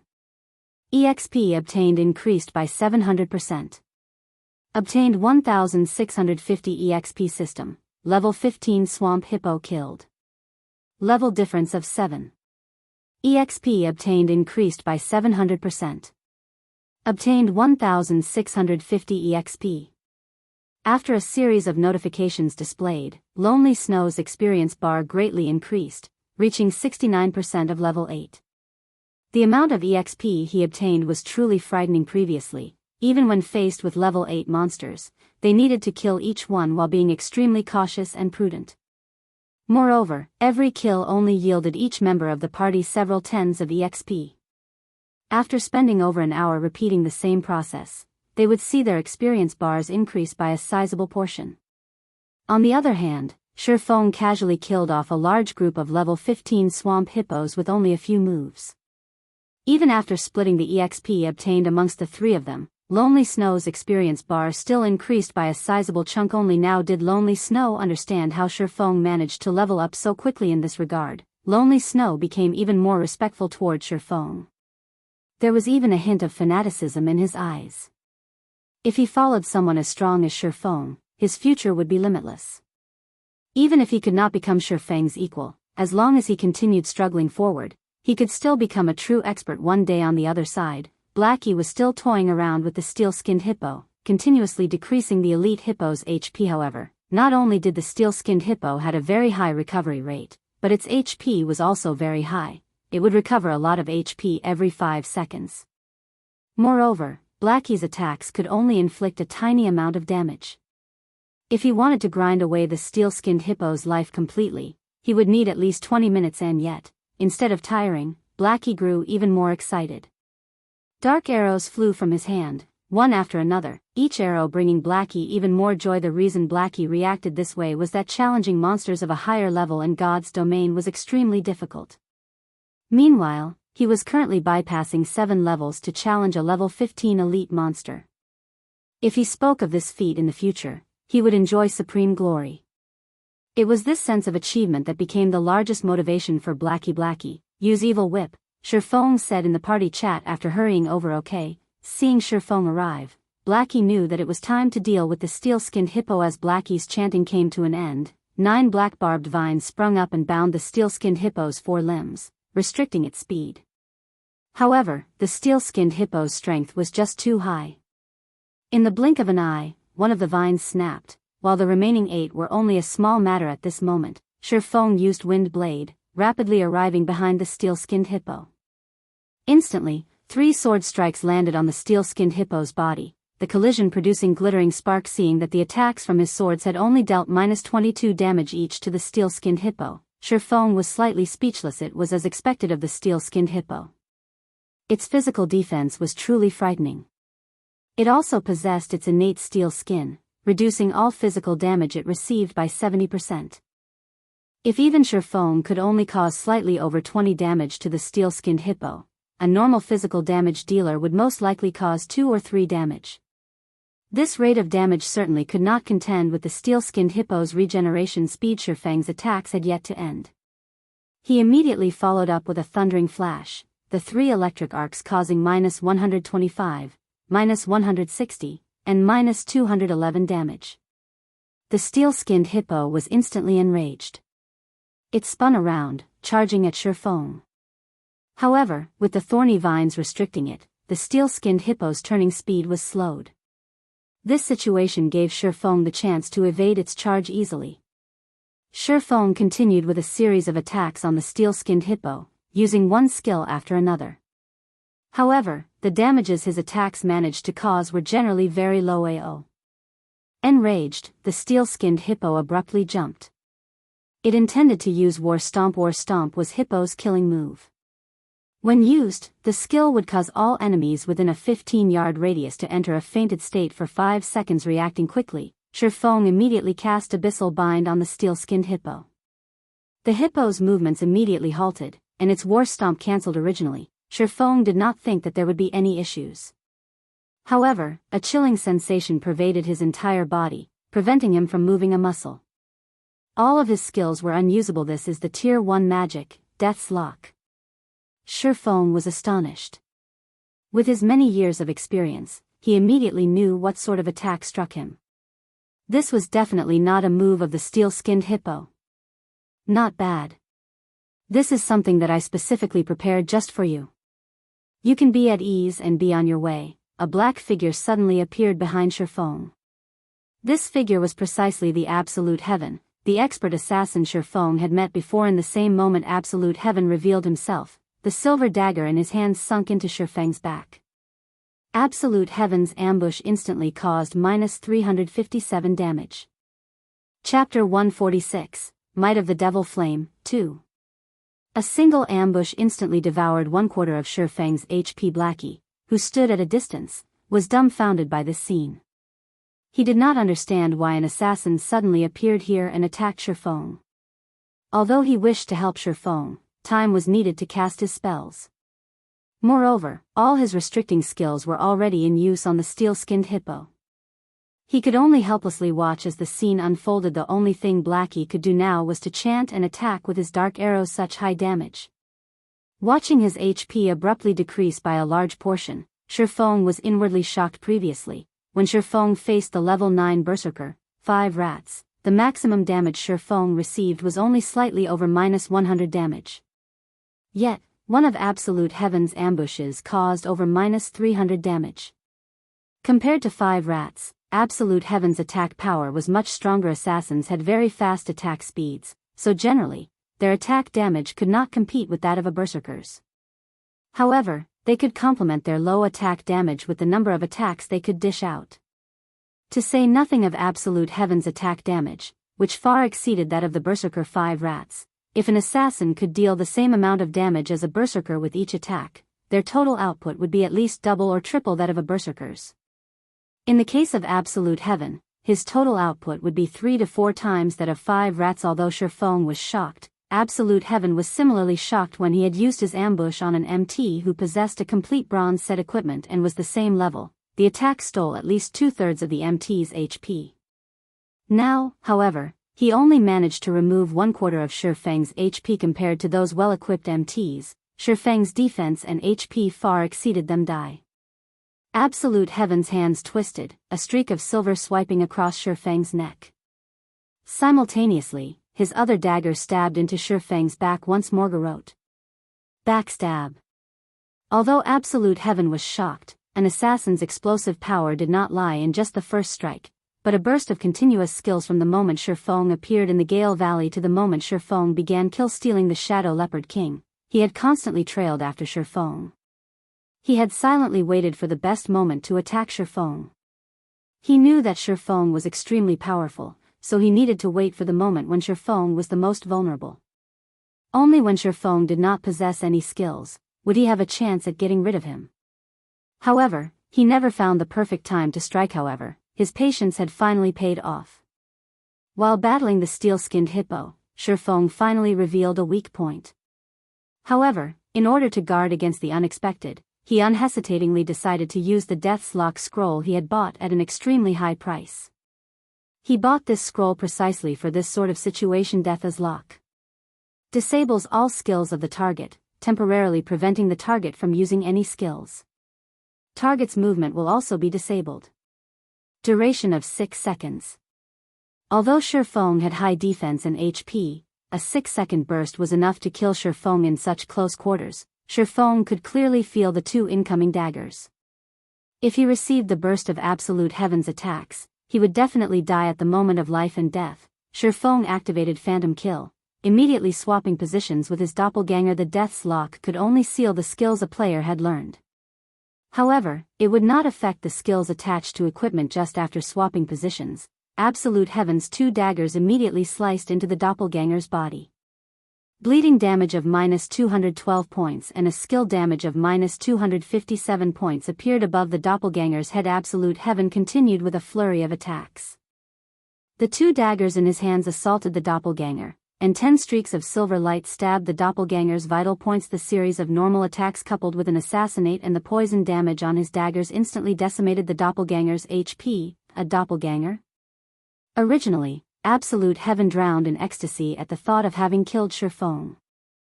However, he did not expect that, after all of his effort, what he had killed was only a doppelganger.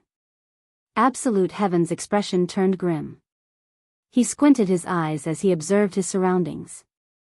Very quickly, he discovered Shi Feng a distance away, behind him. He immediately spun, charging towards Shi Feng. The Death's Lock had a duration of 6 seconds. Right now, there were 4 seconds remaining, so how could he so easily allow Shi Feng to break free from the Death's Lock that he had spent a fortune on? Just as Absolute Heaven arrived before Shi Feng, a dark arrow came flying at him. Garbage. I don't have time to deal with you right now. Absolute Heaven ignored Blackie's dark arrow, his dagger aimed straight for Shi Feng. Regarding Shi Feng's teammates, Absolute Heaven did not place any importance on them at all. As long as he dealt with Shi Feng, killing Blackie would be a simple task. Boom. The dark arrow exploded on Absolute Heaven's body. Damage of -221 points appeared above Absolute Heaven's head, removing 1/4 of his HP. Why is this garbage's damage so high? Absolute Heaven's brows slightly wrinkled, inwardly shocked. Absolute Heaven had not the slightest knowledge that the staff in Blackie's hands was actually a level 8 secret silver-ranked staff. Moreover, Blackie wore a few pieces of level 7 and level 8 mysterious iron equipment. He also used the mysterious iron accessory, the Interpreter's Pendant, that Shi Feng had given him. Blackie's magical damage had long since reached the apex. If it were not for Absolute Heaven's equipment being of excellent quality, he might have lost more than half of his HP from just one of Blackie's dark arrows. However, Blackie's high magical damage could not stop Absolute Heaven. Absolute Heaven still accurately slid his daggers into Shi Feng's vital points. The moment Absolute Heaven's dagger was about to stab Shi Feng used silent steps, instantly appearing behind Blackie. Crap. Seeing Shi Feng vanish before him, rage and dismay filled the assassin. Shi Feng was clearly unable to use any of his learned skills, yet, he still possessed so many skills to avoid the ambush. There were over 25 yards between Absolute Heaven and Blackie. If Absolute Heaven ran towards Blackie, he would waste a lot of time. The seal on Shi Feng would definitely dissipate, and it would become incomparably harder for him to kill Shi Feng. Brother Feng, you're too awesome. You still managed to escape under such conditions. Blackie said with a smile. Watching the previous exchange, shock overwhelmed Blackie. The assassin's speed was impressive. If Shi Feng had reacted a bit slower, he would definitely have lost his life. Blackie couldn't help but break out in cold sweat as he had watched the scene unfold. However, now that the distance between them was sizable, that assassin would be at his wits' end. Stop fooling around and be more careful. That assassin is not someone simple, Ye Feng warned as Blackie still seemed to be in a joking mood. Got it, leave it to me. The cooldown on my skills have already finished, Blackie confidently said. However, just as Blackie turned to look at Absolute Heaven, he discovered that Absolute Heaven was missing. He could only see an enraged steel-skinned hippo, bellowing as it searched for its enemy brother Feng. That person's gone missing. Did he just choose to run away since he failed his ambush? Blackie said with a laugh. Just as Blackie turned to look at Ye Feng, his expression immediately turned grim. The assassin from before stood right behind Ye Feng, causing me so much trouble. You guys should be proud of yourselves, Absolute Heaven sneered, his hand holding some flash powder. He tossed the powder at Blackie. Blackie instantly shrieked as both his eyes lost their vision, causing Blackie to lose his battle prowess. After restricting Blackie, Absolute Heaven's dagger immediately stabbed Ye Feng. Ye Feng did not think that Absolute Heaven could actually learn a high-tier skill like Shadow Steps. Assassins' Shadow Steps allowed them to instantly appear behind an enemy and increased the damage of their next attack by 15%. However, Ye Feng still could not move. Moreover, he did not have any skills left to avoid Absolute Heaven's attack. He could only grit his teeth as he activated the Silvermoon set equipment's second set effect, the Tier 2 Life Shield. The Tier 2 Life Shield would absorb 60% of the damage Ye Feng received, up to a maximum of -500 points. It could delay Absolute Heaven for some time. When Absolute Heaven saw the Life Shield appear on Ye Feng, he was momentarily speechless. He did not understand just how Ye Feng came to possess so many life-saving skills, using them one after another. However, a single life shield was still not enough to extinguish his determination to kill Ye Feng. Immediately, Absolute Heaven brandished his daggers, sending a flurry of attacks at Ye Feng like a fierce gale. He used normal attacks, coupled with Assassinate, Backstab, and many other damaging skills. Bang! Ye Feng's life shield quickly shattered and disappeared. Ye Feng had less than 500 HP remaining. Die! Absolute Heaven excitedly shouted. Immediately, he placed all 5 skill points that he had held onto into his finishing skill, Eviscerate. With all his might, he prepared to use his most powerful damaging skill. Soon after, Absolute Heaven's dagger swiveled, accurately sailing towards Ye Feng's back. Finishing skill, Eviscerate. A plume of blue flames suddenly appeared above Ye Feng's palm. Chapter 147, Might of the Devil Flame, 3. Absolute Heaven suddenly convulsed in shock when he saw the clear blue flame floating above Ye Feng's palm. Although this flame looked minuscule, the heat it gave off was extraordinarily hot. Within an instant, he could already feel his mouth drying up. However, since the arrow was knocked, he had no choice but to let it loose. Within an instant, the ice-blue devil flame covered Ye Feng's entire body, turning him into a man on fire. The ice-cold dagger suddenly stabbed into Ye Feng's back. You can move already? Absolute Heaven was greatly shocked. To a top-tier expert like himself, he had a very precise grasp on time. At worst, there was only an error of 0.1 seconds. Absolute Heaven clearly felt that the 6-second duration for the death's lock had yet to pass. Yet, Ye Feng was still able to use Defensive Blade to block his finishing move. Eviscerate. Didn't you have a fun time beating me up just now? Ye Feng revealed a faint smile, coldly saying, "It's my turn now." Wielding the Abyssal Blade, which was covered by a layer of clear blue flames, Ye Feng used Chop, and the Abyssal Blade transformed into a blazing streak of light as it struck towards Absolute Heaven. You have less than 500 HP remaining right now. Do you think you can defeat me? Absolute Heaven sneered, retaliating. The instant the two weapons collided, a trace of shock immediately appeared on Absolute Heaven's frosty expression. It was as if the opponent he was facing against right now was not Ye Feng, but a humongous bear. Ye Feng's strength had thoroughly numbed his arm, and he was forced to retreat several steps before stabilizing his body. How can he have such great strength? When Absolute Heaven had exchanged moves with Ye Feng the previous time, Ye Feng's strength was not yet quite so terrifying.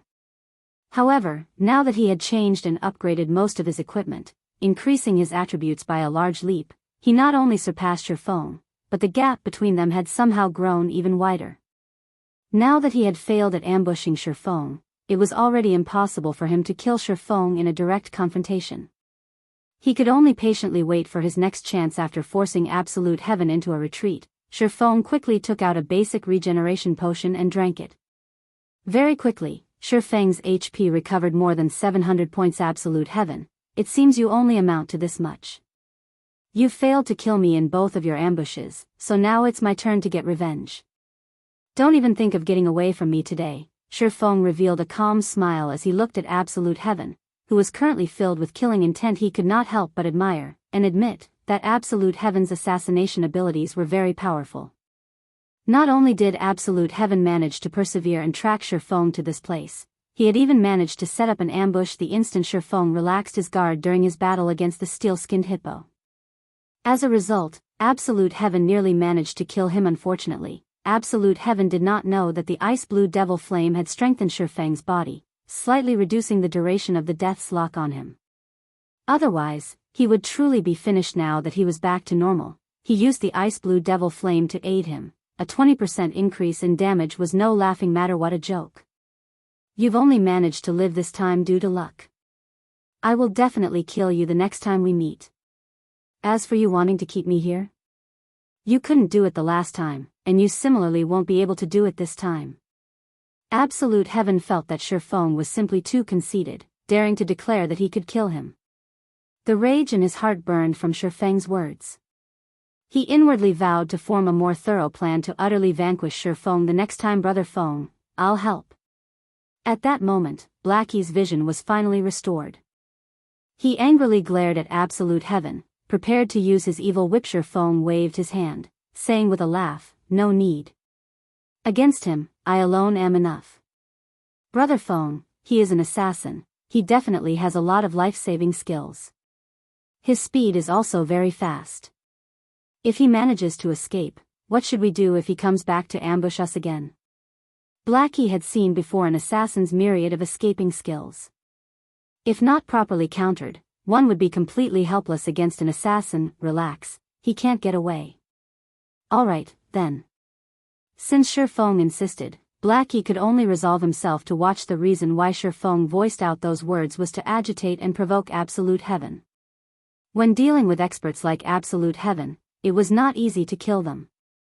Dealing with such experts, one first needed to attack them emotionally, provoking them and sending their state of mind into a mess, before looking for a chink or weak point. Brat, you sure have a big mouth.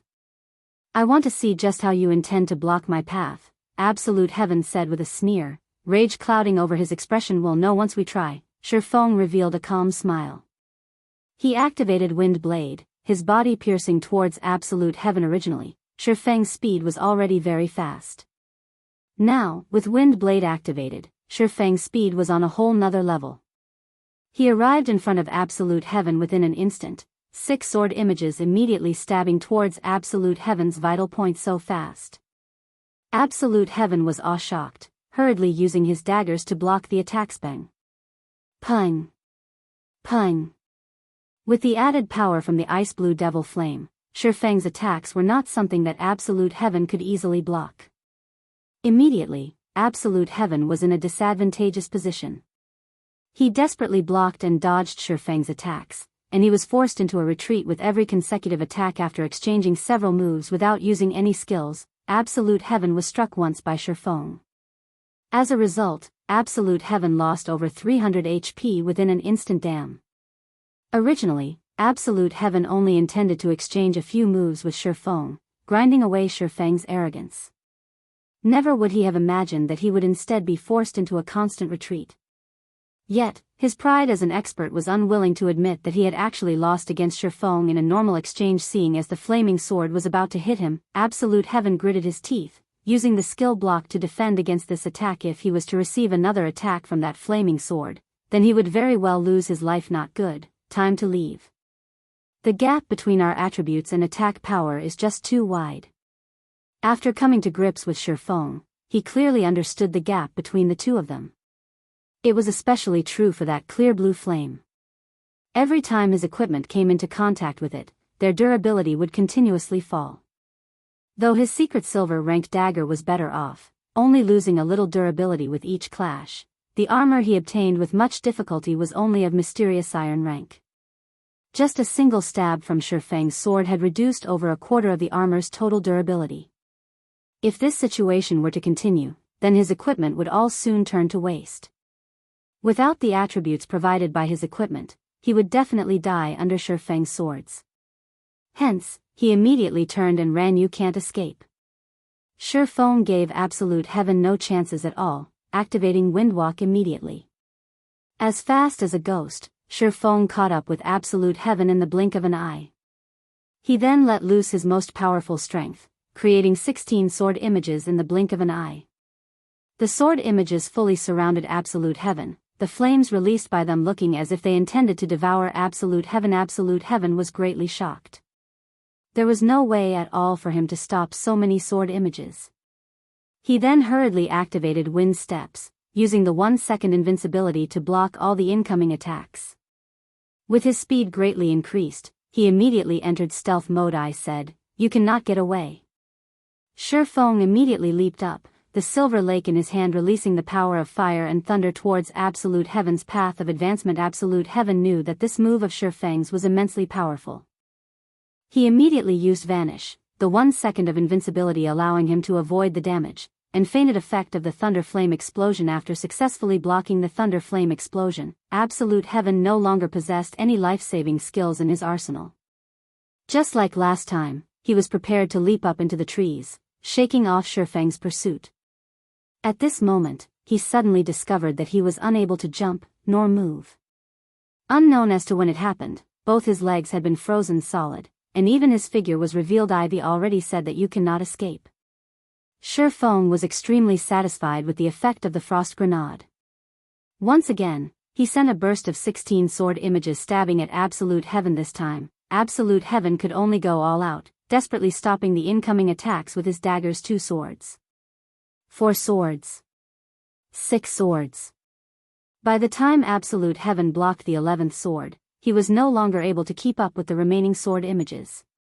He could only helplessly watch as the sword images stabbed into him, damages of over -300 points, and even -400 points, appearing above his head, one after another. Moreover, the durability of the equipment on his body fell madly. By the time Absolute Heaven's HP reached 0, the equipment on his body was all turned to scrape. Absolute Heaven suffered an incomparable heartache, gnashing his teeth. All these equipment were gathered by him, one by one, after spending a large amount of time. Yet, they were all destroyed now. The only thing he could rejoice about was that the 2 secret silver-ranked daggers, which were as precious as his own life, were not destroyed. Soon after, Absolute Heaven's dead body fell to the ground, an expression of unwillingness displayed on his face. Ivy already said that you won't get away. Your weapon, I'll gratefully accept. Ye Feng looked towards the silver-colored dagger that Absolute Heaven dropped with a smile, picking it up. Chapter 148, Underworld. Absolute Heaven disappeared with the wind after he died. Ye Feng toyed around with the dagger Absolute Heaven dropped. The edge of the blade seemed capable of slicing air apart. A dagger with such a degree of sharpness was definitely a rarely seen item. Blade of assassination? Ye Feng took a look at the dagger's introduction, discovering that the weapon was actually an exclusive item for assassins. Blade of assassination, dagger, secret silver rank. Level 8. Attack power plus 51. Strength plus 5, agility plus 12. Attack speed plus 2. Durability 35/60. Additional passive skill dash. Sharp edge, attacks have a 15% chance to cause an armor break effect, reducing target's defense by 50% for 10 seconds. Non-stackable class restriction, assassin.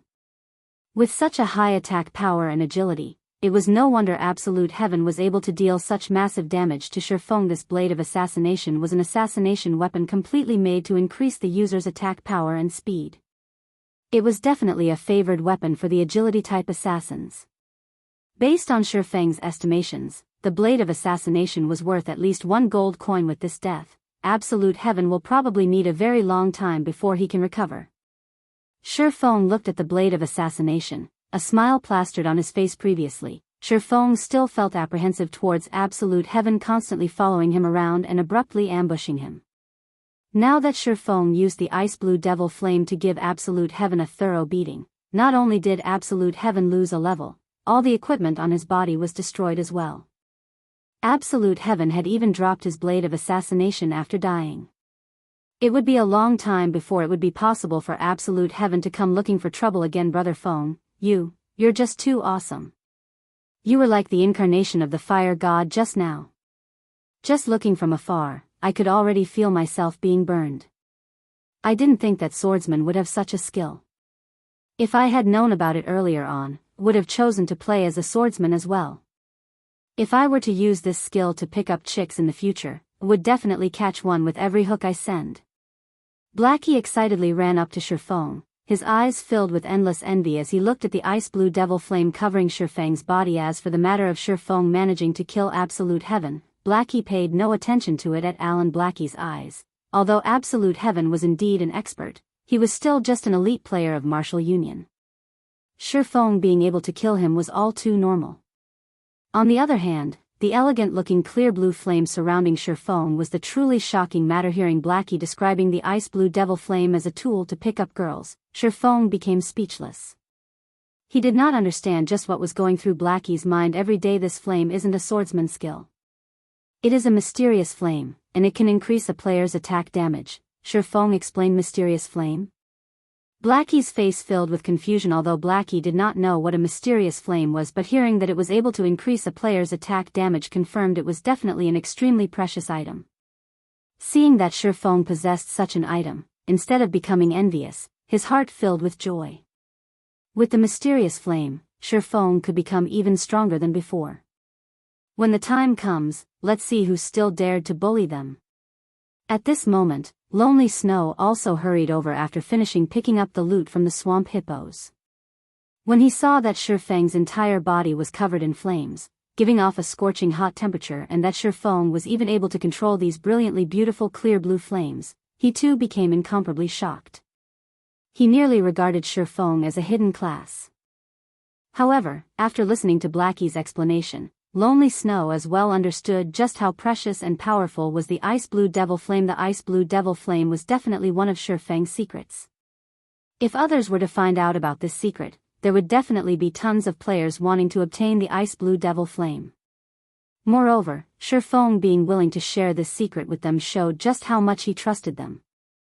Just this piece of trust alone was enough to let Lonely Snow feel that it was worth striving for. Shi Feng, let's not chat for now. We should get rid of the steel-skinned hippo and quickly leave this place. After Absolute Heaven revives, he might tell the other players from Martial Union to come here and surround us. Shi Feng no longer continued to explain, turning around and charging towards the steel-skinned hippo. Blackie knew that they could not stay in this place for too long as well. He started chanting incantations, aiding Shi Feng in attacking and restricting the steel-skinned hippo. Although the steel-skinned hippo had high HP and defense, with its short vision range, it was destined to become an easy kill for Shi Feng. What Shi Feng needed to do now was to charge up and go all out at dealing damage. After bursting out all of his skills, he would then turn to escape. Meanwhile, Blackie would desperately attack from a distance, and as long as Shi Feng finished using all of his skills, Blackie would use Evil Whip to restrict the steel-skinned hippo. Lonely Snow would then use Charge and Break before escaping as well.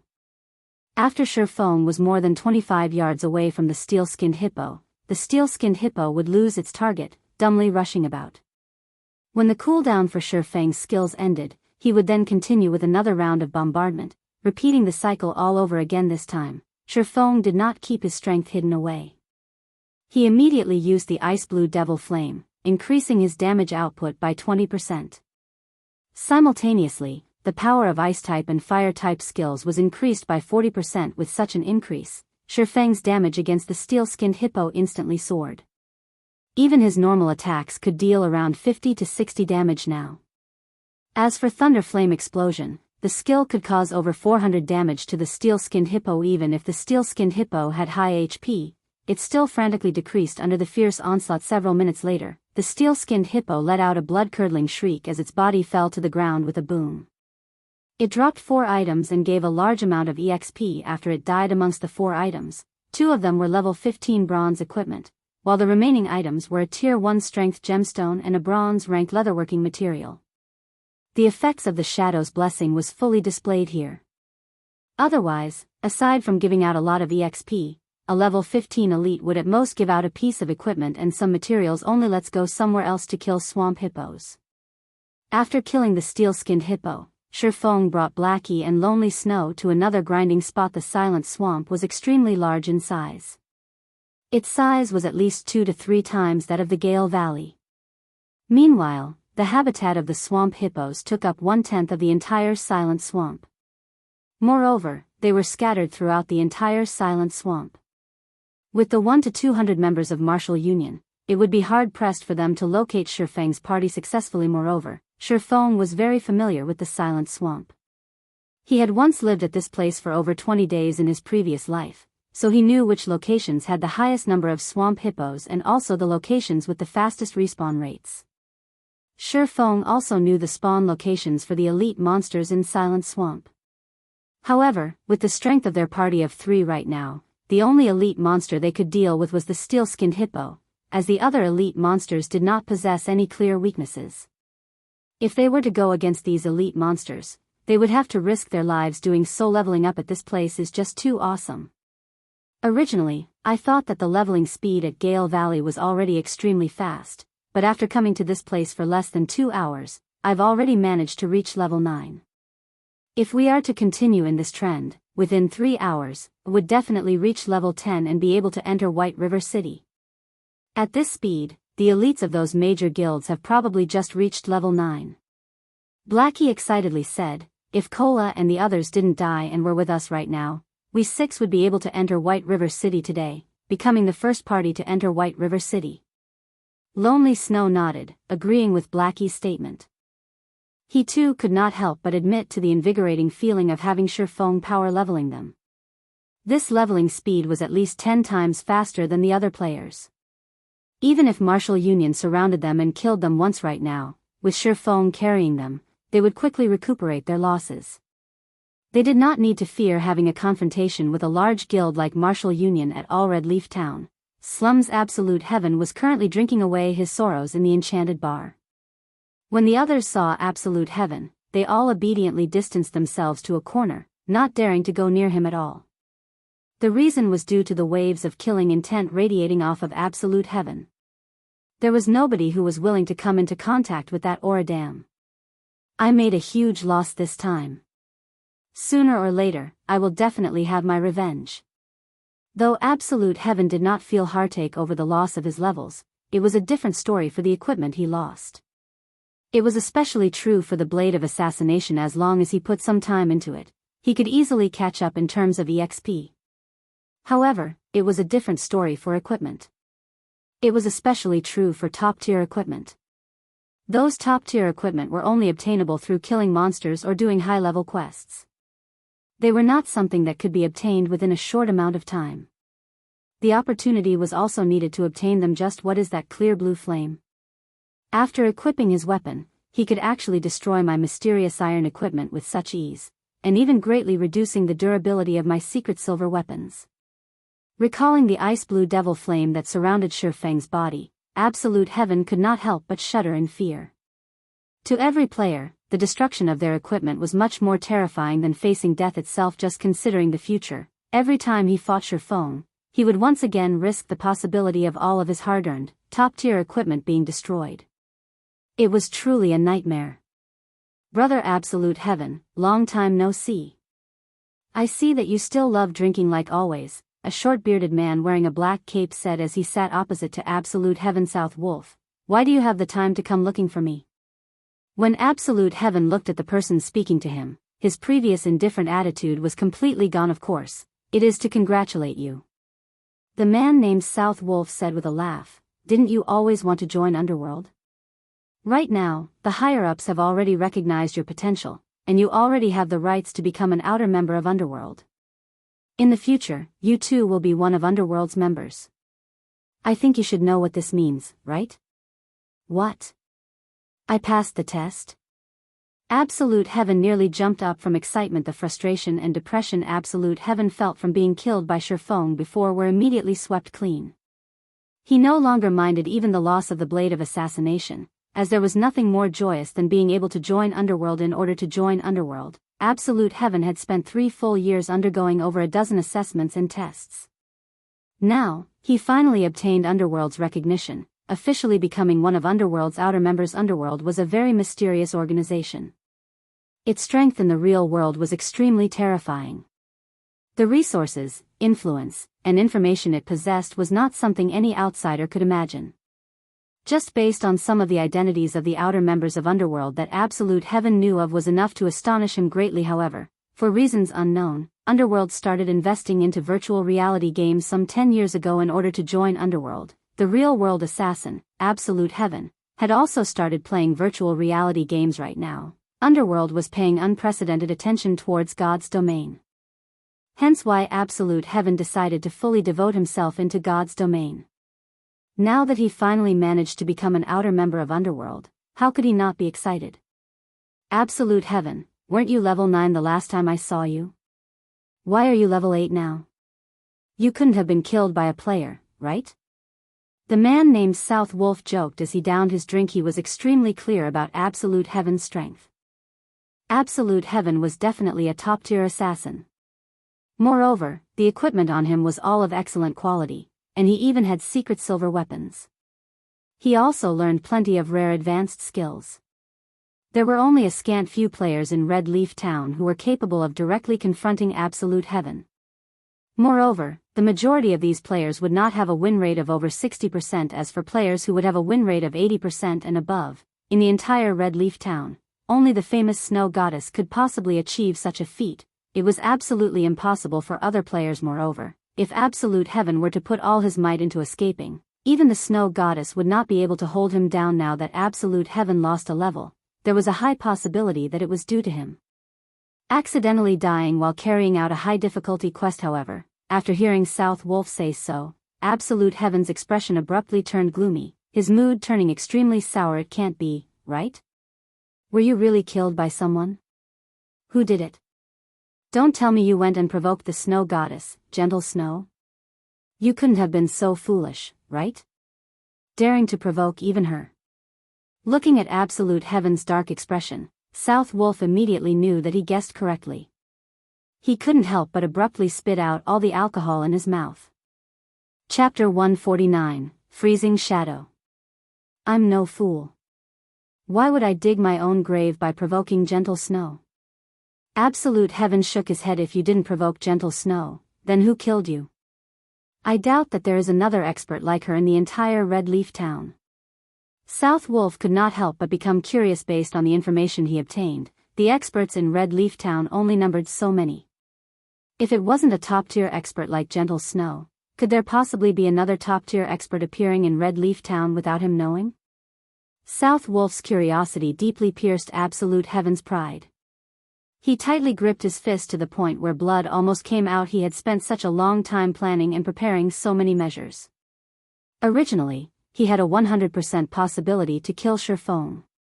However, the rate at which Ye Feng increased his strength had far surpassed Absolute Heaven's estimations. Looking at Absolute Heaven's silence, South Wolf could not help but let loose a smile. He was now even more interested in the expert that managed to kill Absolute Heaven. Absolute Heaven, you know what my job entails, right? Now that such an expert has appeared in Red Leaf Town, I need to know just who that person is. South Wolf looked at Absolute Heaven, asking in a low tone. Absolute Heaven's expression turned sullen. He did not wish to tell anybody of this embarrassing matter at all, not to mention telling it to the South Wolf before him. Absolute Heaven had maintained a no-loss record for 3 whole years.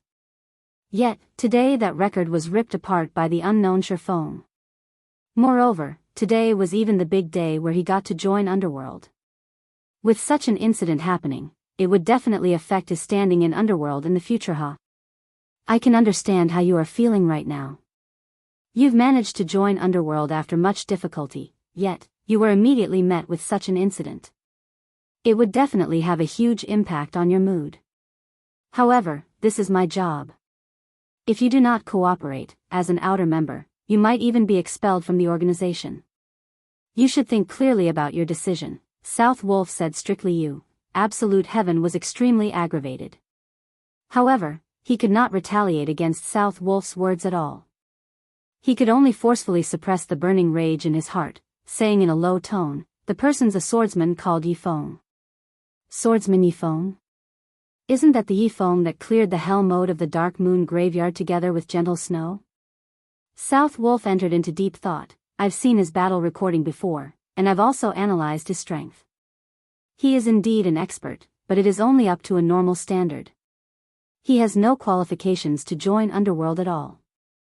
Now that he has actually managed to kill you, however, it would seem that he has previously hidden quite a lot of his strength. What hidden strength? It's just dumb luck. I don't know where he got it from, but that flame of his was extremely powerful. It was able to destroy my equipment during battle, and that flame greatly reduced even the durability of my secret silver weapons. If it wasn't for that flame, he would have no chance at killing me at all, Absolute Heaven said in disdain. Flame? It could even destroy equipment, and not even secret silver weapons could block it? South Wolf became even more curious. I recall that swordsmen do not possess such a skill. It should be some sort of special equipment skill. However, if not even a secret silver weapon could block it, the skill is definitely not anything simple. This special equipment quality must be extremely high. It must be a dark gold ranked special equipment or item. However, even dark gold items would not have such a strong effect. There is a substantial possibility that it is an epic ranked item. Epic rank. Absolute Heaven was greatly astonished. It can't be, right? Right now, I haven't even heard the news of someone obtaining a dark gold ranked item. Yet he, as an independent player, could obtain an epic ranked item? What's there to be surprised about? God's domain is filled with mystery. Even if it is only at this stage of the game, there is no surprise at obtaining an epic ranked item. Within Underworld, there has already been more than one person who obtained a dark gold ranked item, but it is indeed my first time hearing about an epic ranked item. However, this is still just a guess of mine. It requires deeper investigation. South Wolf's face was filled with joy. Thinking that he could obtain such information, even if it was only a possibility, he could still receive quite a reward from the higher-ups. If he could confirm this information, he might even be able to increase his standing within Underworld further. I've already passed on all the information about which the Underworld wishes to inform you. I'll now go and investigate about that flame. If it truly is an epic ranked item, as long as Ye Feng hands over that flame, taking into account his techniques, he might be able to become an outer member of Underworld. Within this period, you should avoid seeking him out for trouble. After all, you guys might be colleagues in the future, South Wolf said with a laugh as he departed from the bar. Damn it. Looking at South Wolf's unconcerned attitude as he departed, Absolute Heaven abruptly punched his fist onto the table. The beer bottles on the table all fell to the ground, breaking apart into fragments. Silent Swamp. Stream Falsher Feng was currently leading Blackie and Lonely Snow to attack a Jade Green, three-headed snake demon, rare elite. Level 16. HP 15000/15000. A rare elite was not much stronger when compared to a normal elite monster of the same level. It was extremely rare for players to meet one, hence why it was called a rare elite. However, even these rare elites had specified respawn points. Only, they had many locations they could spawn from, so it was not easy to locate them at all. The loot of rare elites was much better than that of normal elites. Hence why many players loved rare elites. There were only a total of 5 rare elites in the Silent Swamp. Amongst them, the weakest one was the three-headed snake demon. Also, when a rare elite died, they would only respawn 2 days later. After carrying both Blackie and Lonely Snow to level 10, Ye Feng himself reached level 11 as well. He felt that they should roughly be able to kill the three-headed snake demon, hence why they had spent a lot of time looking for it. Brother Feng, this rare elite's movement speed is simply too fast. I can't land a hit on it at all. Blackie continuously used Dark Arrow to attack the three-headed snake demon. However, the snake demon was extremely swift in its movements. It was able to dodge all the dark arrows that flew at it easily, no problems. You just need to use Curse to weaken the three-headed snake demon's speed and strength, Ye Feng said in the party chat previously. They obtained many good items from grinding the swamp hippos. Amongst those items was the Weakening Curse skill book for Cursemoncers. The skill was able to reduce all the attributes of the target by 15%, damage dealt by 15%, and increase the darkness damage the target received by 10%. It was one of the signature skills of Kursmonsters in addition to the evil whip binding and restricting the three-headed snake demon, and also Lonely Snow's charge and break. Ye Feng could easily deal with this monster. The three-headed snake demon's main form of attack was a long-range venom attack.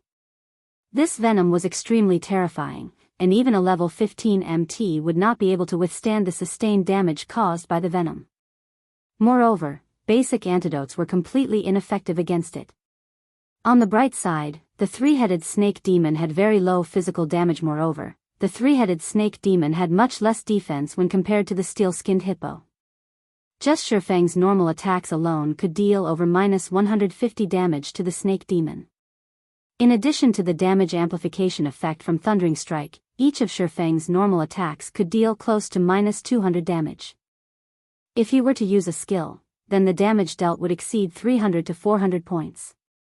With only 15,000 HP, the three-headed Snake King stood no chance at all against Ye Feng's frightening damage. After 10 minutes or so, the three-headed snake released a pained cry, its body smashing down into the stream. It also dropped 5 pieces of items. Brother Feng, your luck recently is getting better and better. It's even better than mine now. Looking at the large number of good items dropping from the monster Ye Feng killed, Blackie could not help but curiously comment. According to his memories, Ye Feng's luck before was not very good. Even if Ye Feng killed elite monsters, at most he would get 1 piece of bronze equipment. Now, he would get at least 3 pieces of bronze equipment, and even rare materials or skill books. It was truly unfathomable. Ha ha ha. It's a secret. Ye Feng smiled. He naturally would not reveal that it was due to the contribution of the Shadow's blessing. The effect of the 3 points in luck was not something with which Blackie could catch up. Ye Feng then picked up the loot, discovering a very familiar item. Isn't this the freezing shadow? This thing really brings back memories. Brother Feng, what dropped? Blackie asked. Lonely Snow was also very curious. We got quite the good harvest. We got 2 level 15 bronze equipment, 1 level 15 mysterious iron equipment, 1 rare dungeon teleport scroll, and 1 consumable item, the freezing shadow. We definitely hit the jackpot with this. Ye Feng displayed the attributes on all the items for the two to see. Now that the three-headed snake is dead, it will take another 2 days before another respawns. Let's continue grinding swamp hippos, then. Just as Ye Feng and the others were about to continue grinding swamp hippos, Ye Feng suddenly received a communication request. Who's South Wolf? Ye Feng looked at the caller ID, discovering that it was a stranger. Moreover, there was no such person in his memories. Since it is someone I don't know, let's just reject it then. Saying so, Ye Feng rejected the call. Chapter 150, Star River Valley. After Ye Feng rejected the call, he continued searching for swamp hippos he actually rejected. South Wolf looked at the rejection notification, feeling a sense of discomfort in his heart. Normally, those with social standings would earnestly wish to converse with him in order to form friendly ties. Now, however, he was actually met with a situation like this.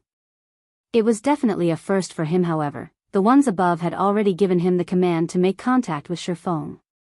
Hence, he could only endure it and continue attempting to contact Ye Feng. After he reported the information about Ye Feng and the flame, Underworld carried out an analysis on the effects of the flame.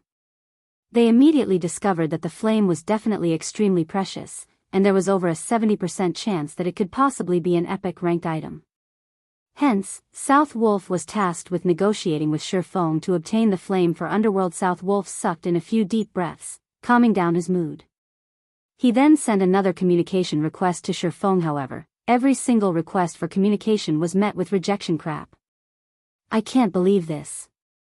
Let's see how long you can keep on rejecting my calls. South Wolf sent a communication request once more. This is getting irritating. Ye Feng rejected the request once again. He then adjusted the system's settings to stop receiving calls from strangers. After turning off the system interface, Ye Feng suddenly felt that the world became much more peaceful and serene than before. Leader, I discovered a very special place here. The rivers are actually flowing in mid-air.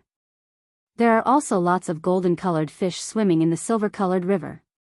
Moreover, these fish are all level 20 special elites. Lonely Snow suddenly said in the party chat, his voice containing great excitement. A group of level 20 special elite fish? Isn't this too much of an exaggeration? Lonely Snow, are you sure you saw right? Blackie did not believe Lonely Snow's words at all. Special elites. They were much stronger than ordinary elite monsters, the reason being, special elites were very outstanding in a particular field. If it were not in terms of speed, then it would either be in terms of strength, magic, or something else. There were extremely few special elites in God's domain, and their rarity was comparable to rare elites. Not to mention finding a group of special elites, even meeting with a single one was extremely difficult, it's true. If you don't believe me, I'll send you a picture of it. After taking a look at the picture, it was indeed as Lonely Snow said. The location in the picture was like a wonderland on Earth, dazzlingly beautiful. It was truly hard to imagine that the dark and damp silent swamp would have such a location in it. There were hundreds of big golden fish in the Silver River, and they all shone brilliantly, creating a dazzling sight. Golden-colored fish? Shi Feng entered deep thought as he looked at the golden fish in the river. Suddenly, he thought of a possibility. What are the coordinates? I'll come over immediately. When Shi Feng and Blackie arrived at the silver-colored river, they discovered that this river was actually moving in position, though it moved at an extremely slow speed. Shi Feng and Blackie only managed to locate this river due to Lonely Snow continuously following it as expected. It is the Star River Valley. Shi Feng smiled. Star River Valley was one of the rarely seen marvels in God's domain. These marvels would usually appear at maps that were below level 50. Any players that were able to meet such marvels were all extremely lucky, as this meeting represented an opportunity. Shi Feng had once heard of a player obtaining a fine gold-ranked item from the Star River Valley. There was even a player who obtained an epic-ranked item, causing others to feel envious. However, there were also rumors that the person was just lying. Brother Feng, how do we deal with these big golden fish? Blackie felt a headache coming on just from looking at all the big golden fishes swimming in the silver-colored river. Golden fish, special elite. Level 20. HP 100,000/100,000. Ignoring the level suppression, attack, and defense of the golden fishes, just their 100,000 HP was enough to bring a person to despair. These golden fish are swimming in a river that's floating in midair. I've previously tested it out before, and I couldn't land an attack at all. However, if we solely depended on Blackie's magical attacks, the damage dealt might not even match up with the golden fish's recovery speed. Lonely Snow said, Leader, do you have any good ideas? Let's take a look at the surroundings first, then. We might be able to discover some clues. Shi Feng said it was also Shi Feng's first time meeting the Star River Valley. If their luck was good, they might receive a huge harvest, possibly even obtaining 1 or 2 pieces of fine gold-ranked items. Blackie and Lonely Snow started searching through the entire region of the Star River Valley. After searching for over 10 minutes, Blackie discovered an elderly man floating in midair. The elder was holding onto a fishing rod. Fishing. Brother Feng, I found an NPC over here, Blackie excitedly said. I'll be there immediately, Shi Feng said, also becoming excited. The NPC elder was called Faust, and he was a level 100 NPC that was capable of easily suppressing Shi Feng and the others. Respected elder, can we help you with anything? Shi Feng respectfully said. The elder, Faust, seemed not to have heard Shi Feng speaking. His eyelids remained shut as he quietly fished. He can't be deaf, right? Blackie said. He can't be a deaf person, right? I'm guessing that his hearing is impaired. After all, that NPC's setting is that of an old man, so his hearing should have deteriorated. He should be able to hear us if we speak louder. Lonely Snow shook his head. This old man is the great Faust. You adventurers are truly ill-mannered, daring to actually speak about this old man in such a way. This old man is going to give you two a punishment. Faust abruptly opened his eyes. Floating in mid-air, he looked at both Blackie and Lonely Snow as he spoke in a furious tone. Holy crap.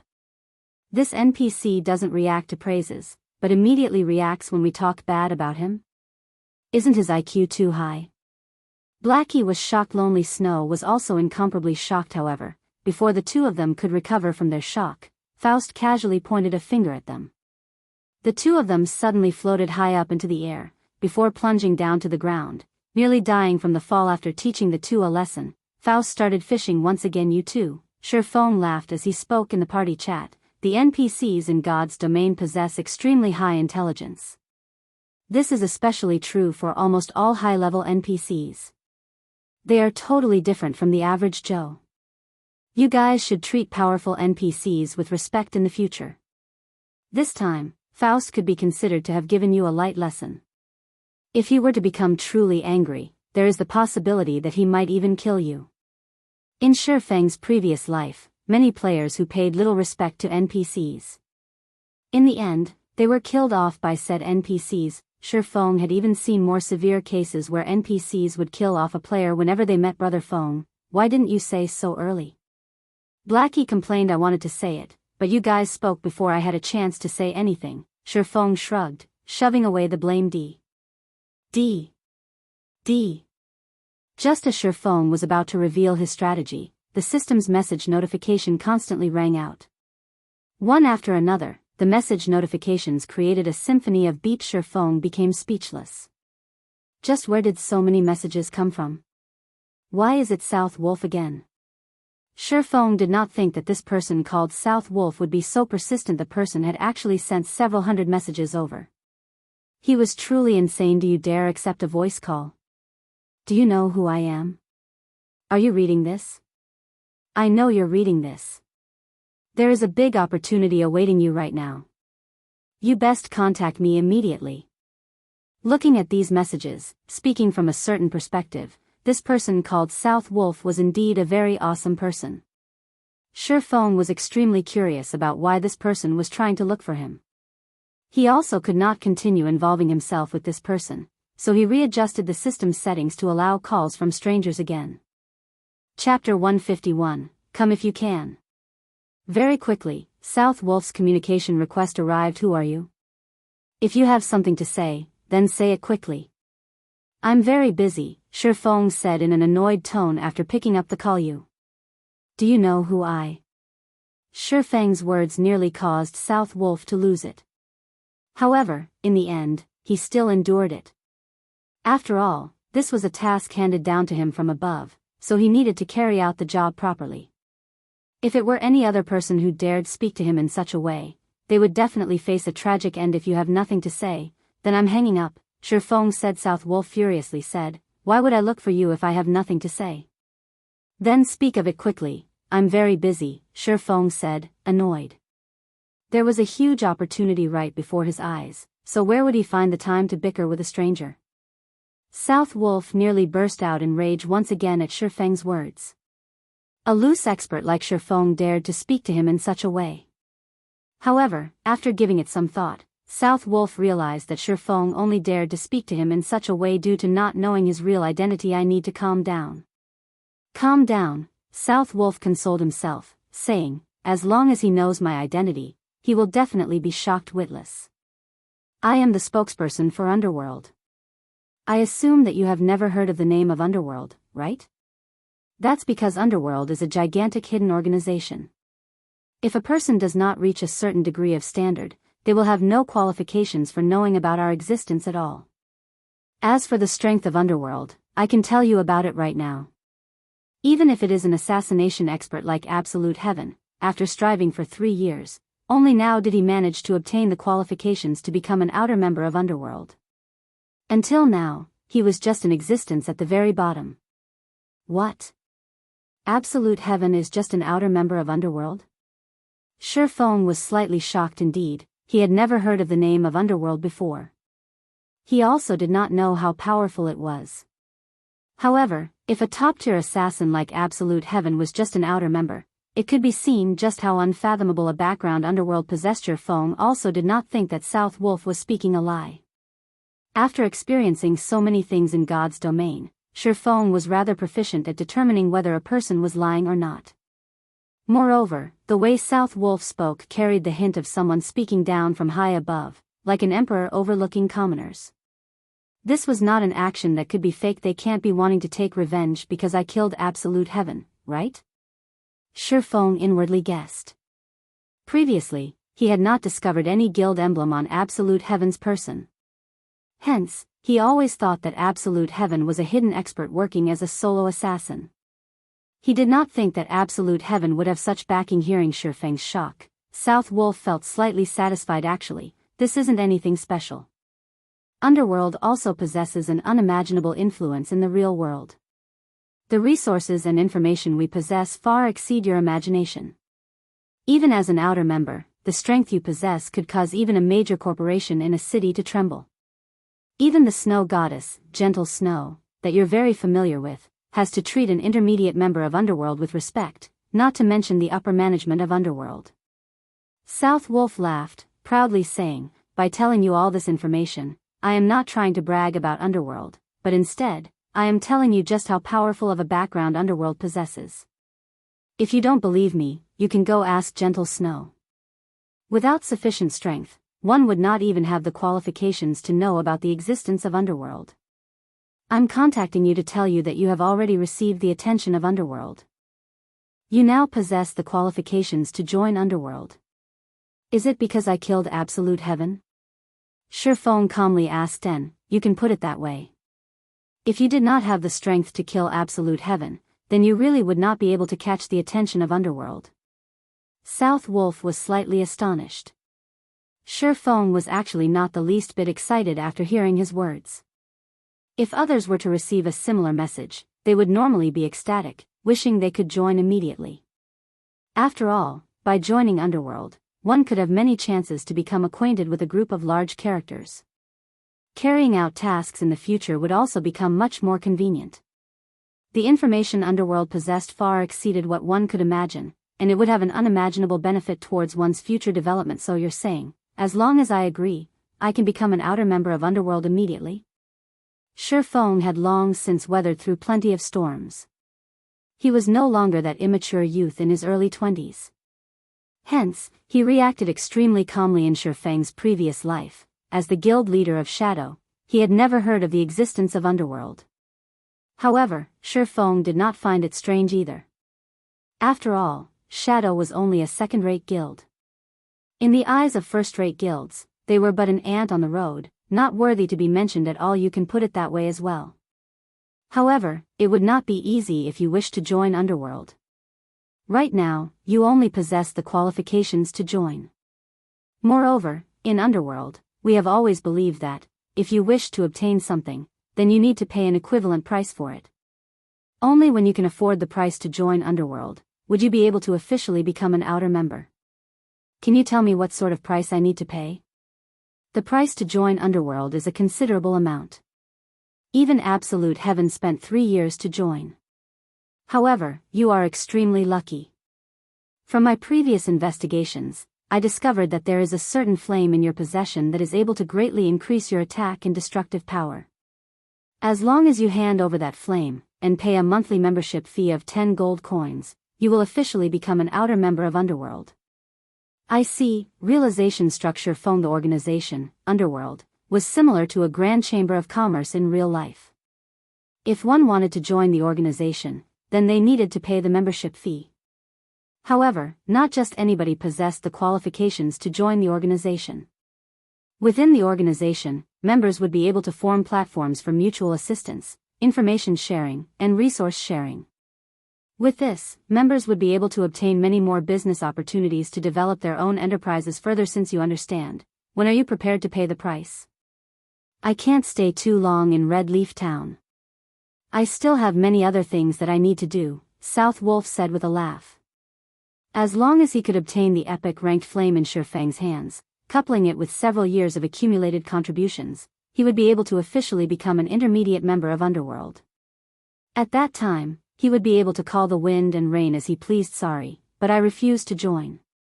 You should look for someone else, Ye Feng said in a stern tone. After his experience with Shadow, he no longer wished to join someone else's organization. Moreover, he did not need to join someone else's organization. With his advantage as a reincarnated person, he had knowledge of tons of information of which others were unaware.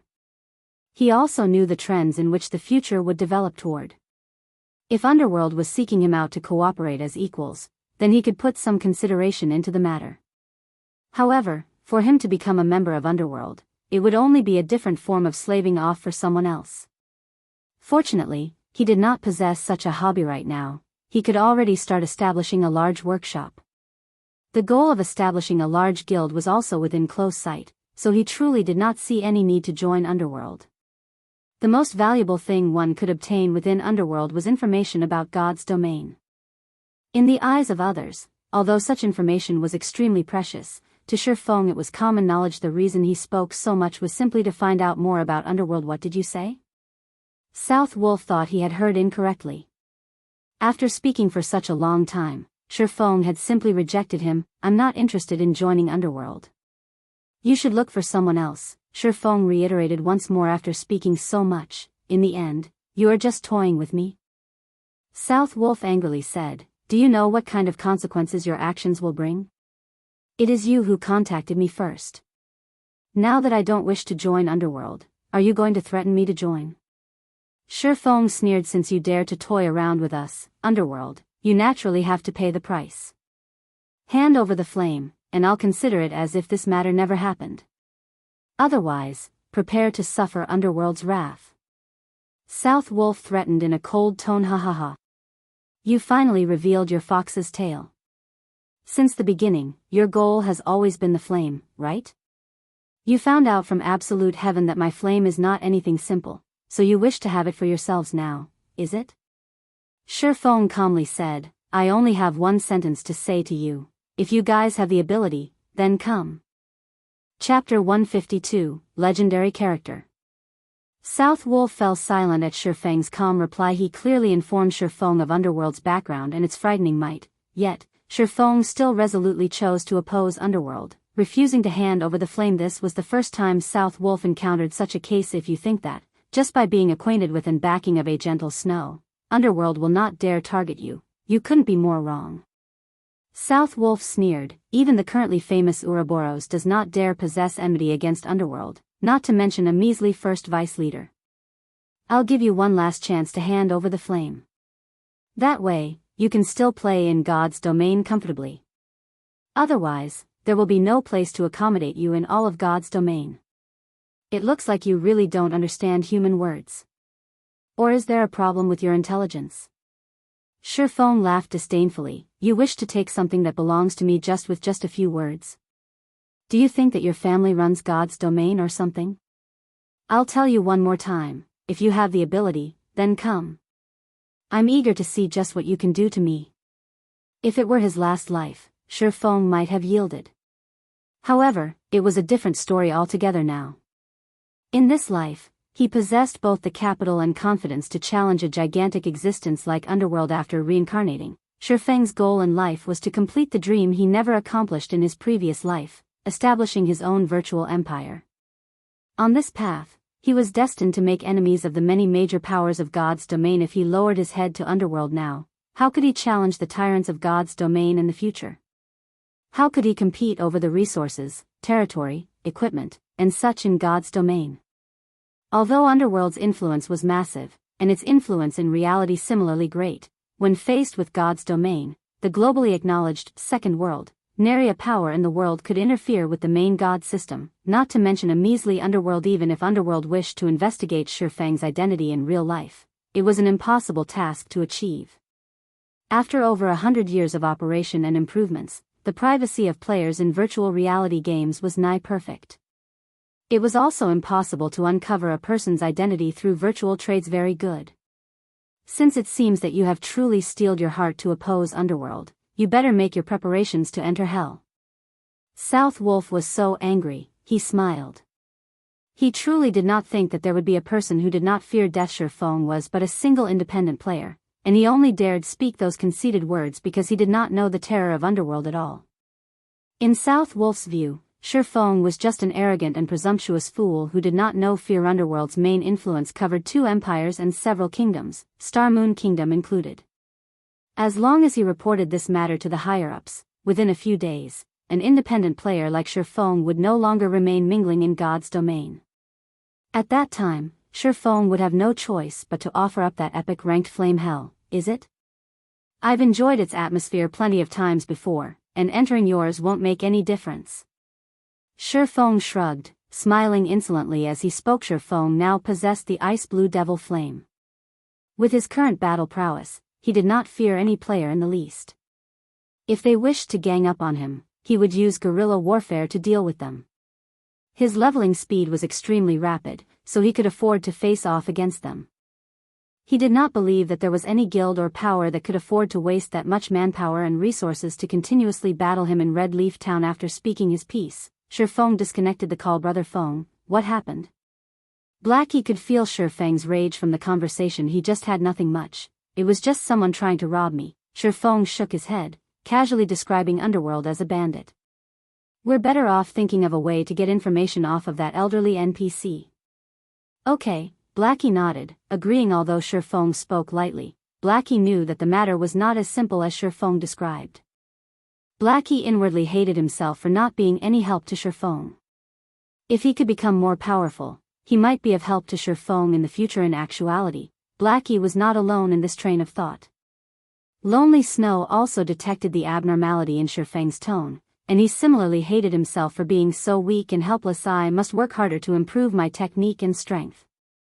At the very least, I can't remain as dead weight to Brother Feng. Suddenly, the two of them held an eager desire to increase their own strength. Meanwhile, after Shi Feng hung up on him, South Wolf immediately contacted the upper echelons of Underworld. South Wolf, how is the matter regarding the epic ranked item coming along? Young Master Feng, I've already tried my best, but that brat Ye Feng still refused. He also looked down on Underworld, telling us to come at him if we have the ability. Ha ha ha. He's truly an interesting fellow. It is no wonder Snow is paying attention to him. I haven't met such an arrogant person for a very long time now. Since he has rejected my good intentions, let him disappear from God's domain. I'll give you the authority to mobilize all of Underworld in White River City, so quickly fetch me that item. Yes, this subordinate will definitely succeed. After the call ended, South Wolf released a sigh of relief. Listening to that person's tone, they were definitely angry. Otherwise, that person would not have given him the authority to mobilize the full strength of Underworld in White River City just to deal with a single Ye Feng. Ye Feng, let's see how long you continue acting freely. Very soon, I'll show what kind of place hell really is. Just thinking of Shi Feng was enough to cause South Wolf's belly to fill with rage. However, when he thought about how he could operate all the power of Underworld in the White River City region, he could not help his excitement. Although Underworld had a very low member count, each and every one of them were elite experts. Some were even the upper echelons of major guilds. If he gathered all of the members within the White River City region, the total power might even surpass that of a third-rate guild in White River City. Being able to mobilize such a power, just thinking of it gave him an invigorating feeling. Moreover, a majority of Underworld's members were players who walked the path of darkness. What they loved most was murder, and they were the best at dealing with independent players like Shi Feng. Meanwhile, as South Wolf thought of ways to deal with Shi Feng, the person, himself, was in the process of having a conversation with the NPC named Faust, albeit a one-sided one. According to Shi Feng's understanding, Faust was a strange old man. Although Faust was a strange old man, he was also a legendary character. He was once known as the Elemental Dominator. During his youth, Faust had once killed a mighty dragon and had even sealed the Great Demon King. A Great Demon King was the human equivalent of a Tier 5 class. Moreover, Faust was once a teacher to the Emperor of the Black Dragon Empire. Rumor had it that Faust had once fought against a god and survived the encounter. However, when he reached the age of 100, he suddenly started wandering all over God's domain. Right now, Faust was already an old monster that exceeded the age of 300. As to how powerful Faust was right now, Shi Feng was unable to properly discern that. In short, Faust's strength was immeasurably deep, hence, it was extremely difficult to start a conversation with Faust. The first condition to do so was to have sufficient strength to attract Faust's attention. The second condition was to have delicious cooking. Only when both of these conditions were fulfilled would Faust give out a rare quest called Delicious Golden Fish. When this quest was completed, one could obtain a reward. In reality, displaying sufficient strength to Faust was a simple task. To do so, one merely needed to deal over 100 damage to the golden fish. However, it was an extremely difficult challenge for players below level 20 to cause over 100 damage. At the very minimum, one needed to be level 20 and possess a complete set of bronze set equipment and a mysterious iron weapon to achieve such damage. Moreover, before one displayed their strength, they needed to initiate a conversation with Faust. On the surface, Faust appeared to not take notice of players. In reality, he secretly paid attention yet. Just when Ye Feng was about to inform Blackie and Lonely Snow about these conditions, the two of them started cursing at Faust. However, this could also attract Faust's attention. Having the backing of? Chapter 153, Legendary Item. After attracting Faust's attention, Ye Feng's remaining task was to deal damage to the golden fish. These level 20 golden fish currently swam within the bright silver river suspended in midair. The river was around 25 to 30 yards above the ground, making it impossible for any normal melee class to attack the golden fish. Moreover, the golden fish had scales as hard as diamonds, and it was nigh impossible for players below level 20 to cause them over 100 damage in a single attack. The golden fish possessed a very high magic resistance as well, reducing the magic damage they received by 40%. Also, the golden fish swam at exceptionally fast speeds in the Silver River, making them extremely hard to hit. As a result, there were many players who gained nothing despite having found the Star River Valley. One thing that greatly differed God's Domain from other virtual reality games was that, in God's Domain, there were many fortuitous encounters available out in the field.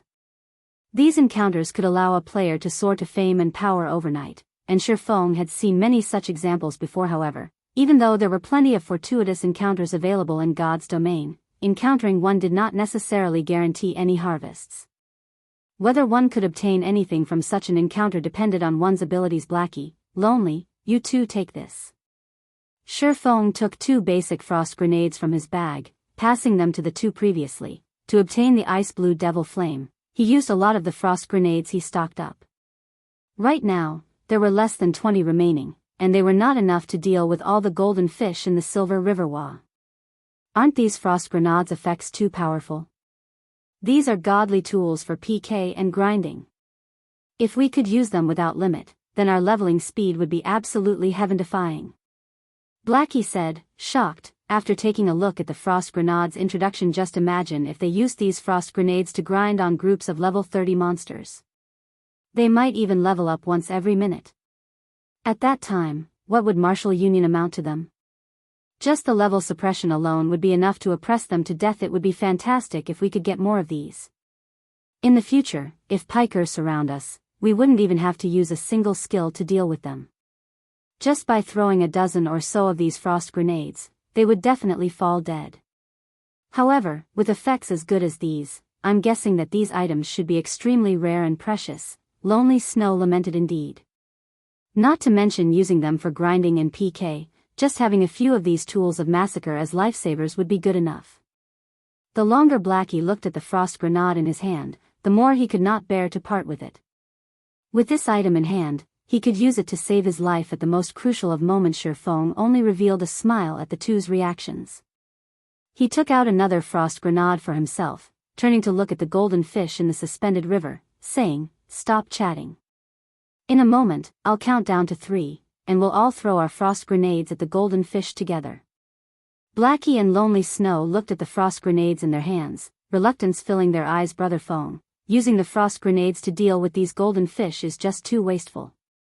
The golden fish have 100,000 HP each. The 200 damage from these frost grenades will not make any difference. Moreover, these items can be used at a crucial moment to save our lives. Using them right now is simply a waste. That's right, leader. Blackie and Lonely Snow both tried to persuade Ye Feng. His actions right now were simply that of a wastrel. Ye Feng was dumbfounded and speechless at the two's persuasion. Previously, he had used these frost grenades to grind to level 9. Just use them with ease. I still have plenty of them in my possession. Later, I'll give every member of the party 30 of these frost grenades, Ye Feng said with a laugh. Blackie and Lonely Snow were immediately shocked, even thinking that they had heard wrong. A frost grenade was such a precious item, yet, Ye Feng planned to give each of them 30 in the future? This was simply madness. In the future, if they met those bastards from Martial Union, with the frost grenades in hand, couldn't they utterly massacre them?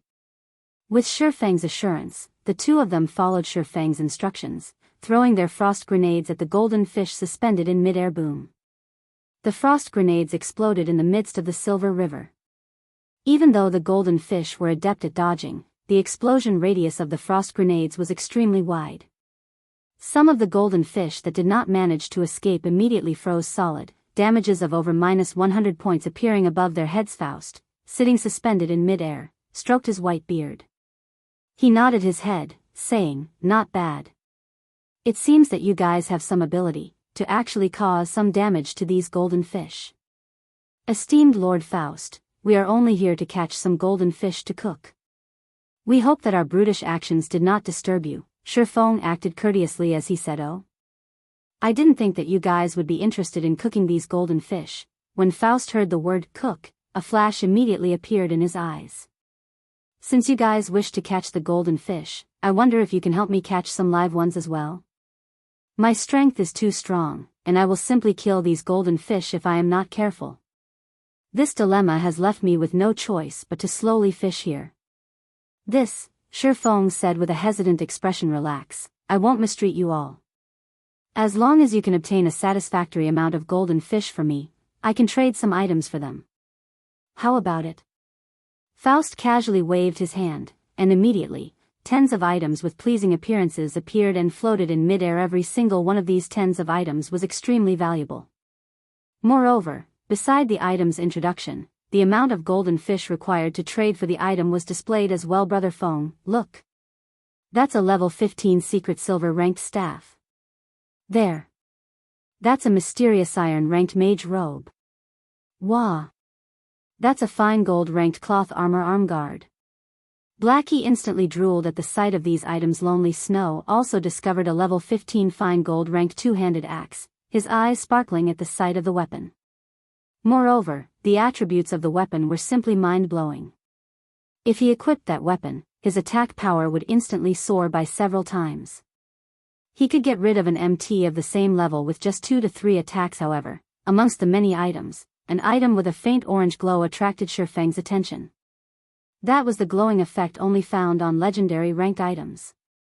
A legendary ranked item? Shi Feng was shocked. Previously, he had only heard of players obtaining an epic item at most from the Star River Valley. Shi Feng had even doubted the reliability of the information. Now, however, it seemed that the information was indeed true. The rarity of a legendary item was several tens of times greater than that of an epic item.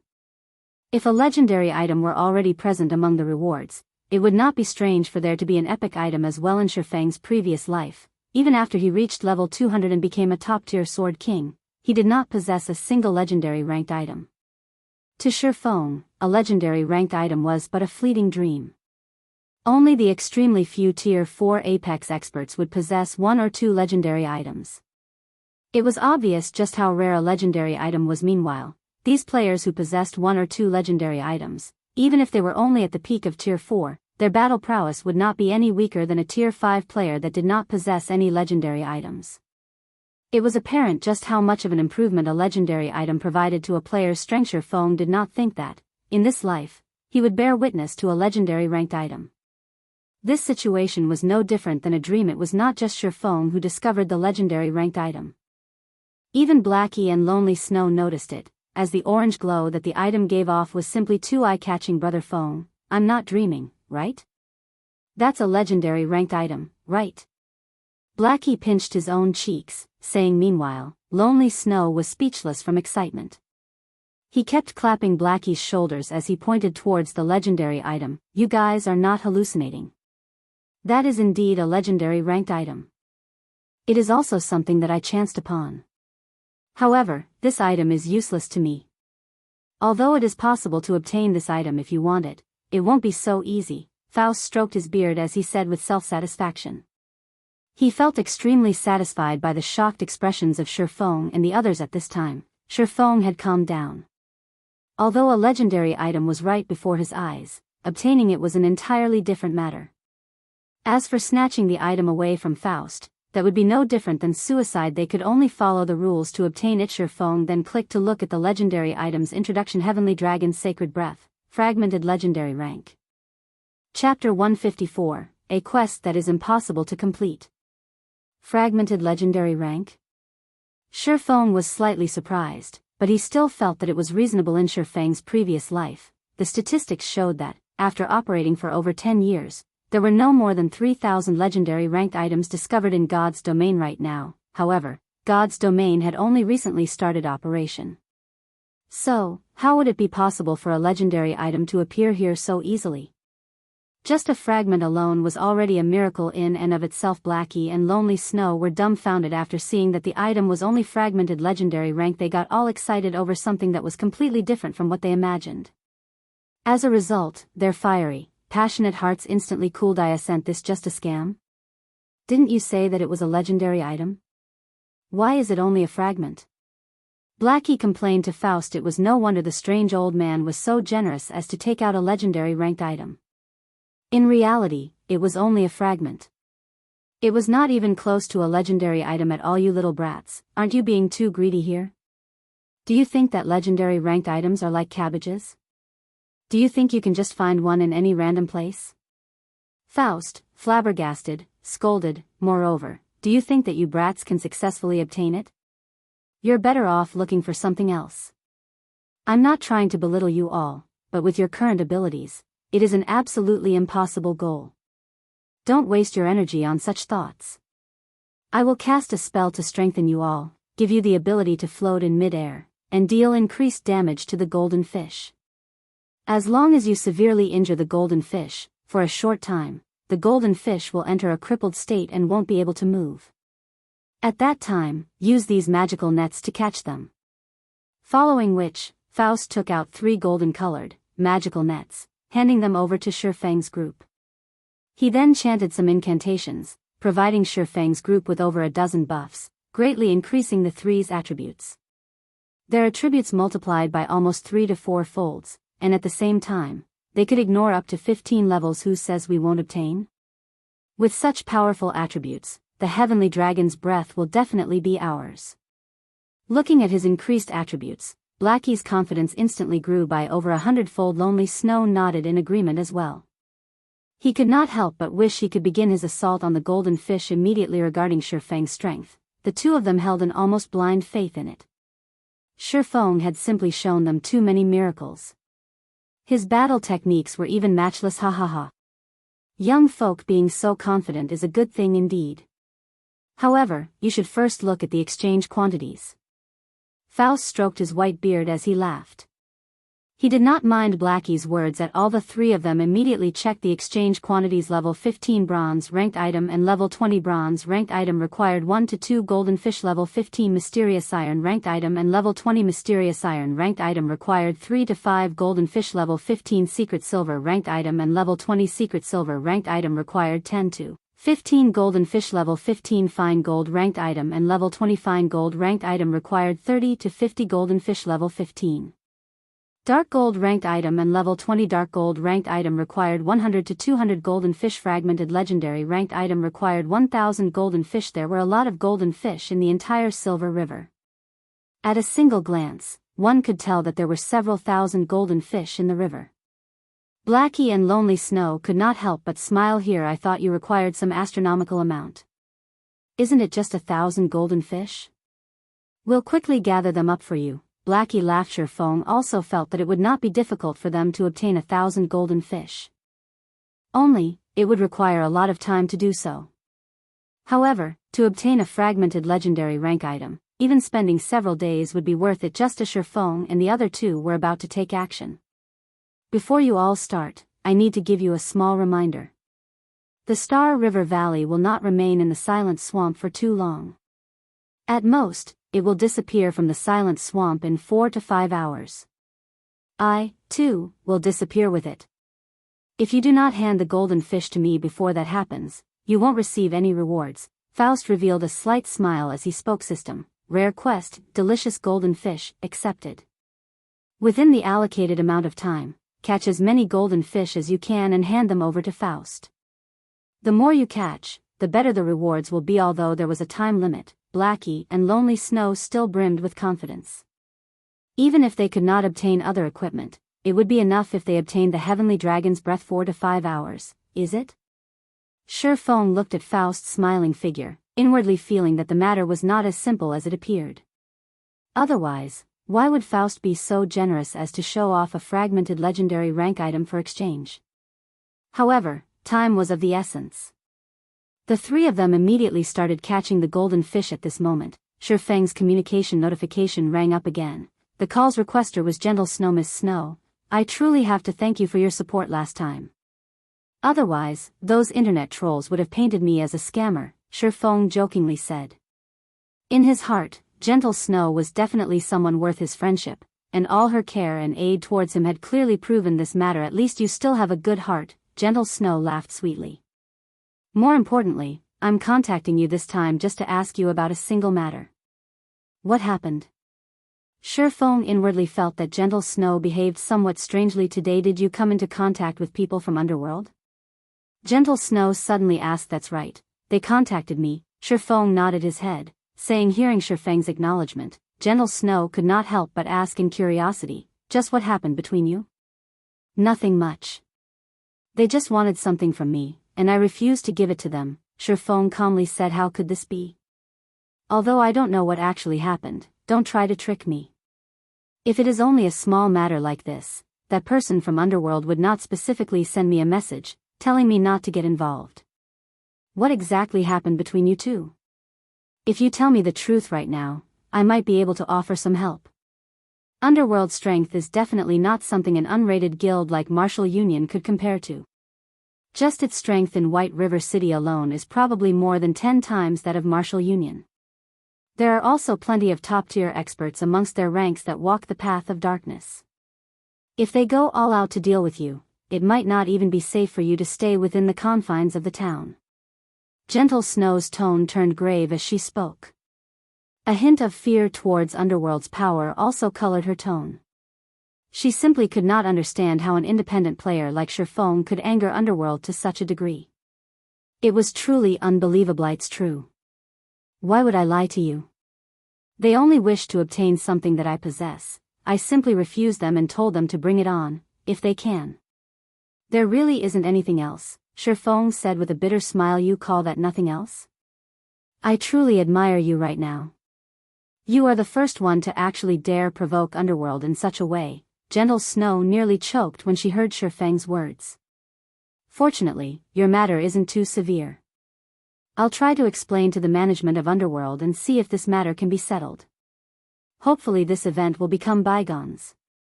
Shi Feng did not particularly mind the matter of Underworld trying to deal with him. In any case, adding one more to his list of enemies wouldn't make much of a difference. However, seeing Gentle Snow earnestly trying to help him, he couldn't just not give her face and reject her kind intentions. Thank you. No need for that. We're friends after all, and it is only natural for friends to help each other. Just don't forget to sell me any high-level equipment that you don't need in the future.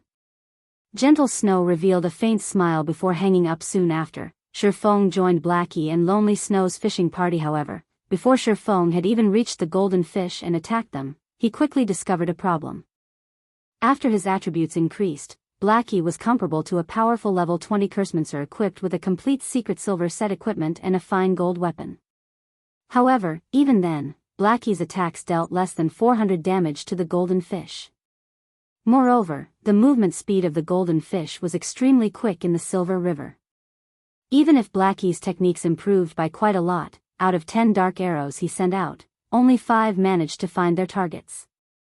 As a result, Blackie's damage output was greatly reduced. The golden fish's 100,000 HP was like a huge mountain. Meanwhile, on Lonely Snow's side, he felt even more helpless. The golden fish only dodged and did not attack. Not mentioning whether a melee class could land a hit, to begin with, just trying to chase after the golden fish was a big problem. In addition, the golden fish's physical defense was simply too high. Lonely Snow's normal attacks only dealt around 200 damage, and his overall damage output could not even compare to Blackie's. To strike a golden fish down to critical health, the two of them, with their strengths combined, needed to spend over 4 minutes concentrating their attacks. The total quest duration was only around 4 to 5 hours. At this rate, they could only catch around 70 golden fish within 5 hours. They would not even hit 1/10 of the required 1,000 golden fish. Chapter 155, Devour once more. After spending a long amount of time, Blackie and Lonely Snow finally managed to catch a golden fish. At this moment, they both realized that they had greatly underestimated the difficulty of the challenge. Not to mention a fragmented legendary ranked item, even a dark gold ranked item was a fanciful delusion. This old man has already said that your strengths are just too weak. Stop thinking about the heavenly dragon's breath and be more realistic. Otherwise, you all might not get anything in the end. Faust, who floated in the air, smiled. In reality, Faust only teased Shi Feng's group for fun by taking out the fragmented legendary rank item in God's domain. Even a fragmented legendary rank item was an incomparably precious item. Its value was over 10 times that of an epic ranked item. If one were lucky, one might even restore the legendary fragment into a true legendary ranked item. So, who would be willing to give it away? This was why Faust had set such an unreasonable and unattainable amount for exchange. That damned old man. He is clearly just toying with us. Blackie cursed in the party chat leader. What do we do now? Should we just give up on the fragmented legendary and dark gold ranked items and just go for a fine gold ranked item? Lonely Snow had already given up on an unattainable item. Shi Feng shook his head, saying, "You guys focus on catching the golden fish. I'll try by myself." It was impossible for Shi Feng to give up on the fragmented legendary rank item. Who knew when he would have another chance to meet with a fragmented legendary ranked item? Moreover, the difficulty of obtaining one at that time would definitely be much higher than now. If he couldn't even obtain a fragmented legendary ranked item, how could he secure a legendary ranked item in the future? Soon after, with his attributes now greatly increased, Shi Feng rushed towards a golden fish that currently swam in the silver river chop. A black light slashed at the golden fish's soft-sided abdomen. He struck the golden fish before it could even react, a damage of over -1,400 points appearing above its head. Immediately after, Shi Feng sent a normal slash at the golden fish, causing over -800 damage, following which, Shi Feng brandished the silver lake in his hand. 3 electric arcs wove across 8 golden fish. Instantly, damages of -1,056, -1,384, and -1,758 appeared above their heads in the blink of an eye. The golden fish lost over 6,000 HP. The frightening damage surprised Faust not bad, Faust praised as he stroked his white beard. However, he still did not hold a thread of belief that Shi Feng could procure the heavenly dragon's breath. On the other hand, there was a large possibility for him to secure a dark gold ranked item. Brother Feng. Leader. Looking at the damage Shi Feng had caused, Blackie and Lonely Snow forgot to continue attacking the golden fish as their eyes filled with fanaticism and excitement. With such frightening damage, there might really be a hope of completing the quest. Don't just stare at me, continue your attacks. Shi Feng said in the party chat, his hands not halting their actions as he spoke. Shi Feng's intense attacks quickly caused the golden fish's HP to fall at flying speeds. In the end, Shi Feng had only spent about 100 seconds to capture a golden fish, using around 2/5 of Blackie and Lonely Snow's. To me, as expected, it's still not enough. Shi Feng wrinkled his brows. At this rate, even if Shi Feng continuously attacked and captured the golden fish without stop, he would, at most, capture 172. 190 golden fish. There would still be an immense gap from the targeted 1,000 golden fish. Ha. Young man, you have truly given me a shock. However, I've already said this before, you all should not try to obtain the fragmented legendary ranked item.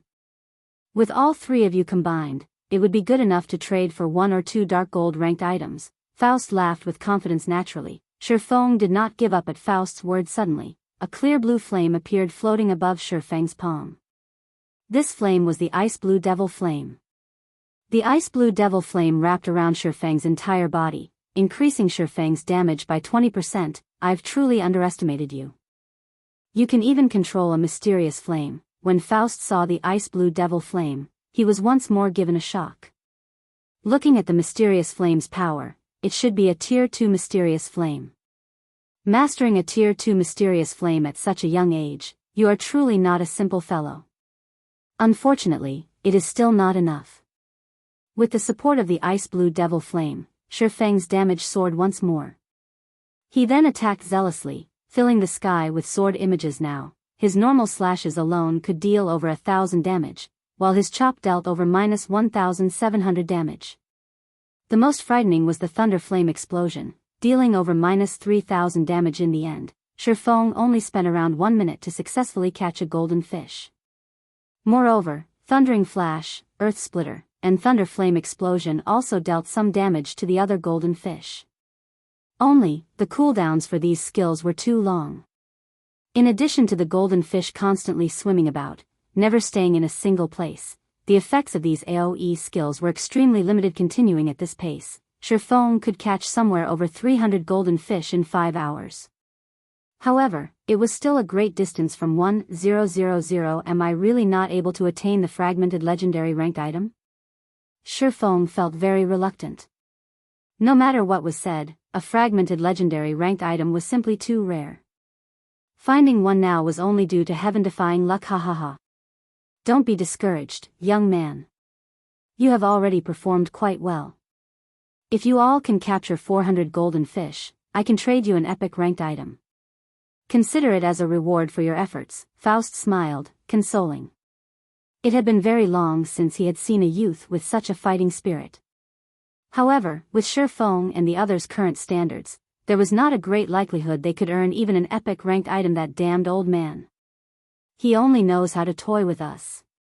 Even if we have a full 5 hours right now, our chances of catching 400 golden fish are less than 40%, Blackie cursed in the party chat. Having learned his lesson, he no longer cursed out directly. My attack power is still too low, my attack speed is also too slow. I need an increase to my damage and speed. Shi Feng entered deep thought as he tried to think of a way to increase his abilities. If he used the intermediate frost grenades, with all 3 of them bombarding a wide area of the Silver River, they might capture over 400 golden fish.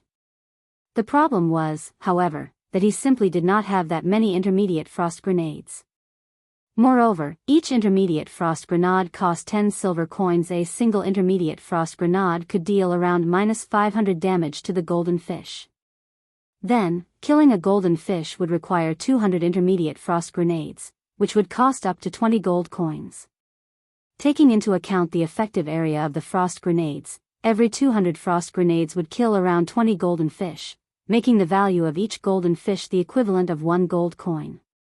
Meanwhile, 1,000 golden fish would equal to 1,000 gold coins. Although purchasing a fragmented legendary ranked item for 1,000 gold coins was no different than daylight robbery, to begin with, Shi Feng did not possess nearly that much money. Hence, this method was not feasible. What should I do? How can I increase my attack power? Shi Feng flipped through his bag. He managed to think of over a dozen methods, but not one of them were feasible at this moment. Shi Feng discovered the level 10 fine gold ranked greatsword that he collected from the Sun Temple. This greatsword was something he had prepared for the Abyssal Blade's level up. He had completely forgotten about it due to being too busy. Now that he collected 10 silver dawns, he could level up the Abyssal Blade. That's right. If I can raise the Abyssal Blade to level 10, its attributes will massively increase. Maybe it would be possible at that time. Inspiration structure Feng. There would be a checkpoint for weapons at every 10 levels, and there would be a big improvement when these checkpoints were reached. Right now, the level 5 Abyssal Blade could rival a level 10 secret silver weapon. If it devoured a fine gold weapon and 10 secret silver weapons, it would undergo an impressive growth. Let's start devouring, then. Shi Feng immediately chose to level up the Abyssal Blade, starting the devouring process. Chapter 156. Black Dragon coming into being. At a glance, the Kabula wilderness was comprised mainly of silt and gravel. There were also plenty of abandoned pastures and farmland. From time to time, sounds of crows cawing reverberated throughout the land. Level 10 monsters, such as white-tusked boars, large bisons, and vultures, roamed this land, and they were all extremely ferocious at this stage of the game. A level 10 monster area was an extremely dangerous place for players. However, in a certain pasture in the Kabula wilderness, a 20-man team currently grinded on white-tusked boars. We're almost finished clearing out the monsters over here. Little Shadow, go lure some more monsters over, a handsome youth commanded. This youth wore a set of golden armor and wielded a greatsword. Yes, the level 9 assassin called Little Shadow very respectfully answered. He then turned to lure more monsters. If an average player witnessed this scene, they would probably be incomparably shocked. A level 9 assassin wearing mysterious iron-set equipment was definitely an expert of God's domain. No matter which large guild such an expert joined, he would be one of the upper echelons of the guild. However, such an expert was unexpectedly willing to take on the role of an errand boy, and there was not even a hint of resentment or rage in his eyes when treated as such. On the contrary, there was even a hint of pride in them. What? Snow? The golden-armored youth was slightly surprised when he received a communication request from this person. He picked up the call and spoke in a soft tone. Snow, it's been a while since you've contacted me. How have you been recently? I really don't know why you insist on staying in a guild like Ouroboros. Won't you develop further if you join me in Underworld? Feng Xianyang, I've already said it before, I will not join Underworld. I will depend on myself to create my own legacy. I'm only looking for you today to ask for your help on a matter, Gentle Snow calmly said. Say it, then.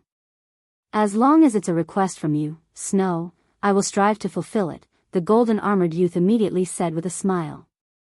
This was the first time Gentle Snow had came to him asking for help. Previously, Gentle Snow had constantly tried to put distance between them, so this was a golden opportunity for him to show off it's nothing big. It's about the message that you sent me before, telling me to stay out of that matter. I understand the crux of the problem, and isn't it just a small conflict? Moreover, Ye Feng is a friend of mine. So, I hope that you can give me some face and let this matter go, Gentle Snow said. Ye Feng, is it? Feng Xianyang wrinkled his brows. He did not think that Gentle Snow would ask him about this matter. That's right, it's Ye Feng. What are your thoughts? Gentle Snow asked. Since you've already spoken, naturally, there will be no problems.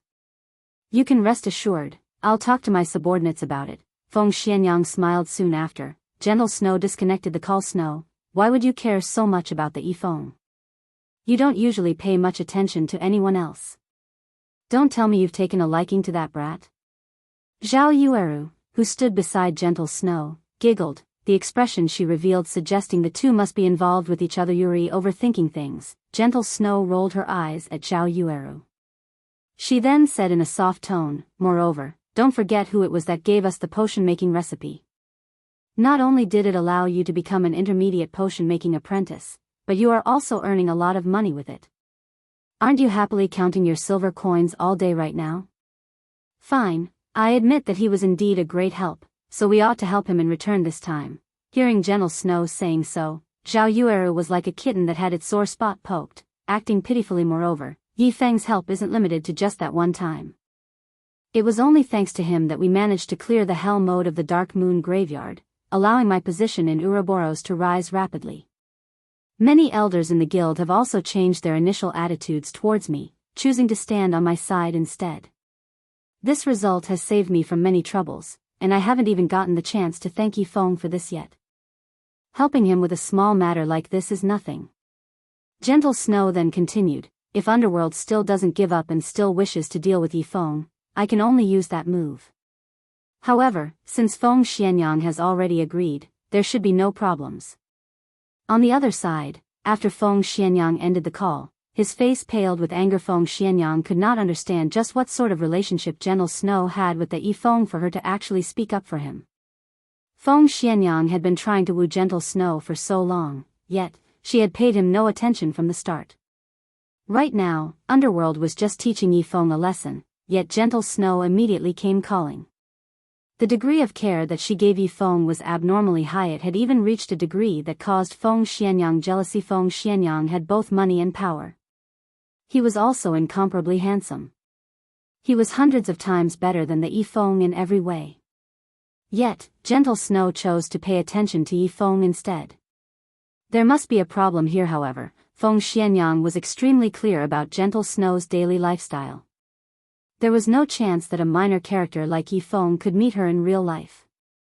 The only possibility was in God's domain. There must be something that he had here that led to Gentle Snow treating him so well. If Ye Feng remained in God's domain, the two of them might have a deeper development. The more Feng Xianyang thought about it, the more plausible it seemed. Feng Xianyang's eyes gleamed with a cold glint. He had no intentions of watching his years of effort go to waste. I absolutely cannot let the Ye Feng remain in God's domain. He would not tolerate Ye Feng's continued contact with Gentle Snow. He needed to get rid of Ye Feng immediately. Only with Ye Feng gone would there be no possibility of any development occurring between him and gentle snow. Young Master Feng, do you have any commands? South Wolf respectfully asked. I want you to break apart the relationship between Ye Feng and gentle snow. Think of a way to turn them against each other, then make Ye Feng disappear from God's domain. However, you cannot let others know that Underworld is involved in this matter. Do you understand? Feng Xianyang coldly said. Understood. This subordinate will carry out your orders. However, I hope that young Master Feng can allot me some more helpers. That way, I can do things more easily. South Wolf smiled as he spoke. Fine. I'll send a party from the Underworld guards to assist you. However, you have to carry things out more beautifully, Feng Xianyang said. Hearing the name, Underworld guards, South Wolf was shocked into a jump. He simply did not know how Ye Feng had provoked young Master Feng to unleash the Underworld guards, the core strength of Underworld. Moreover, it was not tasking just an individual, but a full party. Young Master Feng, rest assured, this subordinate will carry out your orders without fail, South Wolf assured. Star River Valley. The abyssal blade in Xianxia's hands suddenly emitted pitch-black flames. These black flames instantly wrapped around the fine gold-ranked great sword and the 10 silver dawns. The flames radiated a scorchingly hot temperature as they melted these weapons. The temperature of the black flames was on an entirely different level compared to the ice-blue devil flame. In the blink of an eye, even the fine gold-ranked greatsword melted into a lump of metal, the abyssal blade continuously absorbing the essence of the weapon. After the devouring process completed, the abyssal blade flared with a gigantic black flame. The black flame was like a living being, transforming into a black dragon.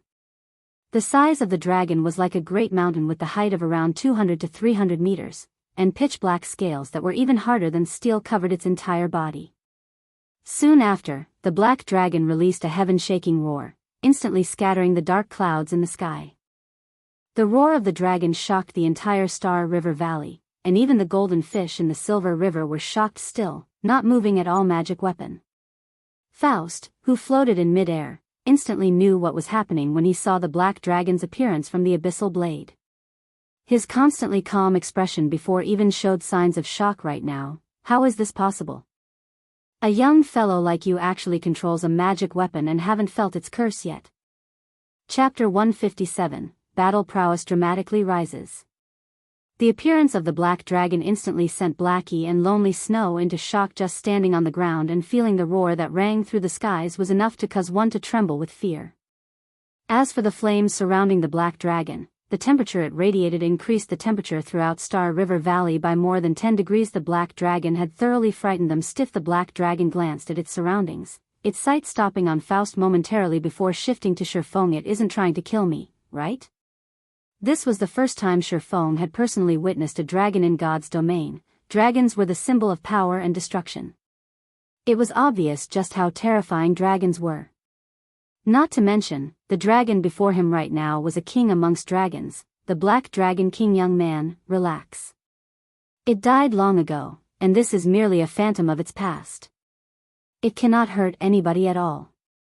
It has only materialized itself now because you allowed the magic weapon to devour and obtain new power. Faust could see the worry in Xianxia's eyes. Hence, he explained with a smile. As expected, the Black Dragon King before Xianxia simply stared him, taking no other actions. However, even if it were just a phantom, it was still enough to frighten a person greatly. If the actual body of the Black Dragon King were here right now, it might have instantly turned the entire Star River Valley into a sea of flames, a living hell.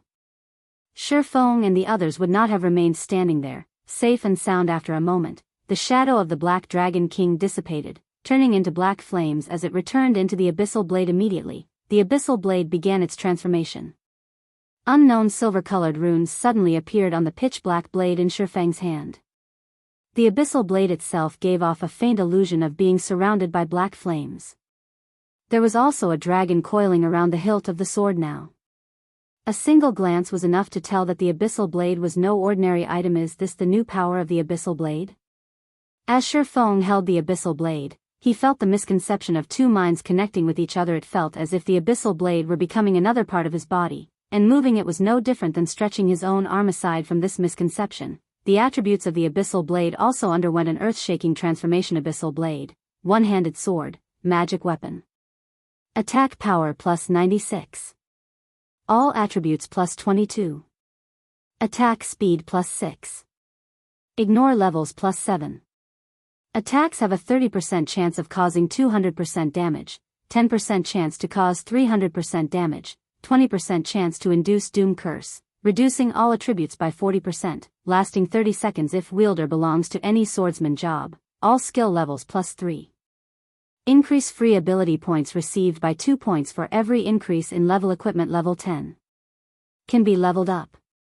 Devour 10 level 15 mysterious iron equipment and 1 level 15 secret silver equipment to level up to level 15. Can be evolved, unknown, additional skill 1, phantom kill. Instantly creates a doppelganger. You can control this doppelganger. Doppelganger will have 50% of original body's attributes and all skills. At the same time, doppelganger and the original body can be swapped. Duration of 40 seconds cooldown, 5 minutes. Additional skill 2, Abyssal Bind. Binds enemies and prevents movement, reducing defense by 100%. Duration of 3 seconds cooldown, 1 minute. Additional skill 3, 9 Dragon's Slash. Instantly create 9 phantoms of the Abyssal Blade for the wielder's use. Each phantom sword is capable of dealing up to 30% damage. Duration of 28 seconds cooldown, 5 minutes. Additional skill 4, Dark Violent Dance. 40% of the total damage dealt spreads in a cone-shaped area towards targets within a distance of 12 yards for 30 seconds cooldown, 1 minute.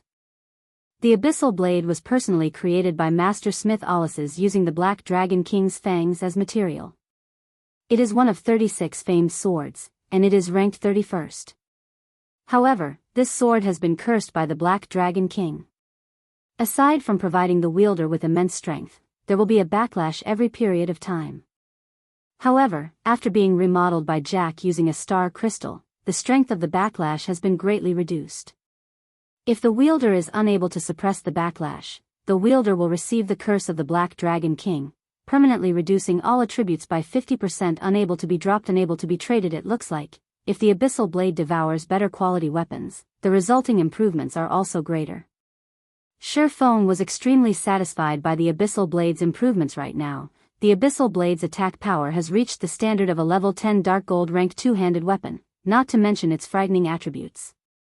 Just the chances of causing a double damage critical hit increasing to 30% was a frightening improvement, not to mention the chances of inflicting the Doom Curse increasing to 20%. As long as the target was cursed, all their attributes would be reduced by 40%. It was a fatal power. Let's test out the new power. Ye Feng tightened his grip on the Abyssal Blade as he looked towards the thousands of golden fish swimming in the Silver River. The Heavenly Dragon's breath will definitely be mine. Young man, you are still better off giving up. Although you have greatly increased your weapon's prowess, it is still impossible for you to obtain the fragmented legendary ranked item, Faust said with a smile. It was not that he looked down on Ye Feng, rather, he was extremely clear about the difficulty of the challenge he had set. If Ye Feng reached level 20 right now and possessed a complete set of level 20 fine gold set equipment, in addition to a level 20 magic weapon, he would then have a chance of completing this quest. However, it was clear that Ye Feng had yet to reach such a standard. Moreover, he was still far from achieving it. On the other hand, there was a great possibility that he could earn an epic ranked item. Now what if I use this? Ye Feng suddenly took out the Freezing Shadow he previously obtained. Freezing Shadow, Dart-type consumable item. Usage count, 10,000/10,000. Causes 120% frost damage towards a target. Only effective towards enemies that are level 30 and below. No cooldown at a glance. Even Blackie and Lonely Shadow, who were familiar with Ye Feng, might not understand this item. The Freezing Shadow darts could only attack a single target at a time. Compared to using a skill to cause damage, it was much weaker, so how could it possibly reach the target of 1,000 golden fish?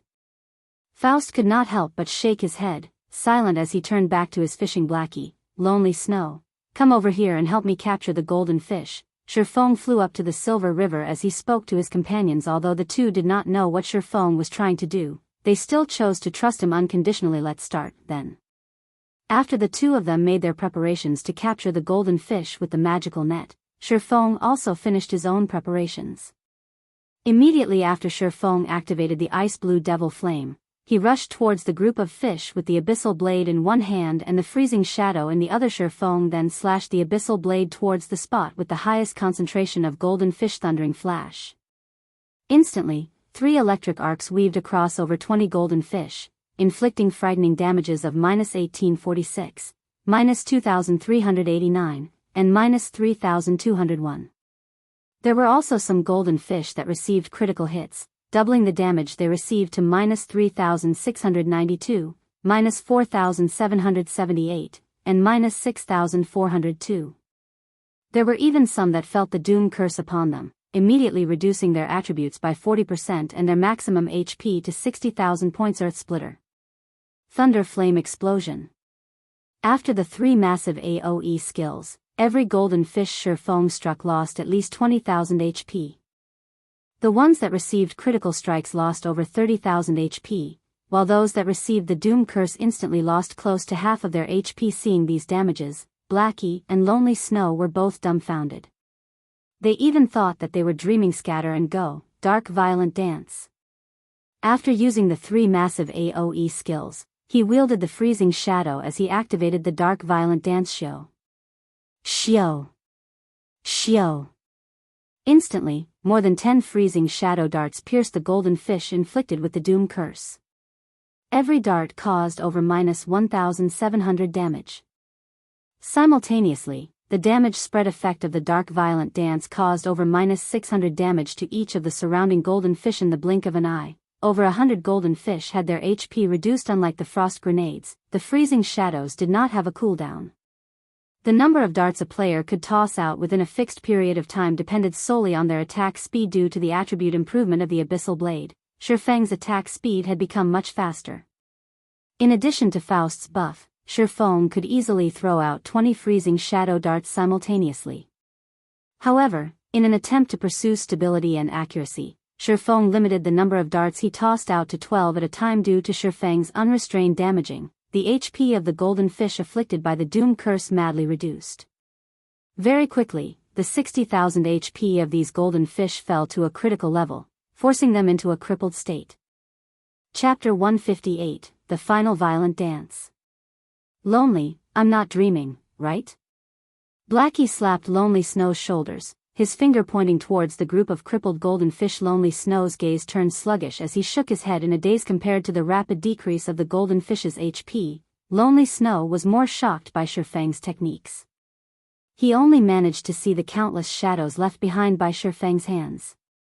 Before Lonely Snow could even get a clear view of Shi Feng's hands, more than 10 freezing shadow darts already flew out. Such speed could practically rival an assault rifle. Aside from Shi Feng's frightening speed, his accuracy also caused others to submit. Every dart he shot out had accurately landed on the golden fish afflicted with the Doom Curse. Moreover, they even landed on the softer side abdomens of the golden fish. If Lonely Snow were in Shi Feng's shoes, it would be fortunate if he could toss out 1 freezing shadow dart at a time and land the hit, not to mention tossing out more than 10 darts at a time and land every single one on the side abdomens of the golden fish. I'll be satisfied when I can achieve such a level of technique. Lonely Snow was completely trapped in the fantasy of Shi Feng's dart-throwing technique. Stop daydreaming and quickly capture the crippled golden fish. Shi Feng hurriedly commanded. At this time, Blackie and Lonely Snow were finally aroused from their thoughts. They immediately used the magical nets to capture the crippled golden fish. 1 fish. 2 fish. 3 fish. Shi Feng only spent a short 30 seconds to force 3 golden fish into a crippled state. Shi Feng's violent speed had shocked even Faust himself, and he could not help but feel a slight ache in his heart. However, when the effects of the damage amplification, Doom Curse, and Dark Violent Dance dissipated, the capturing speed of the golden fish immediately slowed.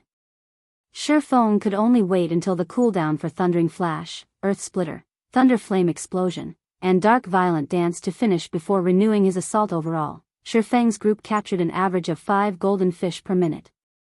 Within 1 hour, they could capture around 300 golden fish, and within 4 hours, they could collect the required 1,000 golden fish and complete the quest. Time passed, little by little. Unknowingly, over 4 hours passed by already. We're rich. Lonely, how many fish did you catch? I got 618. You? Ha ha ha. I have more than you. I have 645. We'll have 1,263 if we add them together. We've already reached the targeted 1,000 to trade for the fragmented legendary ranked item. Leader, hang in there. We should still have some time remaining. We might even gather another 100 or so golden fish to trade for a dark gold ranked item. Blackie and Lonely Snow captured the golden fish in exhilaration. As they watched the number of golden fish continuously grow in their bags, they could not suppress even a smile on their faces. The only misfortune in this situation was that Ye Feng could not raise his skill proficiency by attacking these golden fish. He also did not obtain a single point of experience from his efforts. If he killed this many level 20 special elites in a normal situation, the three of them would have long since risen by 2 or 3 levels. However, Ye Feng did not feel much from this. It was only Blackie and Lonely Snow who did not know of the rarity of a fragmented legendary ranked item. They might not get another chance to secure one for a very long time. To obtain the fragmented legendary ranked item, the Heavenly Dragon's Breath, right now, even spending 1 to 2 days would be worth it, not to mention spending only several hours. Ye Feng's strength would soar if they possessed a fragmented legendary ranked item. As long as he equipped it, even when faced with apex experts, he would still suppress them with overwhelming strength. In God's domain, there were none willing to follow a weakling. Players would only revere the strong. If Ye Feng wanted to establish his own virtual empire, he first needed to empower himself. Only then could attract others to follow him. During the early stages of God's domain, players like Ye Feng, who had yet to start up their own workshops, had zero chances of competing against the various large guilds. In God's domain, there were plenty of high-leveled field bosses that dropped valuable loot. There were even some that would drop dark gold ranked items. If lucky, players might even encounter a High Lord ranked monster. Although High Lord ranked monsters were incomparably powerful, they possessed a small chance to drop an epic ranked item. As for the usefulness of an epic ranked item to a guild, that was obvious. Not only could it increase a player's personal strength, allowing them to kill even more powerful monsters, they would also attract plenty of famous players to join the guild, further increasing the guild's overall prowess in regards to dealing with high-level monsters or High Lord ranked monsters. Large guilds could simply use numbers to overwhelm them. Although they would have to pay a heavy price, everything would be worth it if they could obtain top-tier equipment. Meanwhile, small guilds and workshops did not have such capabilities, and such a situation would allow the large guilds to have a much easier time procuring top-tier equipment. As more time passed, the gap between the two would continue to grow larger and larger, and soon, the small guilds would have no chance to compare to large guilds at all. Although developing a guild with a massive amount of members was an easy task, it was a long and arduous process to fully persuade these players to willing stay in the guild and share in the wealth and woe together. Time was necessary for the members to improve their cooperation with each other. A guild also needed a core framework that could properly manage the guild members. Aside from that, a guild needed sufficiently attractive incentives and treatment to attract new members. It also needed to have a massive space for improvements and wonderful future prospects. Meanwhile, having wonderful future prospects meant having a powerhouse as a leader. None of these points could be missing. Otherwise, the recruited members would easily choose to leave the guild for guilds like Martial Union, Assassin's Alliance, and Ouroboros. They had long since formed a sturdy foundation. They were also led by apex powerhouses. Hence, the moment they entered a new virtual reality game, they would very quickly develop themselves. They also continuously recruited a large number of players. Hence, even if they suffered massive setbacks, they would very quickly rise again. Meanwhile, for startup guilds like Shadow, they did not even possess a proper welfare system. If they wished to recruit a large number of players within a short period, they might cause an adverse effect, entering a period of stagnation and maybe even a period of declination. Thus, Ye Feng chose to go down the road of the elite. He planned to first form a powerful team as the guild's foundation. He would then improve it steadily, gradually increasing the guild's member capacity. He would not follow in the footsteps of Shadow, where the guild appeared superb on the outside, but in reality, it was riddled with holes, unable to withstand even a single blow. If Ye Feng wished to form a sturdy foundation, powerhouses were a definite must, even more so for a newly established guild and workshop like Zero Wing. Without strength that surpassed others, how could they suppress those other experts and recruit them into the guild? Only with great strength would Zero Wing show others the possibilities of advancement in their guild. Meanwhile, the fragmented legendary ranked item was unquestionably a great source of strength for Shi Feng. Time is almost up. I should start the final spurt, then. After battling at full power for over 4 hours, Shi Feng was drenched in sweat. Be it mentally or physically, he was exhausted near to collapsing. If it were not for the attraction of the fragmented legendary ranked item, he would have long since fainted into a deep sleep. Soon after, Shi Feng took out all the frost grenades he had in his possession and all of the Tier 1 magic scrolls he had. He then distributed them to Blackie and Lonely Snow. These items are very precious. We'll use them together. Absolutely do not waste them, Shi Feng sternly said in the party chat. Brother Feng, rest assured. I'm a cursemancer, so it will not be a problem for me to release these Tier 1 magic scrolls. Leave it to me. Blackie and Lonely Snow could also feel the weight of these items. Not mentioning the frost grenades, just the value of such a large quantity of Tier 1 magic scrolls was immeasurable. If any accidents occurred, their losses would be abnormally huge. Attack that group of golden fish with me. Shi Feng tossed out an intermediate frost grenade, solidifying a group of golden fish in place. He then used Thundering Flash, inflicting a damage amplification effect and the Doom Curse on them. Soon after, he unfurled a fire-type Tier 1 magic scroll, blasting an attack at the group of golden fish. Blackie and Lonely Snow also tossed out their frost grenades at the same time, freezing all the golden fish. They then followed up by using the Tier 1 magic scrolls, immediately starting violent bombardment. A series of explosions resounded throughout the Silver River, giving rise to layers upon layers of waves. The shocking damages caused the HP of the group of golden fish to roll downwards frantically.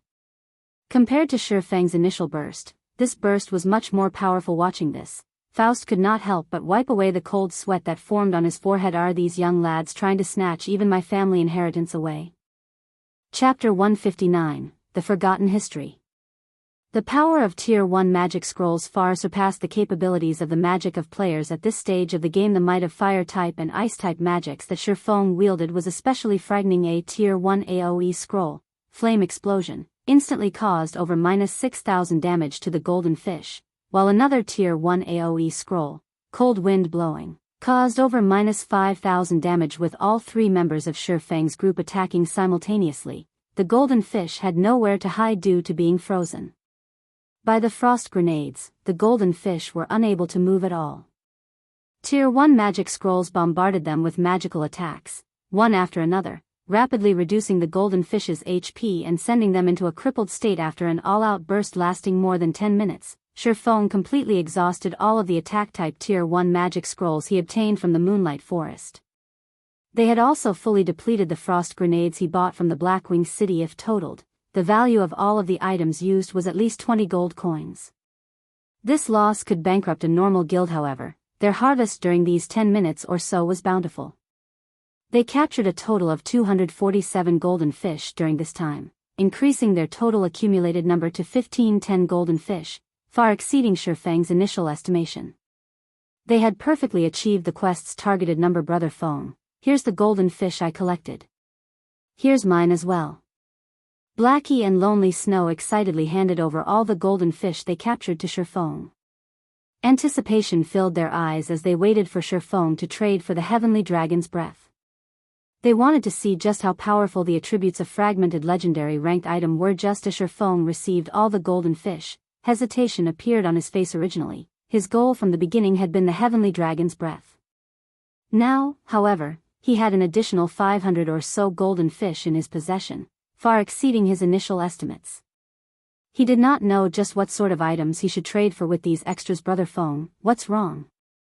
Blackie curiously asked as he noticed Shi Feng's thoughtful expression. Nothing much. I want to ask you guys for your opinions. Right now, we have over 500 extra golden fish, so we can gain plenty more items with them. If we trade them for dark gold equipment, we can get 2 to 3 pieces. If we convert them to level 15 fine gold equipment, we have enough for more than 10 pieces. If we trade them for secret silver ranked items, we can outfit the entire party with them. greatly increasing the party's strength. However, we can also exchange 500 golden fish for an epic ranked item, Ye Feng said. When everyone reaches level 15, the entire party can be fully equipped with level 15 secret silver equipment. Blackie trembled with excitement just from the thought of it, although they still needed some time before they reached level 15, and by the time they reached that level, the scarcity of equipment would have decreased. An entire party fully geared with secret silver equipment was not a feat that even a first-rate guild could achieve. Even the elites amongst the elites of these first-rate guilds would, at most, have 1 to 2 pieces of secret silver equipment.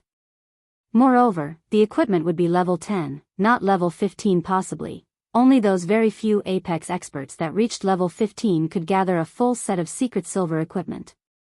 However, it would still be impossible for them to gather a complete set of level 15 secret silver equipment. This meant that the moment all the members of the Zero Wing party reached level 15, they would instantly soar to become an apex party in God's domain. None of the elite parties of the major guilds would be their equal. We could surpass all the elite parties of first-rate guilds and become the topmost level 15 elite party in God's domain? Lonely Snow grew excited as well. What do you guys think? Ye Feng asked Blackie, and Lonely Snow entered deep thought. This was an extremely grave matter, as it was a problem related to the future development of the Zero Wing workshop. After the three of them gave the matter some thought, Blackie suddenly said, "Brother Feng, my suggestion is to trade for the epic ranked item. Although it would be awesome for our party fully equipped secret silver equipment the moment we reached level 15, it isn't exactly impossible for us to get more secret silver equipment in the future. Meanwhile, an epic ranked item is definitely something we won't encounter again. We also don't know when we'll get another chance like this. This is an extremely rare opportunity, so we need to grab it without hesitation. Although an epic ranked item can only raise a single person's strength, its benefits to the party not that great. However, with a single powerhouse in the party, we will have a much easier time obtaining secret silver ranked items. On the other hand, even if we had a party fully geared with secret silver equipment, we won't obtain even a single epic ranked item. When considering the future, level 15 secret silver equipment will sooner or later be worthless. However, it is a different matter for an epic ranked item. It can bring us longer lasting benefits. I also agree. To a large guild, the improvements brought about by an epic ranked item might not compare to over 100 pieces of secret silver ranked items. However, these large guilds are still willing to use hundreds of secret silver ranked items to trade for just a single epic ranked item. The reason being, although having 100 or more secret silver ranked items could temporarily increase our strength, what about the future? Leader, I think we should exchange for an epic ranked item instead. Blackie and Lonely Snow exchanged looks with each other. They had both given Ye Feng their most earnest opinions. They both believed that, once Ye Feng grew stronger, by the time they reached level 15, he could outfit them with a pile of good equipment. So, why should they carry out an action that was the equivalent of killing the chicken to get the egg? I get it. I'll take a look and see whether or not the epic ranked items available for trade will be of any help to us in the future.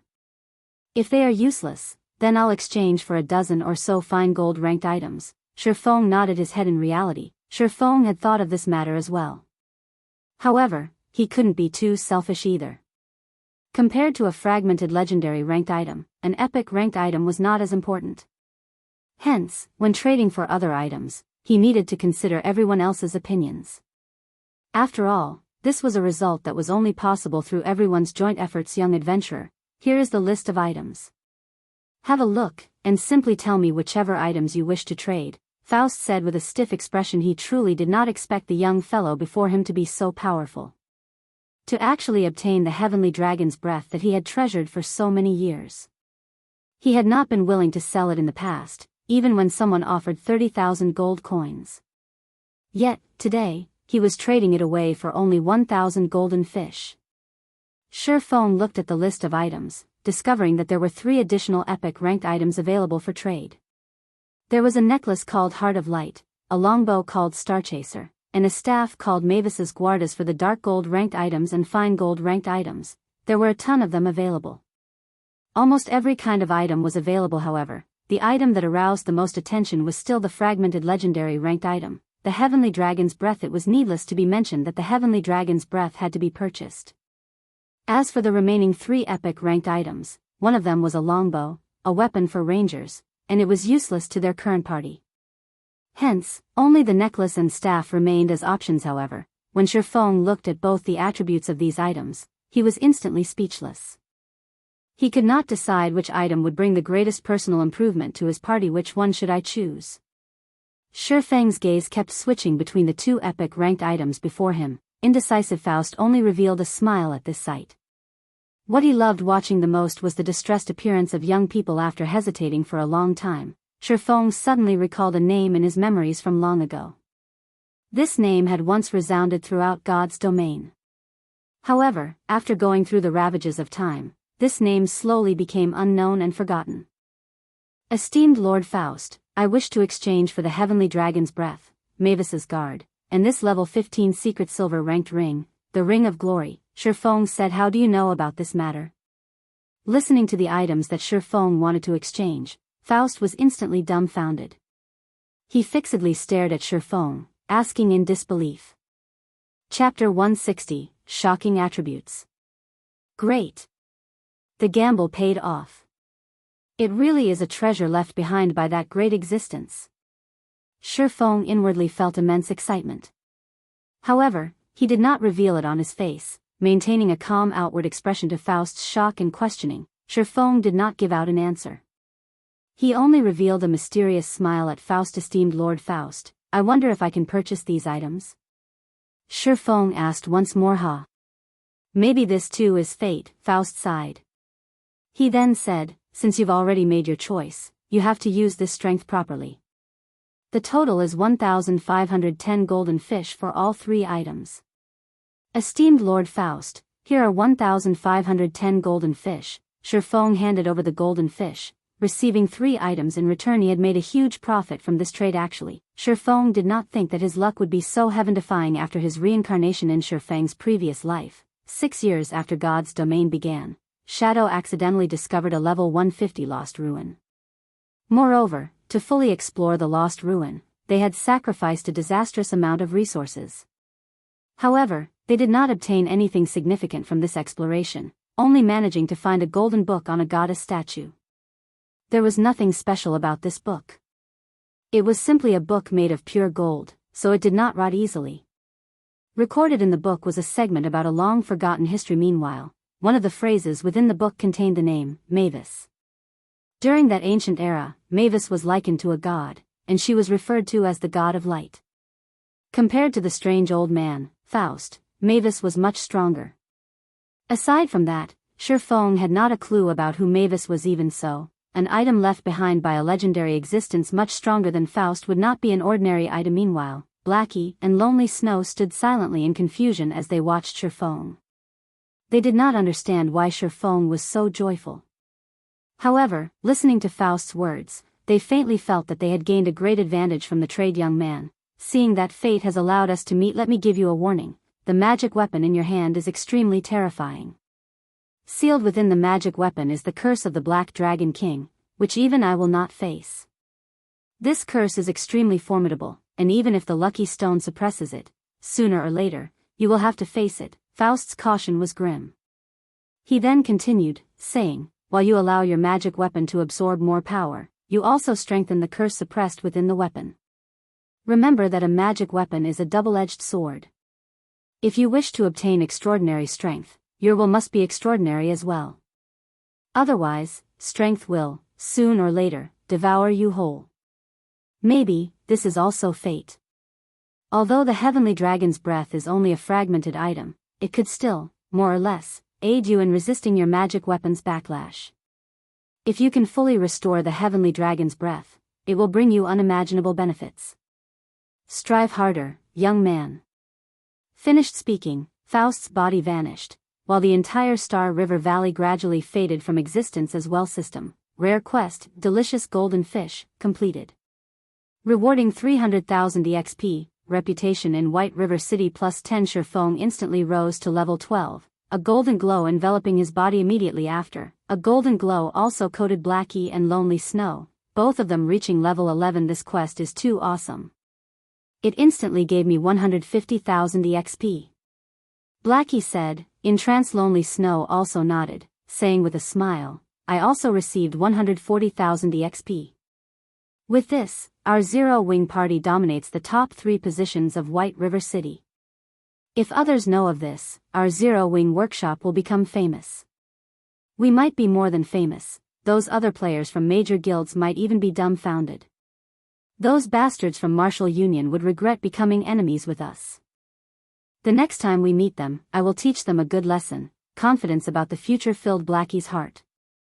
Now that his level was so high, and his equipment was excellent, even if he encountered several experts from Martial Union, he could still kill them all while Blackie fantasized. The Star River Valley had completely disappeared. Only the dark silent swamp and dying forest remained around them. Brother Feng, that strange old man looked so shocked just now. Just what did you obtain from him? Blackie curiously asked. Nothing much. I got the fragmented legendary ranked item, the Heavenly Dragon's Breath, an epic ranked staff, Mavis's Guard, and a secret silver ranked ring, the Ring of Glory. Ye Feng shared the information of the items with the other 2 Heavenly Dragon's Breath, ring, fragmented legendary rank. Equipment requirement, Strength 200, Agility 200, Intelligence 120. Strength plus 40%, Agility plus 40%, Intelligence plus 30%, Endurance plus 30%. Movement speed plus 20%. Attack speed plus 30%. Ignore levels plus 10. All item level requirements reduced by 10 levels. Additional skill 1, Dragon's Authority. Suppress all enemies in the surroundings with the might of the Heavenly Dragon, inflicting the fear status onto enemies within a 30-yard distance, reducing their attack power by 20%, attack speed by 20%, and movement speed by 20% for 1 minute cooldown, 3 minutes. Additional skill 2, Dragon Breath. Inflicts 6x damage in a 305-yard line in front of you. There is a 20% chance to induce the fainted state for 2 seconds cooldown, 5 minutes. Additional skill 3, Heavenly Dragon's Power. Allows the user to temporarily possess the power of the Heavenly Dragon, increasing HP by 300%, strength by 100%, and defense by 300%, and grants immunity to all controlling effects for 2 minutes cooldown, 3 hours. The Dragon Slayer Mechacera once owned the Heavenly Dragon's Breath.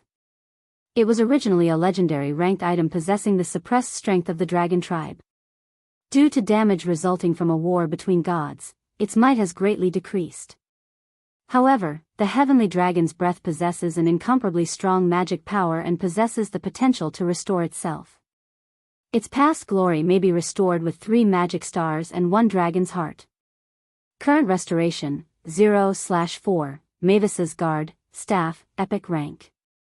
Level 1, Level 60. Equipment requirement, Intelligence 80. Attributes adjust according to user's level. Magic damage plus 20%. Maximum mana plus 20%. Mana consumption minus 10%. Ignore levels plus 10. All magic type skills plus 2 levels. All item level requirements reduced by 10 levels. Additional passive skill, Spear of Light. There is a 15% chance to trigger this skill when attacking, launching a Spear of Light at the target and causing 200% magic damage. Additional skill 1, Guardian of Light. Grants a target immunity to all magic damage, reduces physical damage by 80%, and recovers 5% HP every second for 20 seconds cooldown, 20 minutes. Additional skill 2, Stars of Light. Deals 500% magic damage to targets within a 5-yard radius, or deals 300% magic damage to targets within a 20-yard radius. The damage scales up by 10% every second for 15 seconds cooldown, 30 minutes. Mavis's Guard was once a staff blessed by the god of light, Mavis. It possesses incomparably powerful magic. However, due to the limited materials used to make the staff, it is unable to display its full might. Its maximum level can increase to level 100 if a master forger uses 5 radiant god steel to reforge the staff. Ring of Glory, ring, secret silver rank. Level 15. Equipment requirement, Intelligence 40. Intelligence plus 24, Vitality plus 15, Endurance plus 10, Strength plus 8, Agility plus 8. Increases damage of all light-type magic by 15%. These are a fragmented legendary ranked item and an epic rank item? Aren't they too OP? Blackie and Lonely Snow's eyes nearly popped out of their sockets when they saw the attributes of the 3 items previously. They thought that the attributes of a secret silver weapon were already powerful. Only now, after seeing these attributes, did they understand that no matter how strong you were, there would always be someone stronger than you. In the face of fragmented legendary ranked items and epic ranked items, secret silver ranked items were simply trash. Chapter 161, Frightening Damage. Seeing these items' attributes, even Ye Feng himself was greatly shocked. It was the first time he had witnessed the attributes of a fragmented legendary ranked item. In his previous life, the attributes of fragmented legendary ranked items were all kept secret by their respective owners, so others could only guess the actual attributes. He truly did not think that the Heavenly Dragon's breath would be so powerful. Instead of increasing a fixed amount of attributes, it had a percentage-based increase of the user's attributes. It was no wonder the powerhouses who possessed legendary ranked items claimed that only a powerhouse could use the full potential of such items. Even if a weakling obtained one, the bonuses would not be significant. If Ye Feng could equip the Heavenly Dragon's breath right now, with his current attributes, he could easily kill a level 20 elite player. Unfortunately, with the equipment requirements of 200 strength, 200 agility, and 120 intelligence, Ye Feng could only helplessly stare at it. Right now, his strength was only at 111 points, with only 123 points in agility, and a measly 50 points in intelligence. He was still far from possessing the required attributes with the magic weapon he possessed. He would obtain 2 more free attribute points than other players for each level up. Even so, if he wished to equip the Heavenly Dragon's breath, he needed to be level 20, at the very least, and own a full set of level 20 fine gold equipment. Blackie, see if you can equip Mavis's Guard and the Ring of Glory. Ye Feng handed the 2 pieces of equipment to Blackie. Ye Feng had made considerations when he chose these 2 pieces of equipment. He could not always carry everyone in the party, as he still had many things he needed to tend to. However, if he wanted his party to level up quickly, the party needed a powerhouse to lead it. Meanwhile, the matter regarding an epic weapon was extremely important. The person he could trust the most was Blackie, so he could feel secure passing both the Mavis's Guard and Ring of Glory to Blackie. With the improvement brought about by these 2 pieces of equipment, Blackie's damage output might even surpass his own. After all, his magic weapon was currently only the equivalent of a dark gold weapon. It was still a distance away from rivaling an epic weapon. Moreover, Blackie was a mage class, and Blackie's grinding speed was originally faster than his. In addition, the skills Mavis's Guard granted were extremely powerful. Blackie would have a much easier time leveling up the party than he would this. Alright, then. At first, Blackie hesitated. He felt that he did not possess the qualifications to wield this epic weapon in the least. However, looking at Ye Feng's serious attitude and trust, he nodded his head earnestly. Although the requirement of 80 intelligence was very high, Blackie was already level 11. His character's attributes massively increased. He also had a few pieces of secret silver equipment. After he added all his attribute points he received from leveling up into intelligence, he just barely reached the staff's requirement, managing to equip Mavis's Guard. Right now, Mavis's Guard was a level 11 epic ranked staff. The staff increased numerous attributes. There was also an additional critical attribute that gave a 20% chance of magical attacks achieving a critical hit. It was much more powerful than Blackie's original goal. Mavis's Guard also reduced the level requirement for equipment by 5 levels. After Blackie equipped the Ring of Glory and the previously obtained level 15 mage class mysterious iron equipment and bronze equipment, he was completely born anew. He now gave others a faint oppressive feeling. This isn't real, right? My intelligence has reached 186 points.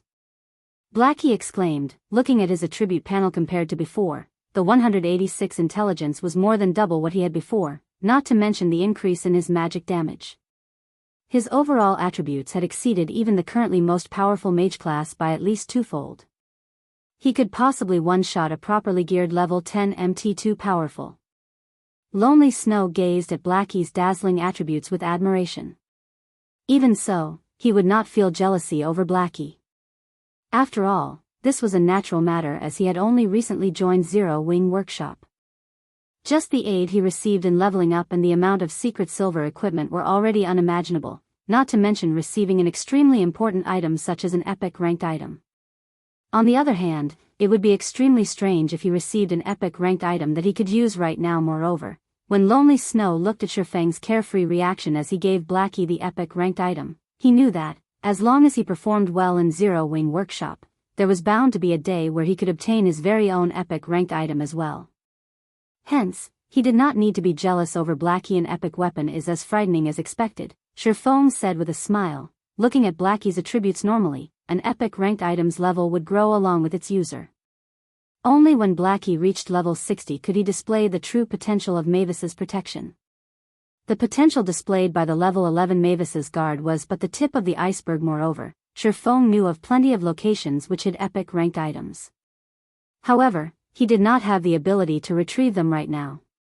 He also did not have a powerful team, so he had no way of obtaining those epic ranked items at the moment.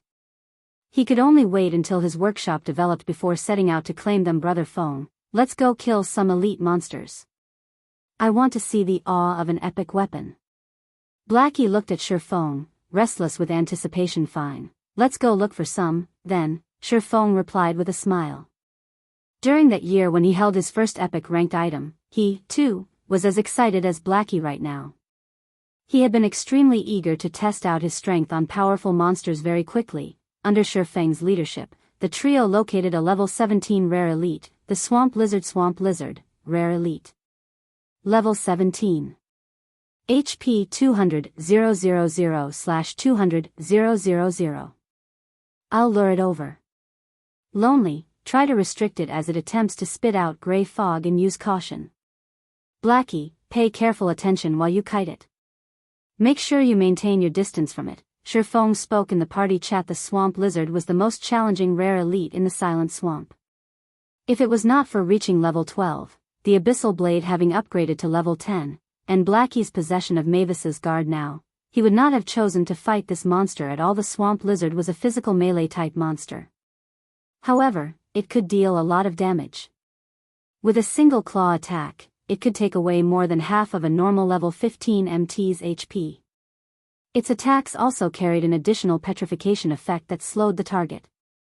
Moreover, the Swamp Lizard's movement speed ranked at the very top of all the monsters found in the Silent Swamp.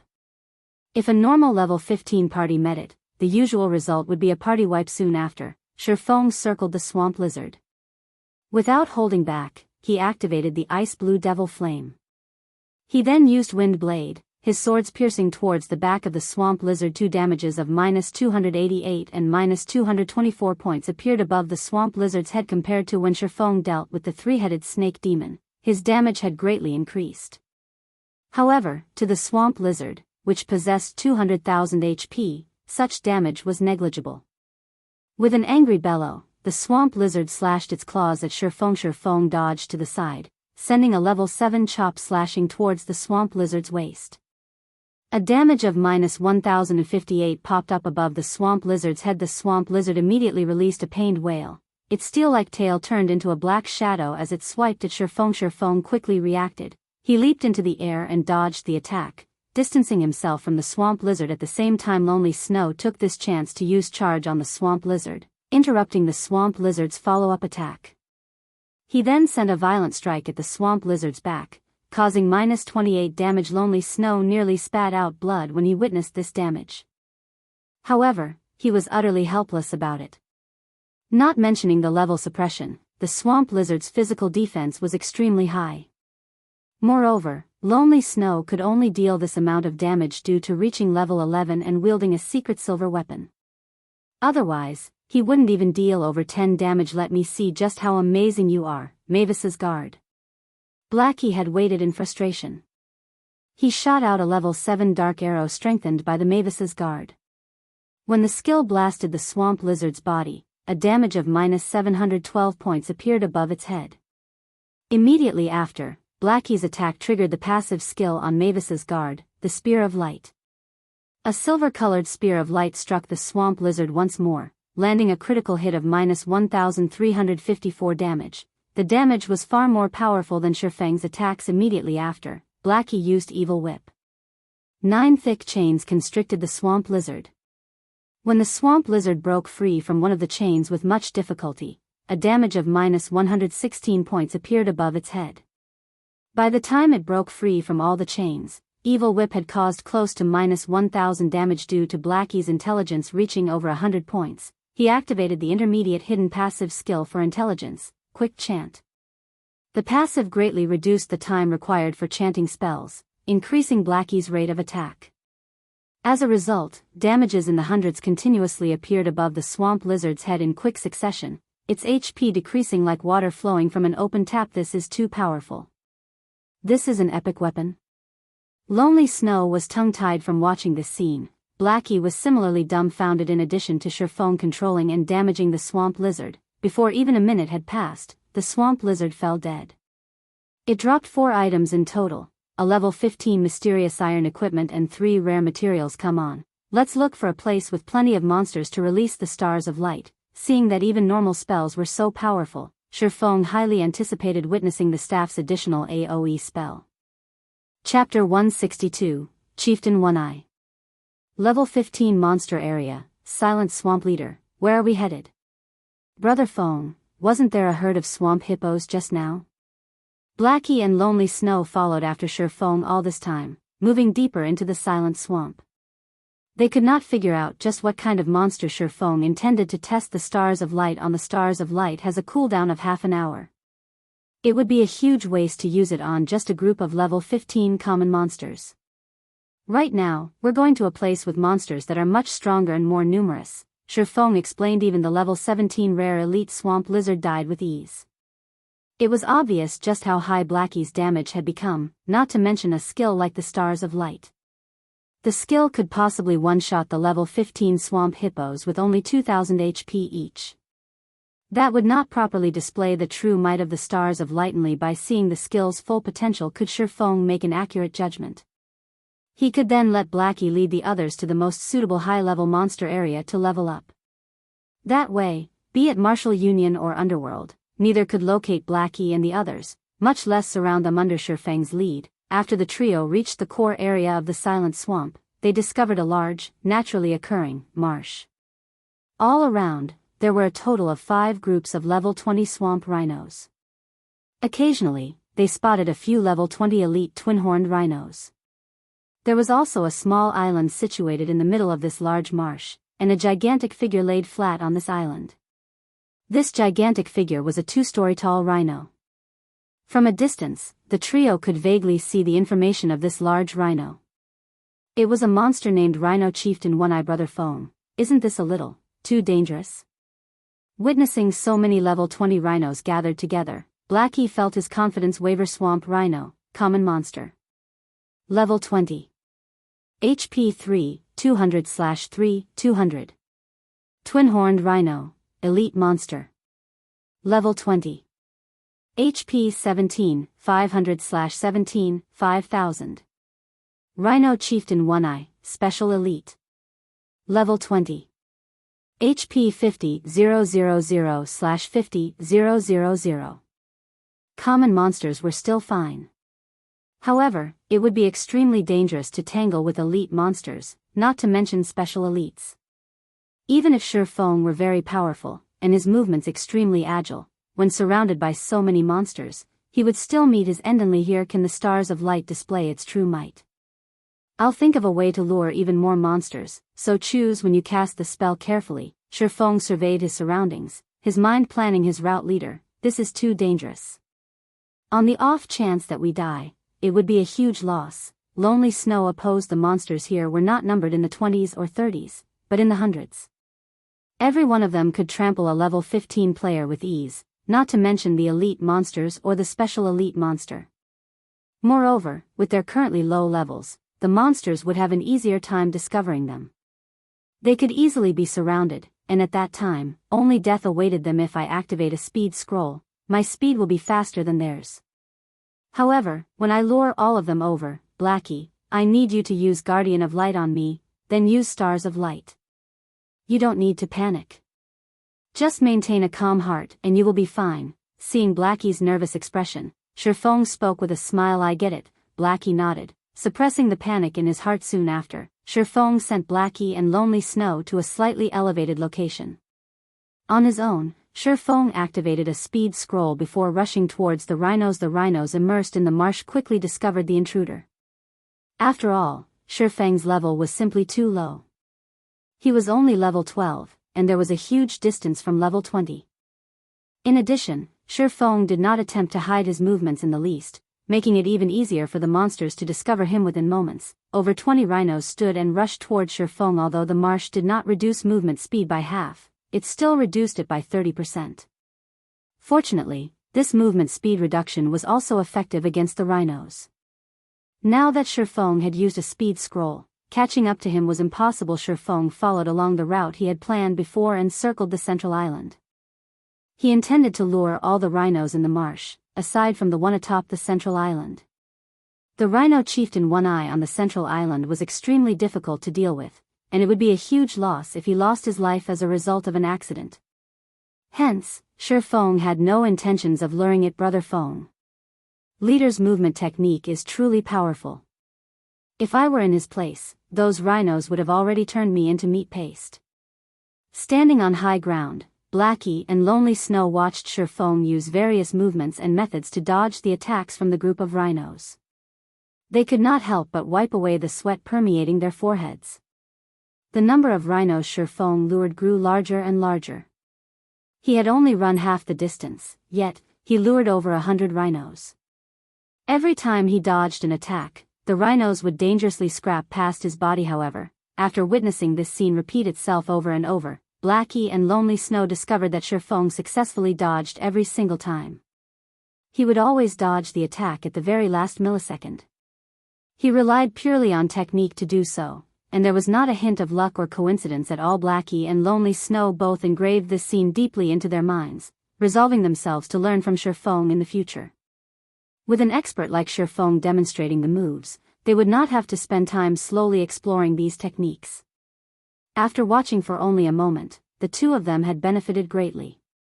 They could not help but wish they could try out these dodging techniques right this instant. Just when Shi Feng thought that all was within his control, an elite twin-horned rhino suddenly appeared in front of Shi Feng, charging at him. Although Shi Feng used parry to block this attack, his entire person was still sent flying. By rotten luck, he landed on the edges of the central island, alarming the rhino chieftain One Eye. Discovering that a human had disturbed its rest, One Eye abruptly stood up. It glared at Shi Feng with its blood-red eye, its front hoofs gouging the solid ground as it released an angry roar. Suddenly, it charged at Shi Feng with its steel-like horn. Compared to the other rhinos, this rhino chieftain One Eye possessed an extremely fast speed, and not even the marsh could impede its immense charging power. This was the rhino chieftain One Eye's skill. Violent charge. Even a level 20 MT would instantly die if One Eye's horn smashed into them. Knowing that he wouldn't be able to dodge, Shi Feng activated Defensive Blade. He then used Chop, the abyssal blade, slashing at One Eye's horn. Due to the Defensive Blade's absolute defense effect, Shi Feng did not retreat by even an inch. Instead, a damage of -367 points appeared above the rhino chieftain One Eye's head. Such a tough defense. Shi Feng was slightly shocked. However, Shi Feng did not intend to continue entangling with the rhino chieftain One Eye. The moment One Eye used War Trample, Shi Feng used Silent Steps to appear behind a swamp rhino that was 30 yards away, successfully evading One Eye's attack. One Eye became further enraged when it saw that its target had evaded. It immediately charged at Shi Feng. However, it did not use Violent Charge this time, so its speed was only slightly faster than the other rhinos. Blackie used the skill. After arriving at the appointed location, Shi Feng stopped and spoke into the party chat. Although his plan did not include luring the rhino chieftain One Eye, the plan still had to proceed. He simply had to be more careful now. Leave it to me. Blackie had long since waited with anticipation. Immediately, a golden brilliance descended upon Shi Feng's form. This was the effect of the first additional skill of Mavis's Guard, Guardian of Light. For 20 seconds, Shi Feng became immune to all magic damage.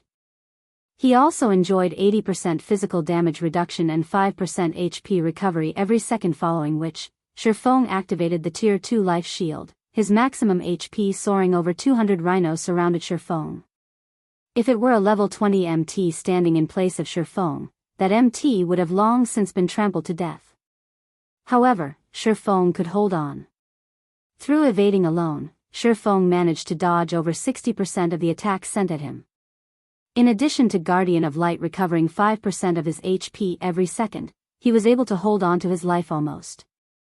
Shine out, stars of light. When Blackie saw all those monsters grouped together, he used Mavis's guard's other skill, Stars of Light. After chanting the final verse of the incantation, Blackie lost half of his mana in an instant. Immediately after, Blackie pointed his staff towards the sky. The dark clouds hovering above the large marsh were instantly pierced and disappeared. The sky trembled, and suddenly, a gigantic golden magic circle appeared in the sky, shining down on the core of the silent swamp. Chapter 163, Mad Leveling. This is. Ye Feng looked towards the sky, discovering that this magic circle was much more powerful than he imagined it to be. Even a Tier 2 spell wasn't as mighty as this. The magic circle actually shook the sky. This was definitely not something a Tier 2 spell was capable of, although Ye Feng did not know exactly how powerful the Stars of Light was. As long as its might surpassed that of a Tier 2 spell, it would be enough to deal with the rhinos chasing after him. Such a powerful magic power. Blackie looked at the sky, towards the light element that madly gathered in the magic circle, with eyes filled with disbelief. This was the most powerful magic he had seen since he started playing God's Domain. As the magic circle in the sky gathered an endless amount of magic, the rhinos on the ground panicked. They started sieging Ye Feng desperately from all corners in an attempt to dispel the fear in their hearts. As a result, Ye Feng had to deal with the simultaneous attacks from over a dozen swamp rhinos. The space available for him to evade was extremely limited. Fortunately, he had a physical damage reduction of 80%, and he could generate 5% of his HP every second. Faced with no chances of dodging the incoming attacks, Ye Feng abruptly leaped into the sky and activated the ice blue devil flame. The clear blue flame instantly covered his body, while the power of thunder and fire gathered around the abyssal blade. Thunder flame explosion. The moment the abyssal blade struck down, thunder and fire engulfed and devoured all the monsters within a 5-yard radius. Damages of -626 points appeared above the heads of the monsters, and there were even some rhinos who received critical strikes, succumbing to over -1,000 damage. All the rhino Ye Feng's attack struck fell into a fainted state, unable to move for 4 seconds. The monsters surrounding Ye Feng in a fainted state formed a natural barrier, granting Ye Feng a short breather. Is it starting? Ye Feng detected that the golden magic circle in the sky had finished gathering magic power. The magic circle then transformed into a shooting star, falling from the sky. Before the shooting star collided with the ground, Ye Feng cast Thundering Flash at the rhino chieftain One Eye. Unfortunately, the 3 streaks of thunder did not deal much damage to One Eye. All 3 attacks only caused around a total of -900 damage. However, Ye Feng's aim was not its damage, but the additional 20% damage amplification effect. It would allow the Stars of Light to inflict massive amounts of damage to One Eye. Finally, the golden shooting star reached the ground, landing in the center of the rhinos. An explosion occurred, and a blinding light devoured every inch of the large marsh from a high position. Blackie and Lonely Snow saw damages of over -1,000 points appearing above all the rhinos in the marsh. There were also plenty that received critical strikes, receiving over -2,000 damage. Furthermore, the rhinos close to the epicenter received damages of over -3,000 points, and some even received frightening damages of over -6,000 points. A level 20 swamp rhino only had 3,200 HP, while the elite twin-horned rhinos had 17,500 HP. Even the rhino chieftain One Eye only had 50,000 HP, -3,000 damage was not a light injury. AO. One Eye was enraged. It immediately directed its furious gaze at Blackie. It was not just the rhino chieftain One Eye. All the other rhinos also redirected their rage to Blackie, as the damages Blackie caused were simply too high. There were many swamp rhinos that instantly died from this single attack. However, during the time these rhino monsters directed their angry gazes towards Blackie, a second golden-colored shooting star appeared in the sky. It, too, descended this time. The impact of the shooting star caused 10% more damage than the previous one. This attack wiped out all of the level 20 swamp rhinos, and only the high HP elites and Chieftain One Eye remained alive. However, this was not the end. With every passing second, for a total of 15 seconds, a shooting star would appear and descend from the sky. Moreover, each shooting star would deal 10% more damage than the previous one. The elite-ranked twin-horned rhinos could only hold on until the 5th shooting star before dying out completely. Meanwhile, Chieftain One-Eye remained alive. Its angry gaze turned deadly as it glared at Blackie atop the high slope. Chieftain One-Eye instantly went berserk, its defense and attack power greatly increasing as it charged forth. "I won't let you go." Shi Feng used Wind Blade and arrived in front of the Rhino Chieftain One-Eye. He then stabbed the Abyssal Blade at it. Abyssal Bind. 9 abyssal chains instantly coiled around One-Eye, preventing it from moving even an inch, following which, streak after streak of stars of light crashed down into the marsh.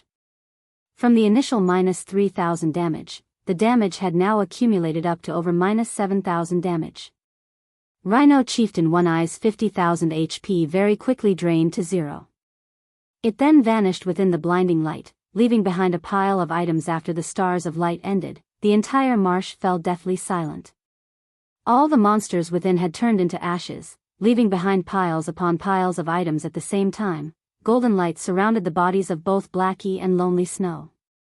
Within an instant, their levels jumped from level 11 to a little beyond level 13. Shi Feng had also risen to 92% of level 13, only a thread away from level 14. Blackie looked at the staff in his hands, then looked at the marsh. He did not know how to express the emotions that filled his heart. Not only had the stars of light killed the level 20 elite monsters, it even killed a level 20 special elite. Its intense might far exceeded Blackie's imagination. Previously, they had enjoyed an extremely envious leveling speed. Now, however, it was no longer envious, but shocking. They rose by 2 levels in just slightly over 10 seconds.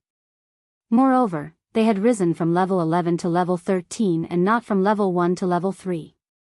Even elite players would have to grind for 5 or 6 days to obtain such a frightening amount of EXP. However, they achieved it in the blink of an eye. This is simply too formidable. If this skill is used in a team battle, no matter how powerful the enemy team was, they would still have to surrender. Lonely Snow unconsciously shuddered as he spoke. Only now did they truly understand why all those large guilds were so desperate to obtain an epic ranked item. Even if they had to sacrifice countless members, they would still willingly choose to overwhelm those powerful monsters with the lives of their people. As long as they obtained an epic ranked item, be it leveling up or securing high-level equipment, everything would become a lot easier. The current scene before Blackie and Lonely Snow was the perfect example. Not to mention a special elite, the stars of light could inflict massive damage to even a chieftain-ranked field boss. This was definitely not a feat that a party, fully equipped with secret silver equipment, could achieve. The aid rendered by an epic ranked item to a workshop's development was simply immense. It far outstripped the usefulness of more than 100 secret silver ranked items. The massacre the stars of light caused yielded Shi Feng's group with plenty of level 15 to level 20 bronze and mysterious iron equipment. There were also plenty of varying gemstones. At the very least, the total value of all these items was 10 gold coins or more. It's finally over. Shi Feng let loose a relieved breath. If it were not for the stars of light, he definitely could not contend with a level 20 special elite that went berserk. However, he managed to verify the prowess of the stars of light personally. He could now send Blackie and the others to the level 22 map, the Crystal Forest, to level up. The drop rate for gemstones in the Crystal Forest was much higher than in the Moonlight Forest. Not only could they level up quickly, but they could also earn a lot of money and extremely precious gemstones and equipment. Moreover, it would be impossible for their enemies to locate Blackie and the others, killing 3 birds with 1 stone. After the trio tidied up all the loot, Shi Feng intended to make a trip back to town to clear up his inventory. Leader, the situation you wanted me to investigate has already occurred. Several guilds have started taking action. Should we start taking action now? Kola, who was in Red Leaf Town, suddenly contacted Shi Feng, his face filled with excitement. Great. Just in time. I've waited a long time for this moment. Our Zero Wing workshop should also start taking action now. Shi Feng smiled brightly. It's about time we show off Zero Wing workshop's strength. Chapter 164, The First Crisis. Kola was at a loss when he heard Shi Feng's words show the strength of Zero Wing workshop. Others had constantly targeted the 3 of them, so they had been hiding in Red Leaf Town all this time. They had no chances to leave town to grind and quest, and they were all only level 7 right now. They were only slightly stronger than the average player. They had no chances of competing with the members of other guilds at all. If this situation continued, their levels would, sooner or later, fall behind even the average players. Is leader telling us to go level up? Cola grew excited at the thought of this possibility. This is too great. We're being stifled to death by constantly staying in town. It would be fine even if we have to slaughter our way out. You three wait for me inside the hotel in the trade area. I'll be there soon. Ye Feng did not further explain, only revealing a faint smile. Brother Feng, what happened to make you so happy? Blackie curiously asked, seeing Ye Feng's joyous smile. Something good. You two, stay here and continue leveling up. I'll bring Cola and the others later on. After you carry them to level 10, go to White River City to do some high-level quests, Ye Feng said. Brother Feng, rest assured, now that I'm fully geared in level 15 bronze and mysterious iron equipment and possess Mavis's protection, carrying Cola and the others will be a breeze, Blackie assured his leader. He was level 13 right now and even had an epic ranked staff. If he could not carry Cola and the others to level 10 quickly, he might as well revert to playing with mud rather than play God's domain. When Cola and the others see our levels, they will be shocked. And when they see Blackie's epic ranked staff, the Mavis's protection, they will be stunned speechless. I am even eager to see their expressions. Lonely Snow joked. That's right. Cola and the others could not possibly imagine that, within just a short few hours, we went from hiding from Martial Union's pursuit to reaching to level 13. We've taken the top 3 rankings within the Star Moon Kingdom and even possess an epic weapon now. Compared to before, it is like the difference between heaven and earth. If I were in their shoes, even I wouldn't believe it. Blackie grew even more joyful at the thought of the shocked expressions of Cola and the others. You guys. Ye Feng helplessly smiled at the sight of his 2 teammates. Soon after, he took out a return scroll, teleporting to Red Leaf Town. At this moment, there were a lot of changes occurring in Red Leaf Town as well. The number of players purchasing equipment in the trade area grew larger and larger, and an endless stream of shouts for purchase filled the air of the trade area. There were many new players walking around and looking at the stalls set up throughout the street, looking for required items and equipment. Meanwhile, inside the hotel at the trade area. I've previously asked you guys to collect hard stones, so just how many have you actually collected? Why is the number of whetstones still 0? Unstable Devastation's expression turned grim as he asked. He abruptly stood up after taking a look at his subordinate's report. Boss Unstable, under your commands, we desperately tried to purchase all the hard stones available. However, we're not sure why, but hard stones are extremely scarce on the market right now. Moreover, they're very expensive. After much determination, we only managed to collect slightly more than 4 stacks. However, our guild has only recently started nurturing forgers, so their success rate of making whetstones is extremely low. So, that subordinate timidly said. Peng.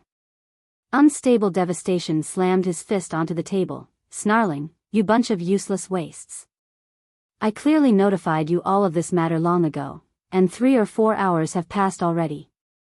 Yet, you guys couldn't even produce a single whetstone? How is the elite team supposed to level up this way? Why do I even need you guys here? Boss Unstable, maybe the other guilds have discovered the issue of their weapons deteriorating quickly? Maybe that's why we only managed to purchase a few stacks of hard stones. The Berserker, 5 Rats, said. That's a high possibility. After all, it isn't only our guild leveling up in high-level monster areas. However, hard stones aren't exactly rare, and they can be obtained from level 2 monster areas or above. Moreover, normally nobody touches those things, so there should be a huge stockpile available in Red Leaf Town right now. There should also be plenty of players selling them on the auction house. We also discovered this matter fairly quickly, so even if the other guilds have taken action, it is impossible for them to buy them all out immediately. Unstable Devastation nodded, then shook his head again. He could not make any sense of the situation. After they started hunting Ye Feng's party, they discovered that the durability of their weapons fell extraordinarily fast. In the beginning, they paid no attention to it, only focusing on leveling up and their search for Ye Feng's party. However, before they found Ye Feng, their equipment and weapons were already close to scrap. Without a choice, they had to give up their search for Ye Feng, returning to town to repair their equipment. Although the journey back wasted a lot of time, the elite team's equipment was extremely precious. If they did not repair it all in time, resulting in their equipment turning into scrap, the guild would suffer an irrecoverable loss. Moreover, without the equipment, they would also have no way to grind and level up. Thus, they needed to return and repair their equipment. After repairing their equipment, unstable Devastation began hearing complaints from his subordinates. The repair fees were too expensive, they said. The cost of repairs had nearly depleted all the money they had. As for classes that wore plate armor, they were even forced to borrow money from others for the repair fees. This situation dumbfounded unstable Devastation. These players were all elites amongst elites. Normally, they carried a lot of money on their persons, and they were considered wealthy. However, their wealth was not enough to cover the fees. Unstable Devastation quickly discovered the crux of the problem. The lower the remaining durability of a piece of equipment was, and the higher the level of the equipment was, the more expensive the resulting repair fee would be. Grinding high-level monster areas greatly depleted equipment's durability. Making a trip to and fro from town to these high-level areas also required them to waste at least 2 to 3 hours. Moreover, they could, at most, stay for 3 to 4 hours at these high-level monster areas before they needed to return to town to repair their equipment. This meant that they had to spend almost half their time in God's domain just traveling. As a result, the time needed for a single level up almost doubled. If they could negate the travel time, their leveling speed would surpass the other players. When unstable Devastation thought of this crucial matter, he immediately instructed his subordinates to look for a solution to this problem. The resulting solution was the whetstones. Although this item could only repair a small amount of durability of a weapon, even that small amount was enough. Compared to equipment used for protection, a weapon's durability decreased at a much greater rate. If they used whetstones to repair their weapons, the total cost would be much less than repairing it at the smithy. Hence, unstable Devastation quickly ordered his subordinates to purchase whetstones. However, they quickly discovered that forgers did not normally create this item as its cost was simply too high. Moreover, whetstones normally did not sell at all. Unstable Devastation could only take a step back once again, and instead, choose to purchase hard stones, the materials required to make whetstones. Hard stones were also relatively cheap items. They were mainly used to create whetstones and certain engineering components.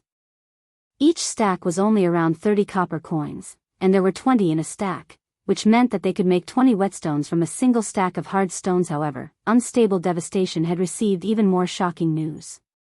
If they could not purchase whetstones directly, then so be it. However, how could hard stones be difficult to purchase as well? In reality, it wasn't just Martial Union who had discovered this problem, the other guilds had also discovered this issue. By the time they tried to purchase hard stones, they suddenly discovered that, be it the auction house or the stalls in town, there were only scarce amounts of hard stones remaining. It was far from enough for the forgers in their own guilds to create whetstones with. Elsewhere, Ye Feng had just set foot on the main street of the trade area. He watched as the various large guilds tried to purchase hard stones at a high price. They purchased each stack for 80 copper coins. The price of hard stones had more than doubled. Immediately, Ye Feng felt an intense joy in his heart. The moment he had long awaited had finally arrived. However, this was only the beginning. He still wanted to add oil to the fire, causing the price to soar sky high. Chapter 165, A Foolish Choice. Ye Feng completely ignored the high prices these guilds were willing to pay. He headed to the appointed hotel directly. He had stockpiled hard stones for so long, to the point where he had purchased 90% of the hard stones available in White River City. Thus, he would not reveal his hand just for this little bit of profit right now. The danger of equipment durability was only beginning. Along with the constant increase of players' levels, they would head towards monster areas of a higher level. Very quickly, players would discover the problem regarding their equipment durability and the importance of whetstones. If they did not possess whetstones, it would greatly affect their leveling speed, and as a result, others would increase the gap between them. This result had caused the demand for whetstones to soar. They were as popular as the commonly used regeneration potions and mana recovery potions. Meanwhile, hard stones were required to make whetstones. Along with the growing demand for whetstones, the prices of hard stones would still increase by several folds in Ye Feng's previous life. Hard stones once sold for a maximum price of 3 silver coins per stack. Its price had increased by tenfold from the original. Right now, due to God's domain's evolution and the investment of major corporations, the available resources were more precious than in Ye Feng's previous life. Most likely, the prices of hard stones would increase to record highs. The current price of 80 copper per stack was only the beginning. Red Leaf Town, Trade Area, Black Rose Bar. At this moment, Fire Dance had gathered her entire team to discuss matters regarding the team's future development. Fire Dance's team often frequented this Black Rose Bar, as it occupied a more secluded region. Very few players came to this place. Thus, this place became the gathering spot for Fire Dance's team. Every time they completed a dungeon raid or obtained some precious item, they would come to this bar to celebrate. Fire Dance, we understand what your intentions are. However, I will still tell you the same thing. We are only playing God's domain to pass the time, and we don't have any great ambitions. We prefer to be free, and we aren't planning to earn any achievements through God's domain. If you want me to join that person called Ye Feng's team, I can only tell you that I'm sorry. That's right, Fire Dance. If it were a normal situation, maybe joining would be fine. However, Ye Feng has a beef with Martial Union, and right now, Martial Union targets us too. Martial Union has already put out the word that, if we do not sever our relations with Ye Feng and apologize to them, we won't ever need to think about leaving town to level up and quest. If we leave town, they'll just kill us and send us back. If we join Ye Feng's team, won't we end up in an even worse situation? That's right. Martial Union is just too powerful right now. There is no way Ye Feng can establish himself in Red Leaf Town. If you want us to join Ye Feng's team, I can only look for another way out of this. I, too, share this opinion. We have lost a lot of our levels, and our average right now is only level 5. We can only apologize to Martial Union if we want to have the possibility to continue mingling in Red Leaf Town. If we join Ye Feng's team, we'll truly be finished. According to my investigations, the Martial Union branch in Red Leaf Town is completely under the control of that person called Unstable Devastation. He has gathered all the players from Martial Union in 5 different towns to Red Leaf Town, and he is prepared to go all out developing in Red Leaf Town. There are many experts from Martial Union in Red Leaf Town right now. Their guild's treatment is generous, and its development rate is impressively fast. I heard that their member count has already exceeded 1,000, and amongst them, there are over 200 elite members. They are much stronger than before. Martial Union has the ability to constantly target us and prevent us from leaving town to grind and level up. We can afford to provoke them any longer. Even if we reach level 10 and go to White River City, Martial Union's member count would have exceeded 10,000 by then. It would only be a simple matter for them to deal with us. It was a mistake to provoke them right from the very beginning. Our only way out of this mess is to offer them an apology. Right, I agree as well. Our original goal in playing God's domain was simply to mess around. We are completely different from the Ye Feng who has embroiled himself in a fight with Martial Union. If you, Fire Dance, wish to join him, please don't drag us in as well. We don't wish to be under surveillance 24 hours a day. Fire Dance did not expect everyone to voice their opinions.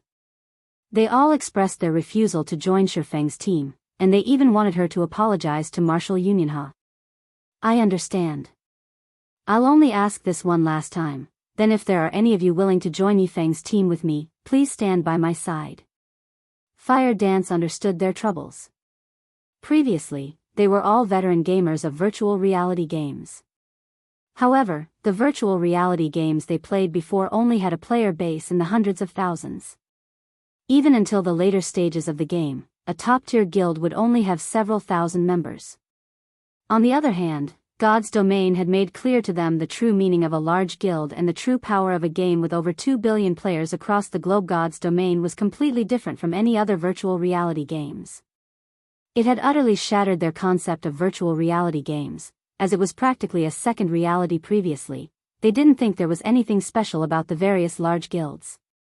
Only now did they truly understand how frightening a guild could be in a virtual reality game.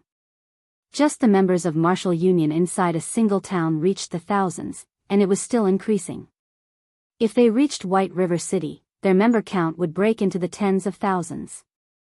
A team of independent players like themselves could not afford to provoke such a large guild. Moreover, such a large guild like Martial Union was only an unrated guild. As for third-rate, second-rate, and first-rate guilds, they were tyrannical existences. Although Martial Union was a very frightening existence in Red Leaf Town, Ye Feng's shocking performance had been deeply engraved onto Fire Dance's soul. She truly thought that she had wasted her time playing those other games before. Right now, only the thought of following Ye Feng filled her heart. She wanted to get to know and experience the world of Apex Experts. Fire Dance, wake up, alright? We will not follow you. Right now, our only way out of this mess is to apologize. Haven't you always dreamt of becoming an expert in God's domain? If you continue fighting it out with Martial Union, you will head away from that goal.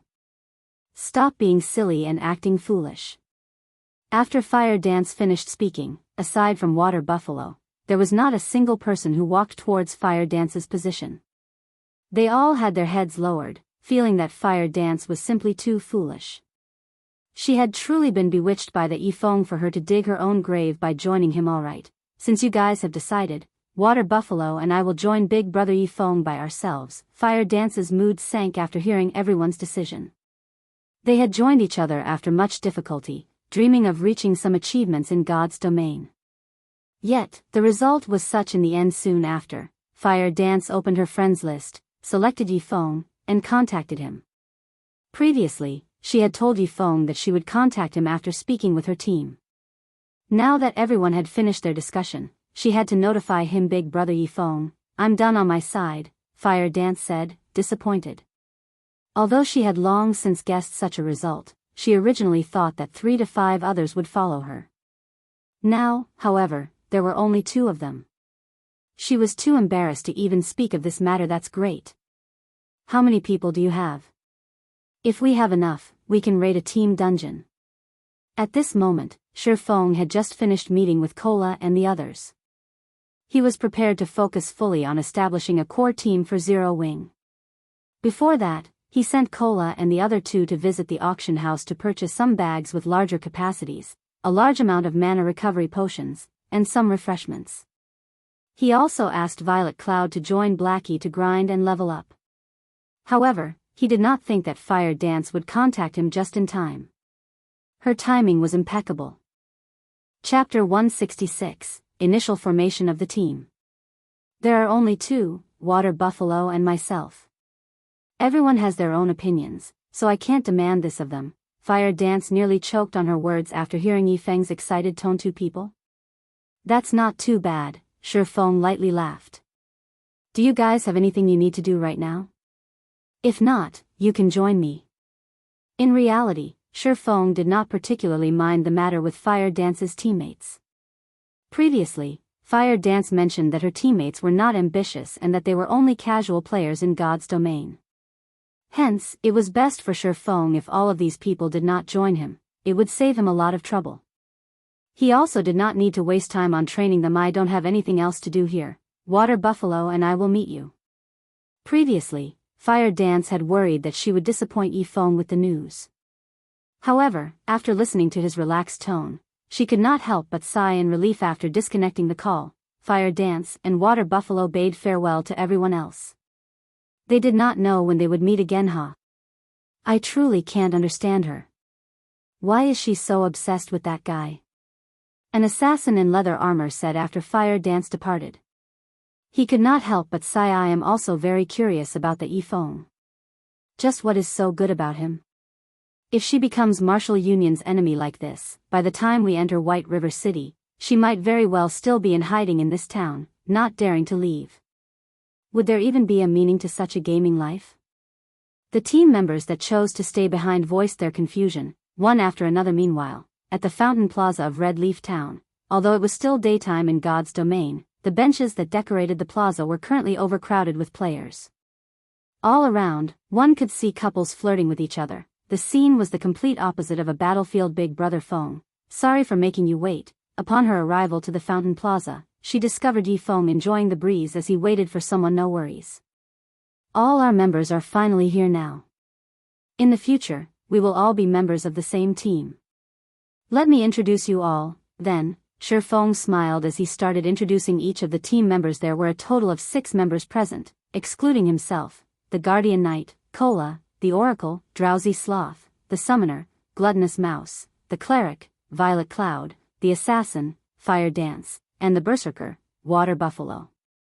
With all 6 of them, they could be a standard dungeon party. Fire Dance, being level 9, was the highest leveled player amongst them. Following her was Violet Cloud and Water Buffalo, who were both at level 8. The remaining were all level 7. Looking at how Violet Cloud had raised herself to level 8 just through cooking, the effort and suffering she had gone through were obvious. If it were not for Shi Feng's stern command, Violet Cloud would not intend to go out to grind at all. She rather preferred continuously cooking and earning money. When Kola and the others saw Fire Dance's level, admiration filled their hearts. Moreover, she was also a great beauty. They only reached level 8 with Shi Feng's guidance. Even if Martial Union had not killed them, sending them back to level 7, they would only be level 8. They were still far from level 9. Moreover, Fire Dance's equipment was extremely high quality. She also possessed a few pieces of secret silver equipment, while the others were mysterious iron. One could see that Fire Dance was definitely an expert, far more amazing than themselves. As for the one who managed to recruit such an expert beauty into the team, Kola and the other 2 could not help but give Shi Feng a thumbs up. This was as expected of their leader. As for Shi Feng's level, nobody in the team could discern it, as Shi Feng had hidden his information with the demon mask. The others could only see unknown. However, nobody felt concerned about his actions. Shi Feng constantly felt like a mysterious expert to them, so it was only natural that they could see his identity. Big brother Ye Feng is amazing as expected. We've only been apart for half a day, yet the pressure you give off has massively increased. After Fire Dance met Ye Feng again, she could clearly feel that he was different from before. He was like an unsheathed sword, and her 6 senses told her that Ye Feng had become much stronger. Since everyone is familiar with each other now, I'll tell you guys what you need to do next, Shi Feng said formally. However, just as Shi Feng was about to reveal their goal, a group of players suddenly appeared and surrounded the Fountain Plaza. Martial Union is dealing with an issue. All those uninvolved, leave immediately. Martial Union's members chased away the other players, taking complete control of the Fountain Plaza. Ye Feng, you've made me look for you for a long time now, a scholarly youth said as he stepped out from the crowd. This was unstable devastation. There were over 400 members of Martial Union crowding the Fountain Plaza. When Kola and the others saw all these players, they immediately panicked, their expressions turning solemn. What? You want to take action here? Shi Feng swept a glance over the players from Martial Union. The majority of them were level 5 or level 6, only a minority were level 8 or level 9 elites. How could I possibly be such a brute? I'm only here today to give you all a final warning, Unstable Devastation said with a smile. Last time, he had taken a huge loss because of Ye Feng. If he could, he really wished to kill Ye Feng now. However, they were right in the middle of town. If he killed Ye Feng here, he might implicate Martial Union as well. However, if he mobilized a dozen or so players against Ye Feng, they would only be helpless against him, disgracing Martial Union's reputation. This was not a result he wished to see. Warning. We've already reached the point of no return. Your warning holds 0 meaning to me. It is only a bunch of nonsense, Shi Feng laughed. You are still so fearless, even when faced with so many of our members. I truly admire you for that. Unfortunately, your strength is limited. You are not an opponent for Martial Union at all. My warning isn't actually directed at you. Unstable Devastation clapped his hands, shifting his sights towards Kola and the others. He then coldly said, this time, my warning is for the teammates standing behind you. You all better come to your senses. If you sever your relationship with Ye Feng immediately, I assure you that I will not pursue past matters and let you all go. Of course, if you resolve to stand with the powerless Ye Feng, prepare to suffer the rage of Martial Union. I admit that killing Ye Feng himself is extremely difficult, however, it is only a simple matter for Martial Union to exterminate you all. Although Unstable Devastation smiled as he spoke, Kola and the others could only feel a deep chill from his words. They could not help but admit that Unstable Devastation's words sounded logical. They were not top-tier experts, and they did not possess that many life-saving skills that could help them escape. Although Martial Union could not kill Ye Feng, that did not mean they could not get rid of them. As proven, they had died once before already. There would definitely be a second time in the future. If such a situation continued, they would not have a future in God's domain, to speak of. Looking at the panicked and hesitant expressions on Kola and the others, Ye Feng spoke not a single word. He remained silent as he stood there. This move of unstable devastations was extremely vicious. He wanted Ye Feng to taste the betrayal of his closest friends. Not only would it reduce his overall power, but it could also become a hit to his heart. Unfortunately, Ye Feng was no longer the arrogant brat that he used to be. On the contrary, he wanted to use this plan of unstable devastations to refine the members of his elite team in the future. The team he led would have to face off against many powerful foes. If they could not handle the challenge before them right now, how could they succeed in the future? Ye Feng did not desire teammates who only enjoyed the good times, but could not suffer through the bad with him. This could be Ye Feng's test for them. He wanted to see just what sort of choice they would make in such a situation. After quite some time had passed, Kola and the others exchanged glances with each other, smiles on their faces. They had all made their decisions, and they all stood by Ye Feng's side without hesitation, having zero intentions of leaving. Kola, Drowsy Sloth, Gluttonous Mouse, and Violet Cloud were originally players who others looked down on. They lived at the very bottom of God's domain, and they only possessed the levels and equipment they had today because of Ye Feng's help.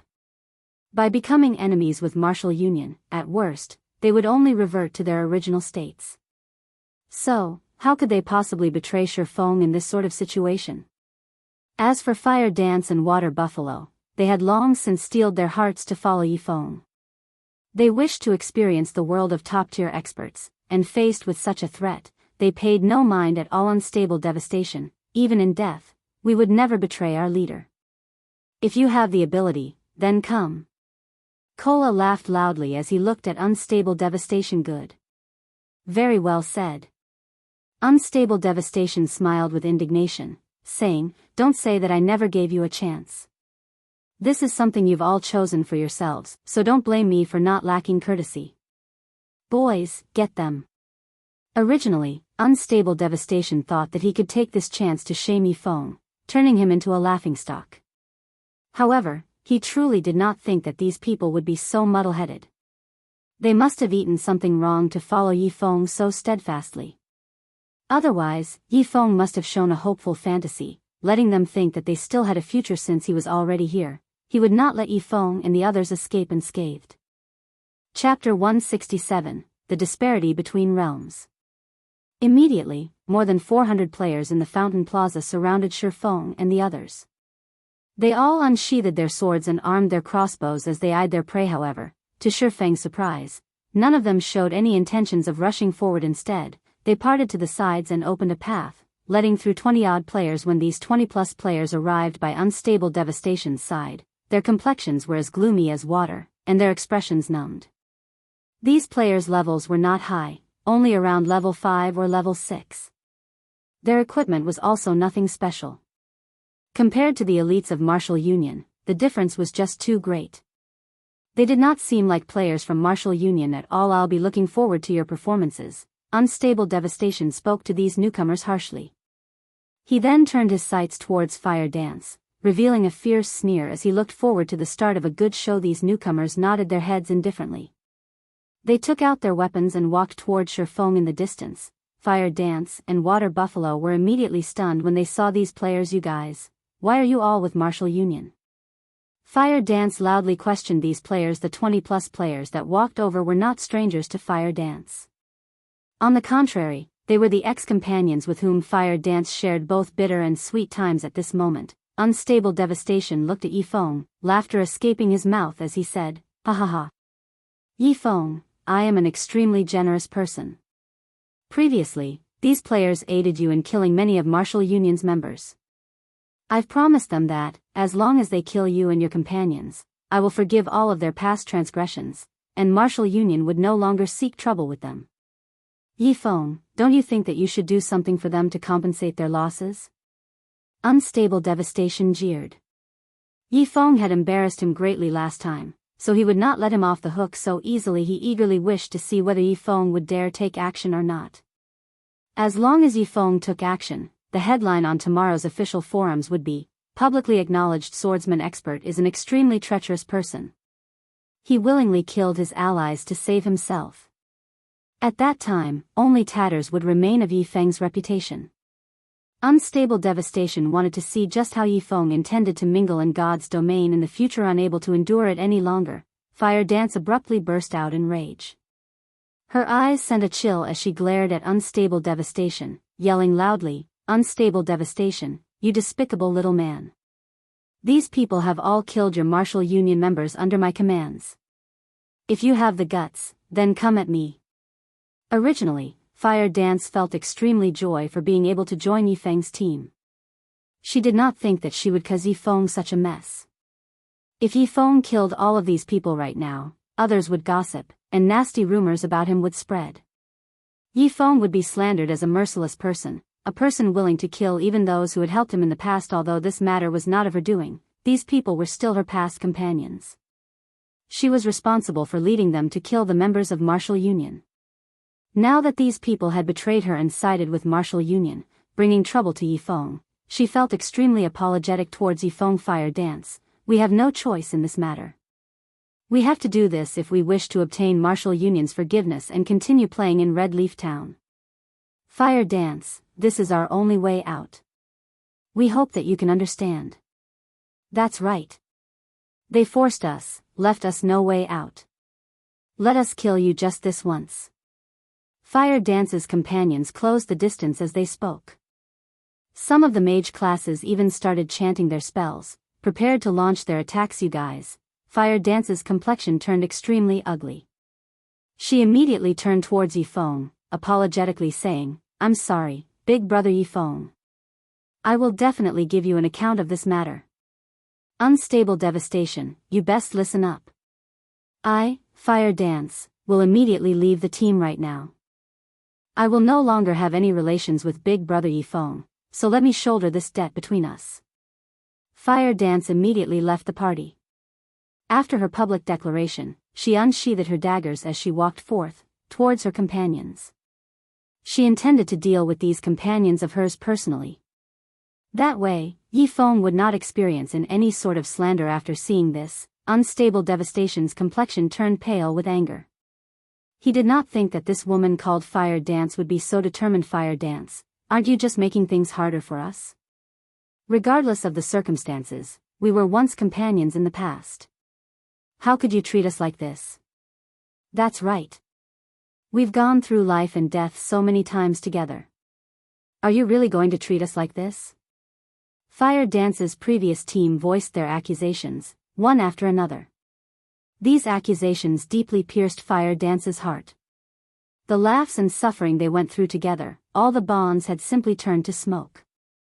The only thing she could do was hold back her tears and kill the emotions in her heart. "Fire Dance, are you going to be so heartless as to kill us?" A middle-aged assassin wearing gray-colored leather armor asked resentfully. His words had immediately caused Fire Dance to pause. However, immediately after, this middle-aged assassin stabbed his dagger towards Fire Dance's heart. Dang. Before the gleaming dagger could reach its target, a pitch-black sword blocked the attack. "Fire Dance, you're not taking me, the team leader, seriously, are you? Since you've already joined my team, you are still a member of our team until this leader decided to kick you out. I will not acknowledge your selfish retirement from the team. Now that you are a member of our team, this team leader has the responsibility of shouldering everything for you. So, in regards to your painful memories, I will help you purge them all." Ever since Ye Feng re-entered God's domain, he no longer cared about what others thought of him, because only weaklings would mind how others looked at them. "Oh, right. I forgot to mention one more thing to you guys. Anyone who joins my team has to keep in mind one important thing. If you constantly mind how others look at you, you will never truly improve your own strength and techniques.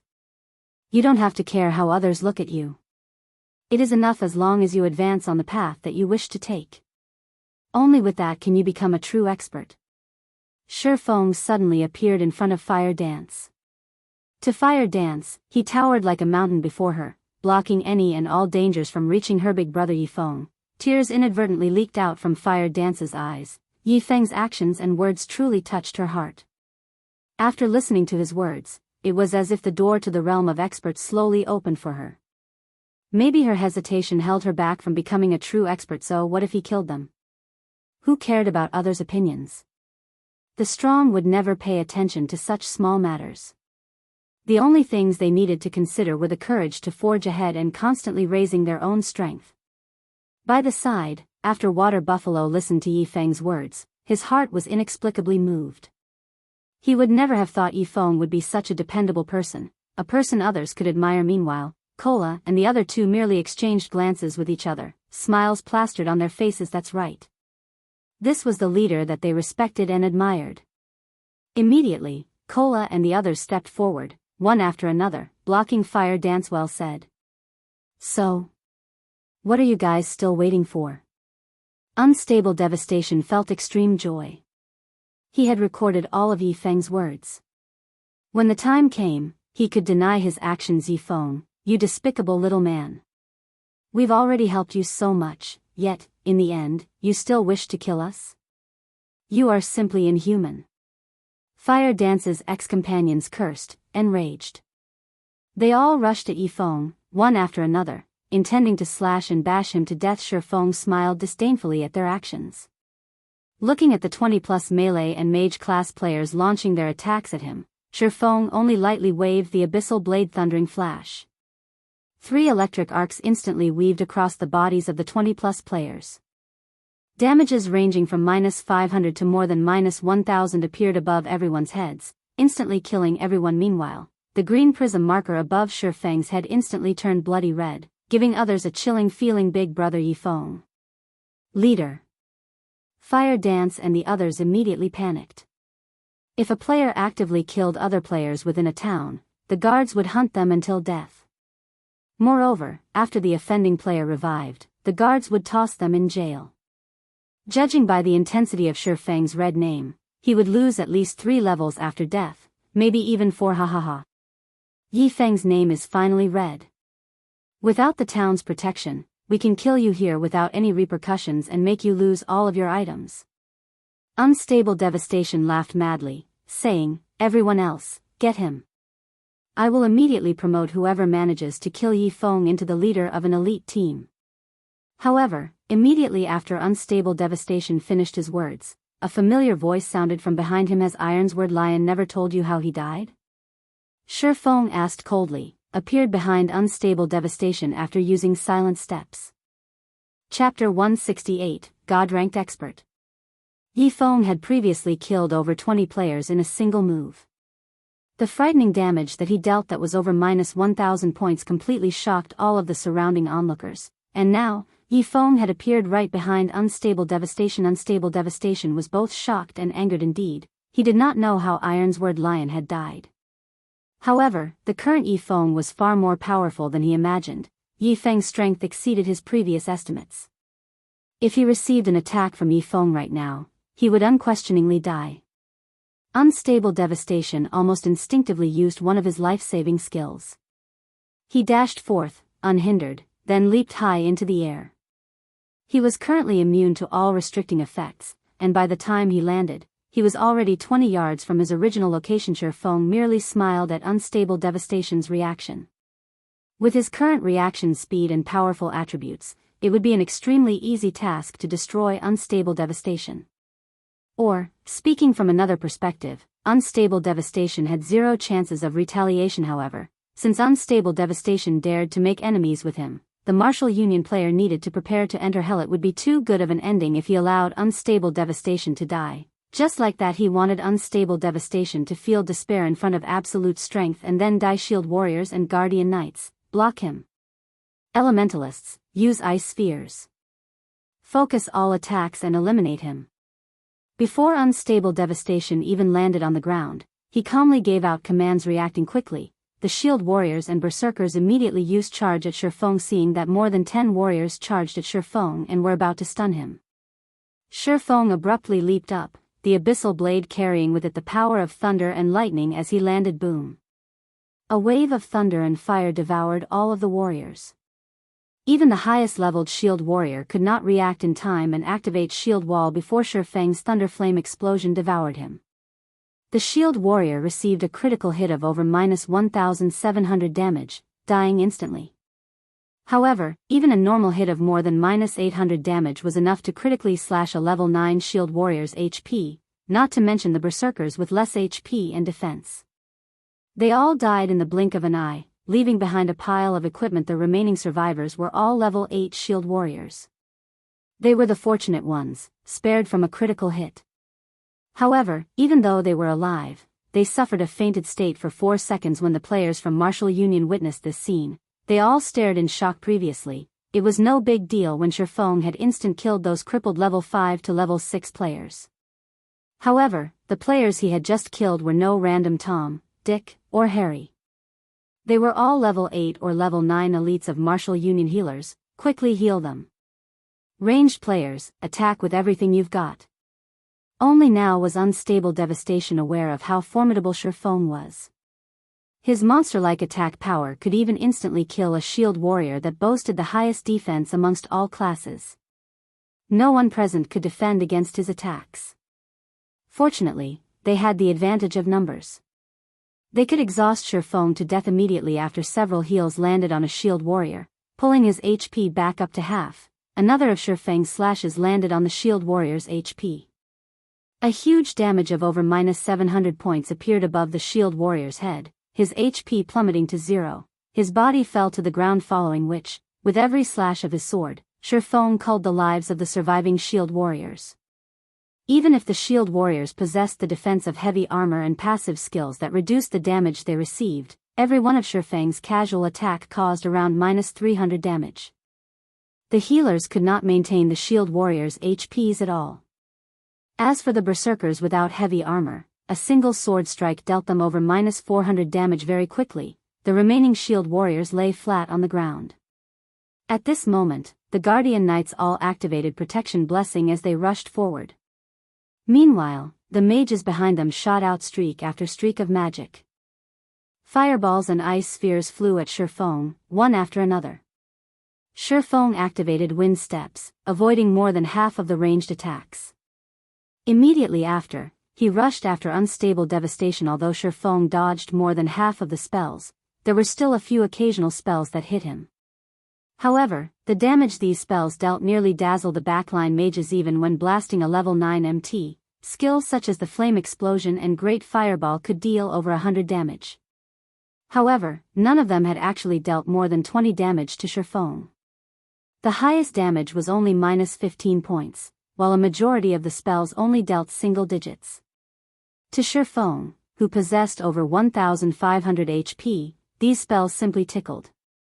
Shi Feng's automatic recovery alone regenerated 30 HP for him every 5 seconds.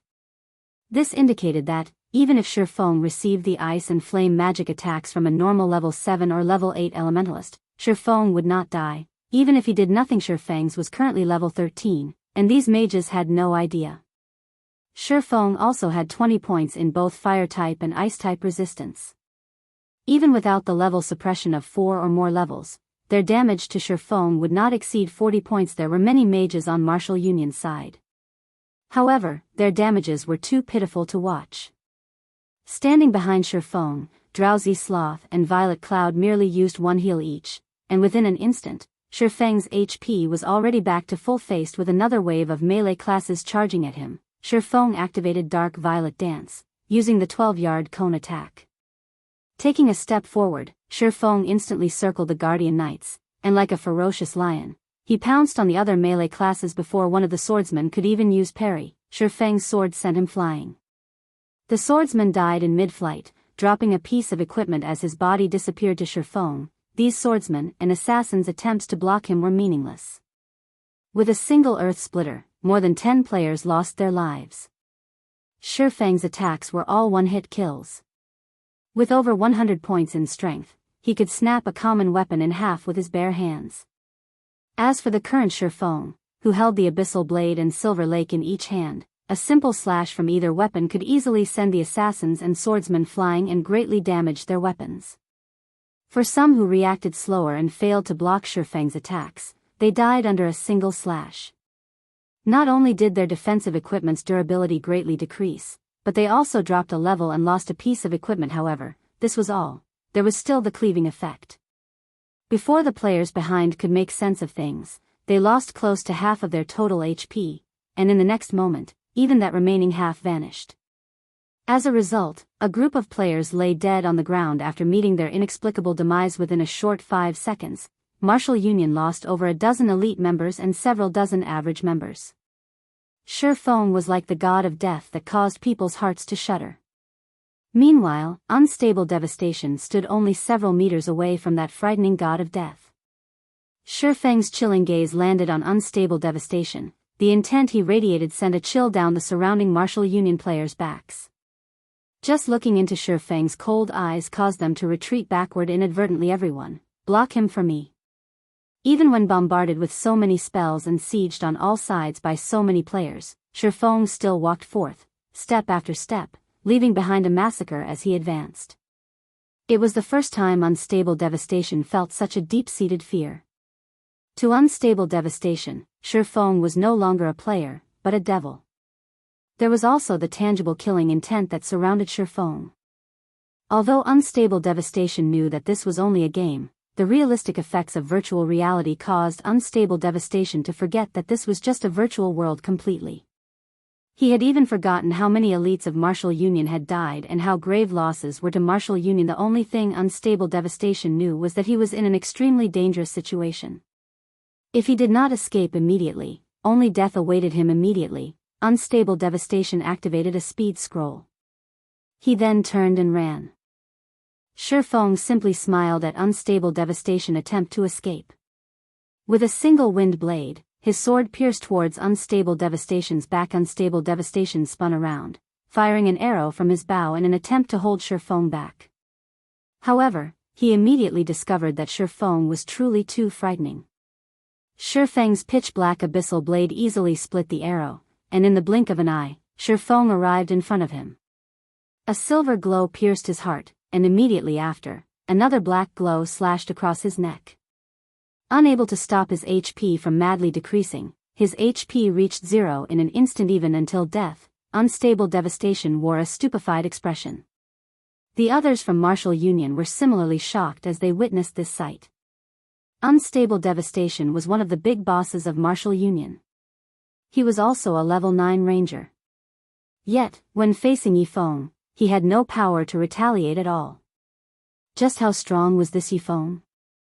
Ye Feng noticed a secret silver-ranked longbow dropping after unstable Devastation's death. He casually picked up the longbow and placed it in his bag. He then turned to look at the other members of Martial Union. Although Ye Feng did not take any action, only sending them a glance, his might had already deeply engraved into their minds. The members of Martial Union all halted their actions, inadvertently backing off. They all revealed fearful expressions as they looked at Ye Feng. Why hadn't the town guards arrived yet? This thought suddenly appeared in their minds. They felt that only the guards could protect them from Ye Feng's attacks. However, from the moment Ye Feng began his assault to the moment unstable Devastation died, only a brief 8 or 9 seconds had passed. Even if the town guards hurried over, they would need at least 10 minutes before they arrived. Faced with the members of Martial Union who dared not move, Ye Feng only swept a glance at them. He did not rush up and kill them. The cooldown for most of his skills had almost finished. Although he could kill a sizable chunk of Martial Union if he continued his spree, he would run the risk of paying with his and his teammates' lives, and this was not an ending that he wished to see. Meanwhile, Ye Feng's actions had caused plenty of the surrounding onlookers to become tongue-tied. A single glance from Ye Feng was enough to petrify the hundreds of players from Martial Union. This power was just too frightening. Just who is this guy? Is he a god-ranked expert? The onlooking players were with both curious and shocked as they watched Ye Feng. He had single-handedly faced off against several hundred players and even managed to kill tens of players without receiving any damage. Even a god-ranked expert was not capable of such a feat. After some time, the town guards finally arrived. The guards are here. We're saved. Seeing dozens of guards in silver heavy armor rushing over, the members of Martial Union sighed in relief. Chapter 169, The Most Awesome Red Name. At this moment, Thousands of players surrounded the fountain plaza of Red Leaf Town due to the increase of new players in God's domain. Red Leaf Town had become the most prosperous town among the few surrounding towns. The player count in Red Leaf Town was already close to 20,000. Hence, the scene of martial unions suddenly chasing away all the players from the town's fountain plaza would naturally attract the attention of other players. Curiosity would grow over the disturbance. This wasn't limited to independent players. Even the other large guilds had sent players over to investigate what martial union was up to. When all these players arrived, they discovered that martial union currently attempted to carry out a vendetta against an independent player. Moreover, they did so right in the middle of Red Leaf Town. However, Red Leaf Town possessed a protective mechanism for players. If they started a battle here, the town guards would definitely appear. Not only would they kill red players on the spot, but they would also jail them upon revival. No matter how one looked at it, killing someone in town was unwise. Both sides would only suffer losses at this stage of the game. No matter how many players one had on their side, they still would not dare provoke the town guards. Every player clearly understood how powerful these guards were, as these guards would normally patrol around the town. Players could easily find one and observe their statistics. The normal guards alone were level 60, while the guard captain was a level 80 elite. It would not matter how many players went up against them, any who resisted would only meet their demise. To put it another way, the current players in God's domain had no abilities whatsoever to retaliate against the town guards. However, nobody would have imagined that someone would actually take action. Moreover, the one who took action was that independent player originally. Everyone thought that the independent player was fated to die. In spite of that, the results exceeded everyone's expectations. One man alone had massacred the players from martial union, instilling a paralyzing fear. This feat was too heaven-defying. Unfortunately, even if that independent player were powerful, he would still die at the hands of the town guards.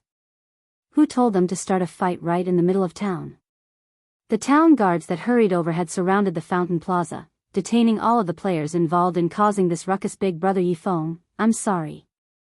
It's my fault for dragging you into this mess. Fire Dance apologized as she walked over. Shi Feng's character name had begun to turn black due to the high intensity of the red color. Just looking at it caused one to shudder. Including her past companions, Shi Feng had killed more than 100 players during this battle. With this crime value, if Shi Feng died, he would lose at least 7 levels. Meanwhile, the town guards had them surrounded. The guards would kill all red players, leaving Shi Feng no chance to escape. This was still not the most important point. After the guards killed him, Shi Feng would immediately revive in jail, and his crime value would determine the duration of his imprisonment. With Shi Feng's crime value, he would be locked up for around a week before he could clear away his crime value. The players of martial union watched Shi Feng with ridiculing expressions. Although they, too, would receive punishment, compared to Shi Feng, theirs would significantly pale in comparison. Relax. Shi Feng laughed. Cola and the others had smiles on their faces. It was especially true for Violet Cloud. This was not the first time she had experienced such a situation. Martial union had also caused the previous incident she encountered. She would have never imagined that history would repeat itself. The reactions of Shi Feng's teammates confused. Fire Dance and Water Buffalo. Why, as teammates, were Cola and the others not worried for Shi Feng one little bit? Big sister Fire Dance, you should relax.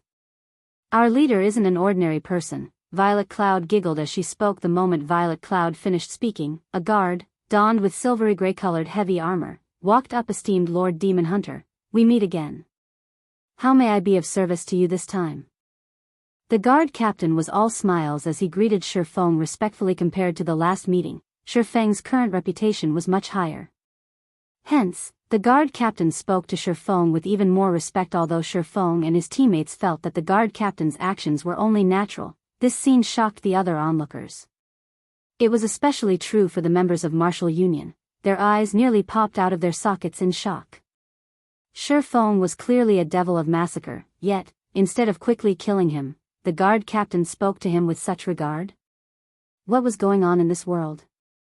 Isn't that person Ye Feng? I remember him. Last time, he killed the members of martial union right in front of the guards. In the end, he got away with simply paying a small sum of money. I was dumbfounded at that time, but later on, I found out that if a player became a noble, they gained special privileges. Even if he killed players right in front of the guards, he would not receive any sort of punishment. At worst, he would have to pay a small compensation fee. How could Martial Union be so forgetful this time? They still dare to take action against Ye Feng inside of Red Leaf Town. Don't they know that Ye Feng is a noble of Red Leaf Town? How foolish could they get? You might not know this, but the Martial Union in Red Leaf Town has already changed. The previous members have long since left the guild, and Unstable Devastation is the new leader. Right now, the members of Martial Union are all players called in from other towns. A large majority of them also consist of newcomers, so they have no idea about this matter at all. Some of the players aware of the previous incident simply shook their heads while laughing. They felt that Martial Union, as a guild, was truly beyond salvation. At the very least, before they tried to deal with Ye Feng, they should have investigated and tried to understand more about him. Regardless of what others said, Ye Feng was one of the few players who managed to clear the hell mode of Dark Moon Graveyard. Hearing the explanation from these knowledgeable players, the faces of everyone from Martial Union turned grim. Only now did they know why Ye Feng behaved so calmly. However, now that matters had reached this point, they could only glare at him, their gazes full of reluctance. Esteemed Lord Guard Captain, this isn't the first time these people from Martial Union have provoked me in town. I wonder if there is any way to prevent such incidents from happening in the future? Ye Feng asked with a smile. Esteemed Lord Demon Hunter, since this guild called Martial Union has a record of past offense, with my lord's high status, you can employ your rights to chase this guild out of Red Leaf Town.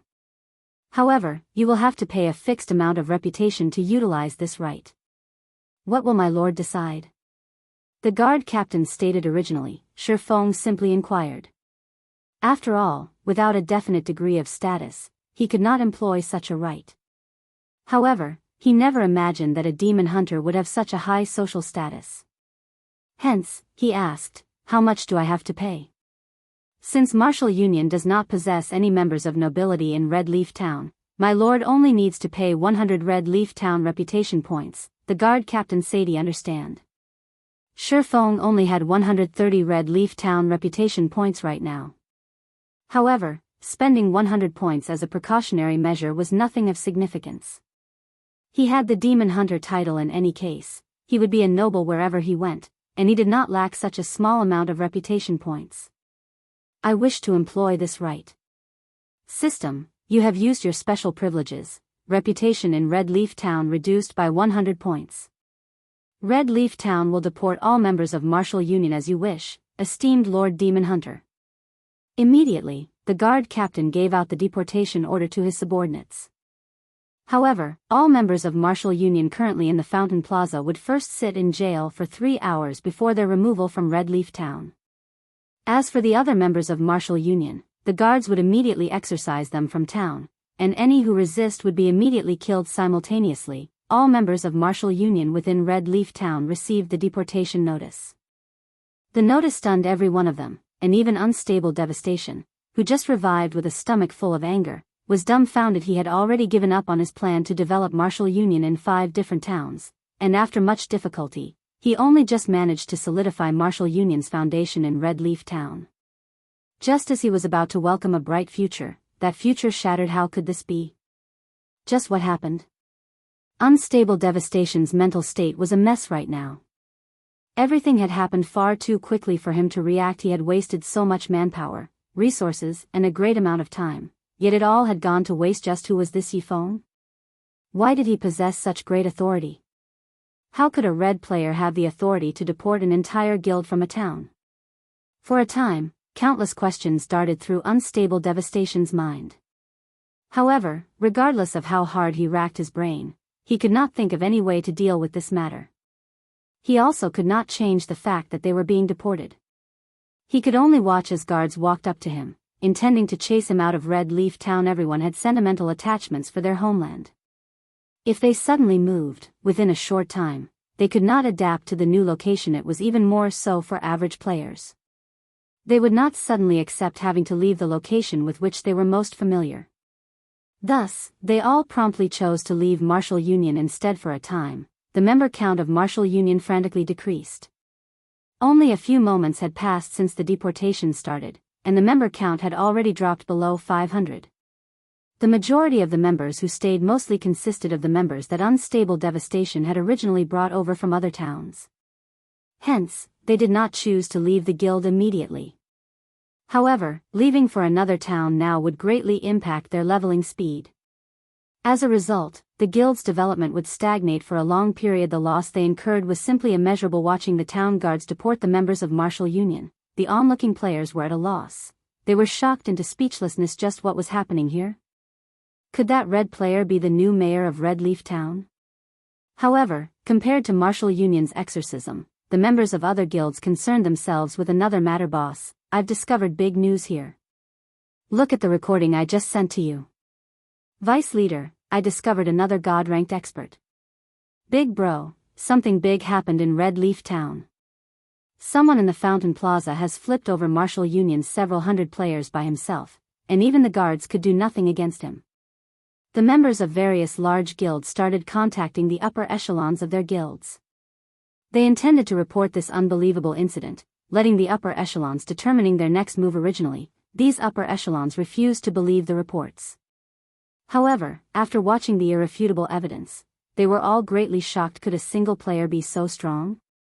Ye Feng had killed a level 9 shield warrior in a single hit. Moreover, they were very familiar with this shield warrior. He was Cold Mountain Fighting Spirit, the core MT of Martial Union's elite team, and he was fully geared with mysterious iron equipment. Yet, he still died from a single hit. Xianxia, listen up. You must keep an eye on him. I'll hurry over there now. For such a God-ranked expert to actually be an independent player, we must recruit him. Remember, you absolutely cannot provoke him. If any problems occur, it'll all be on your head. Undefeated Wolf, the vice leader of the third-rate guild, Heaven's Crown, said sternly. Boss, rest assured, I'll keep an eye on him. I will not let him out of my sight. At this moment, the upper echelons of the various large guilds had made a similar decision, to recruit Ye Feng into their guilds, no matter what it took. One could no longer use the normal standard to judge a great expert like Ye Feng. He was a tactical ranked expert that could single-handedly decide the results of a team battle. If they could recruit him, be it team dungeons or fighting field bosses, he would have a decisive role.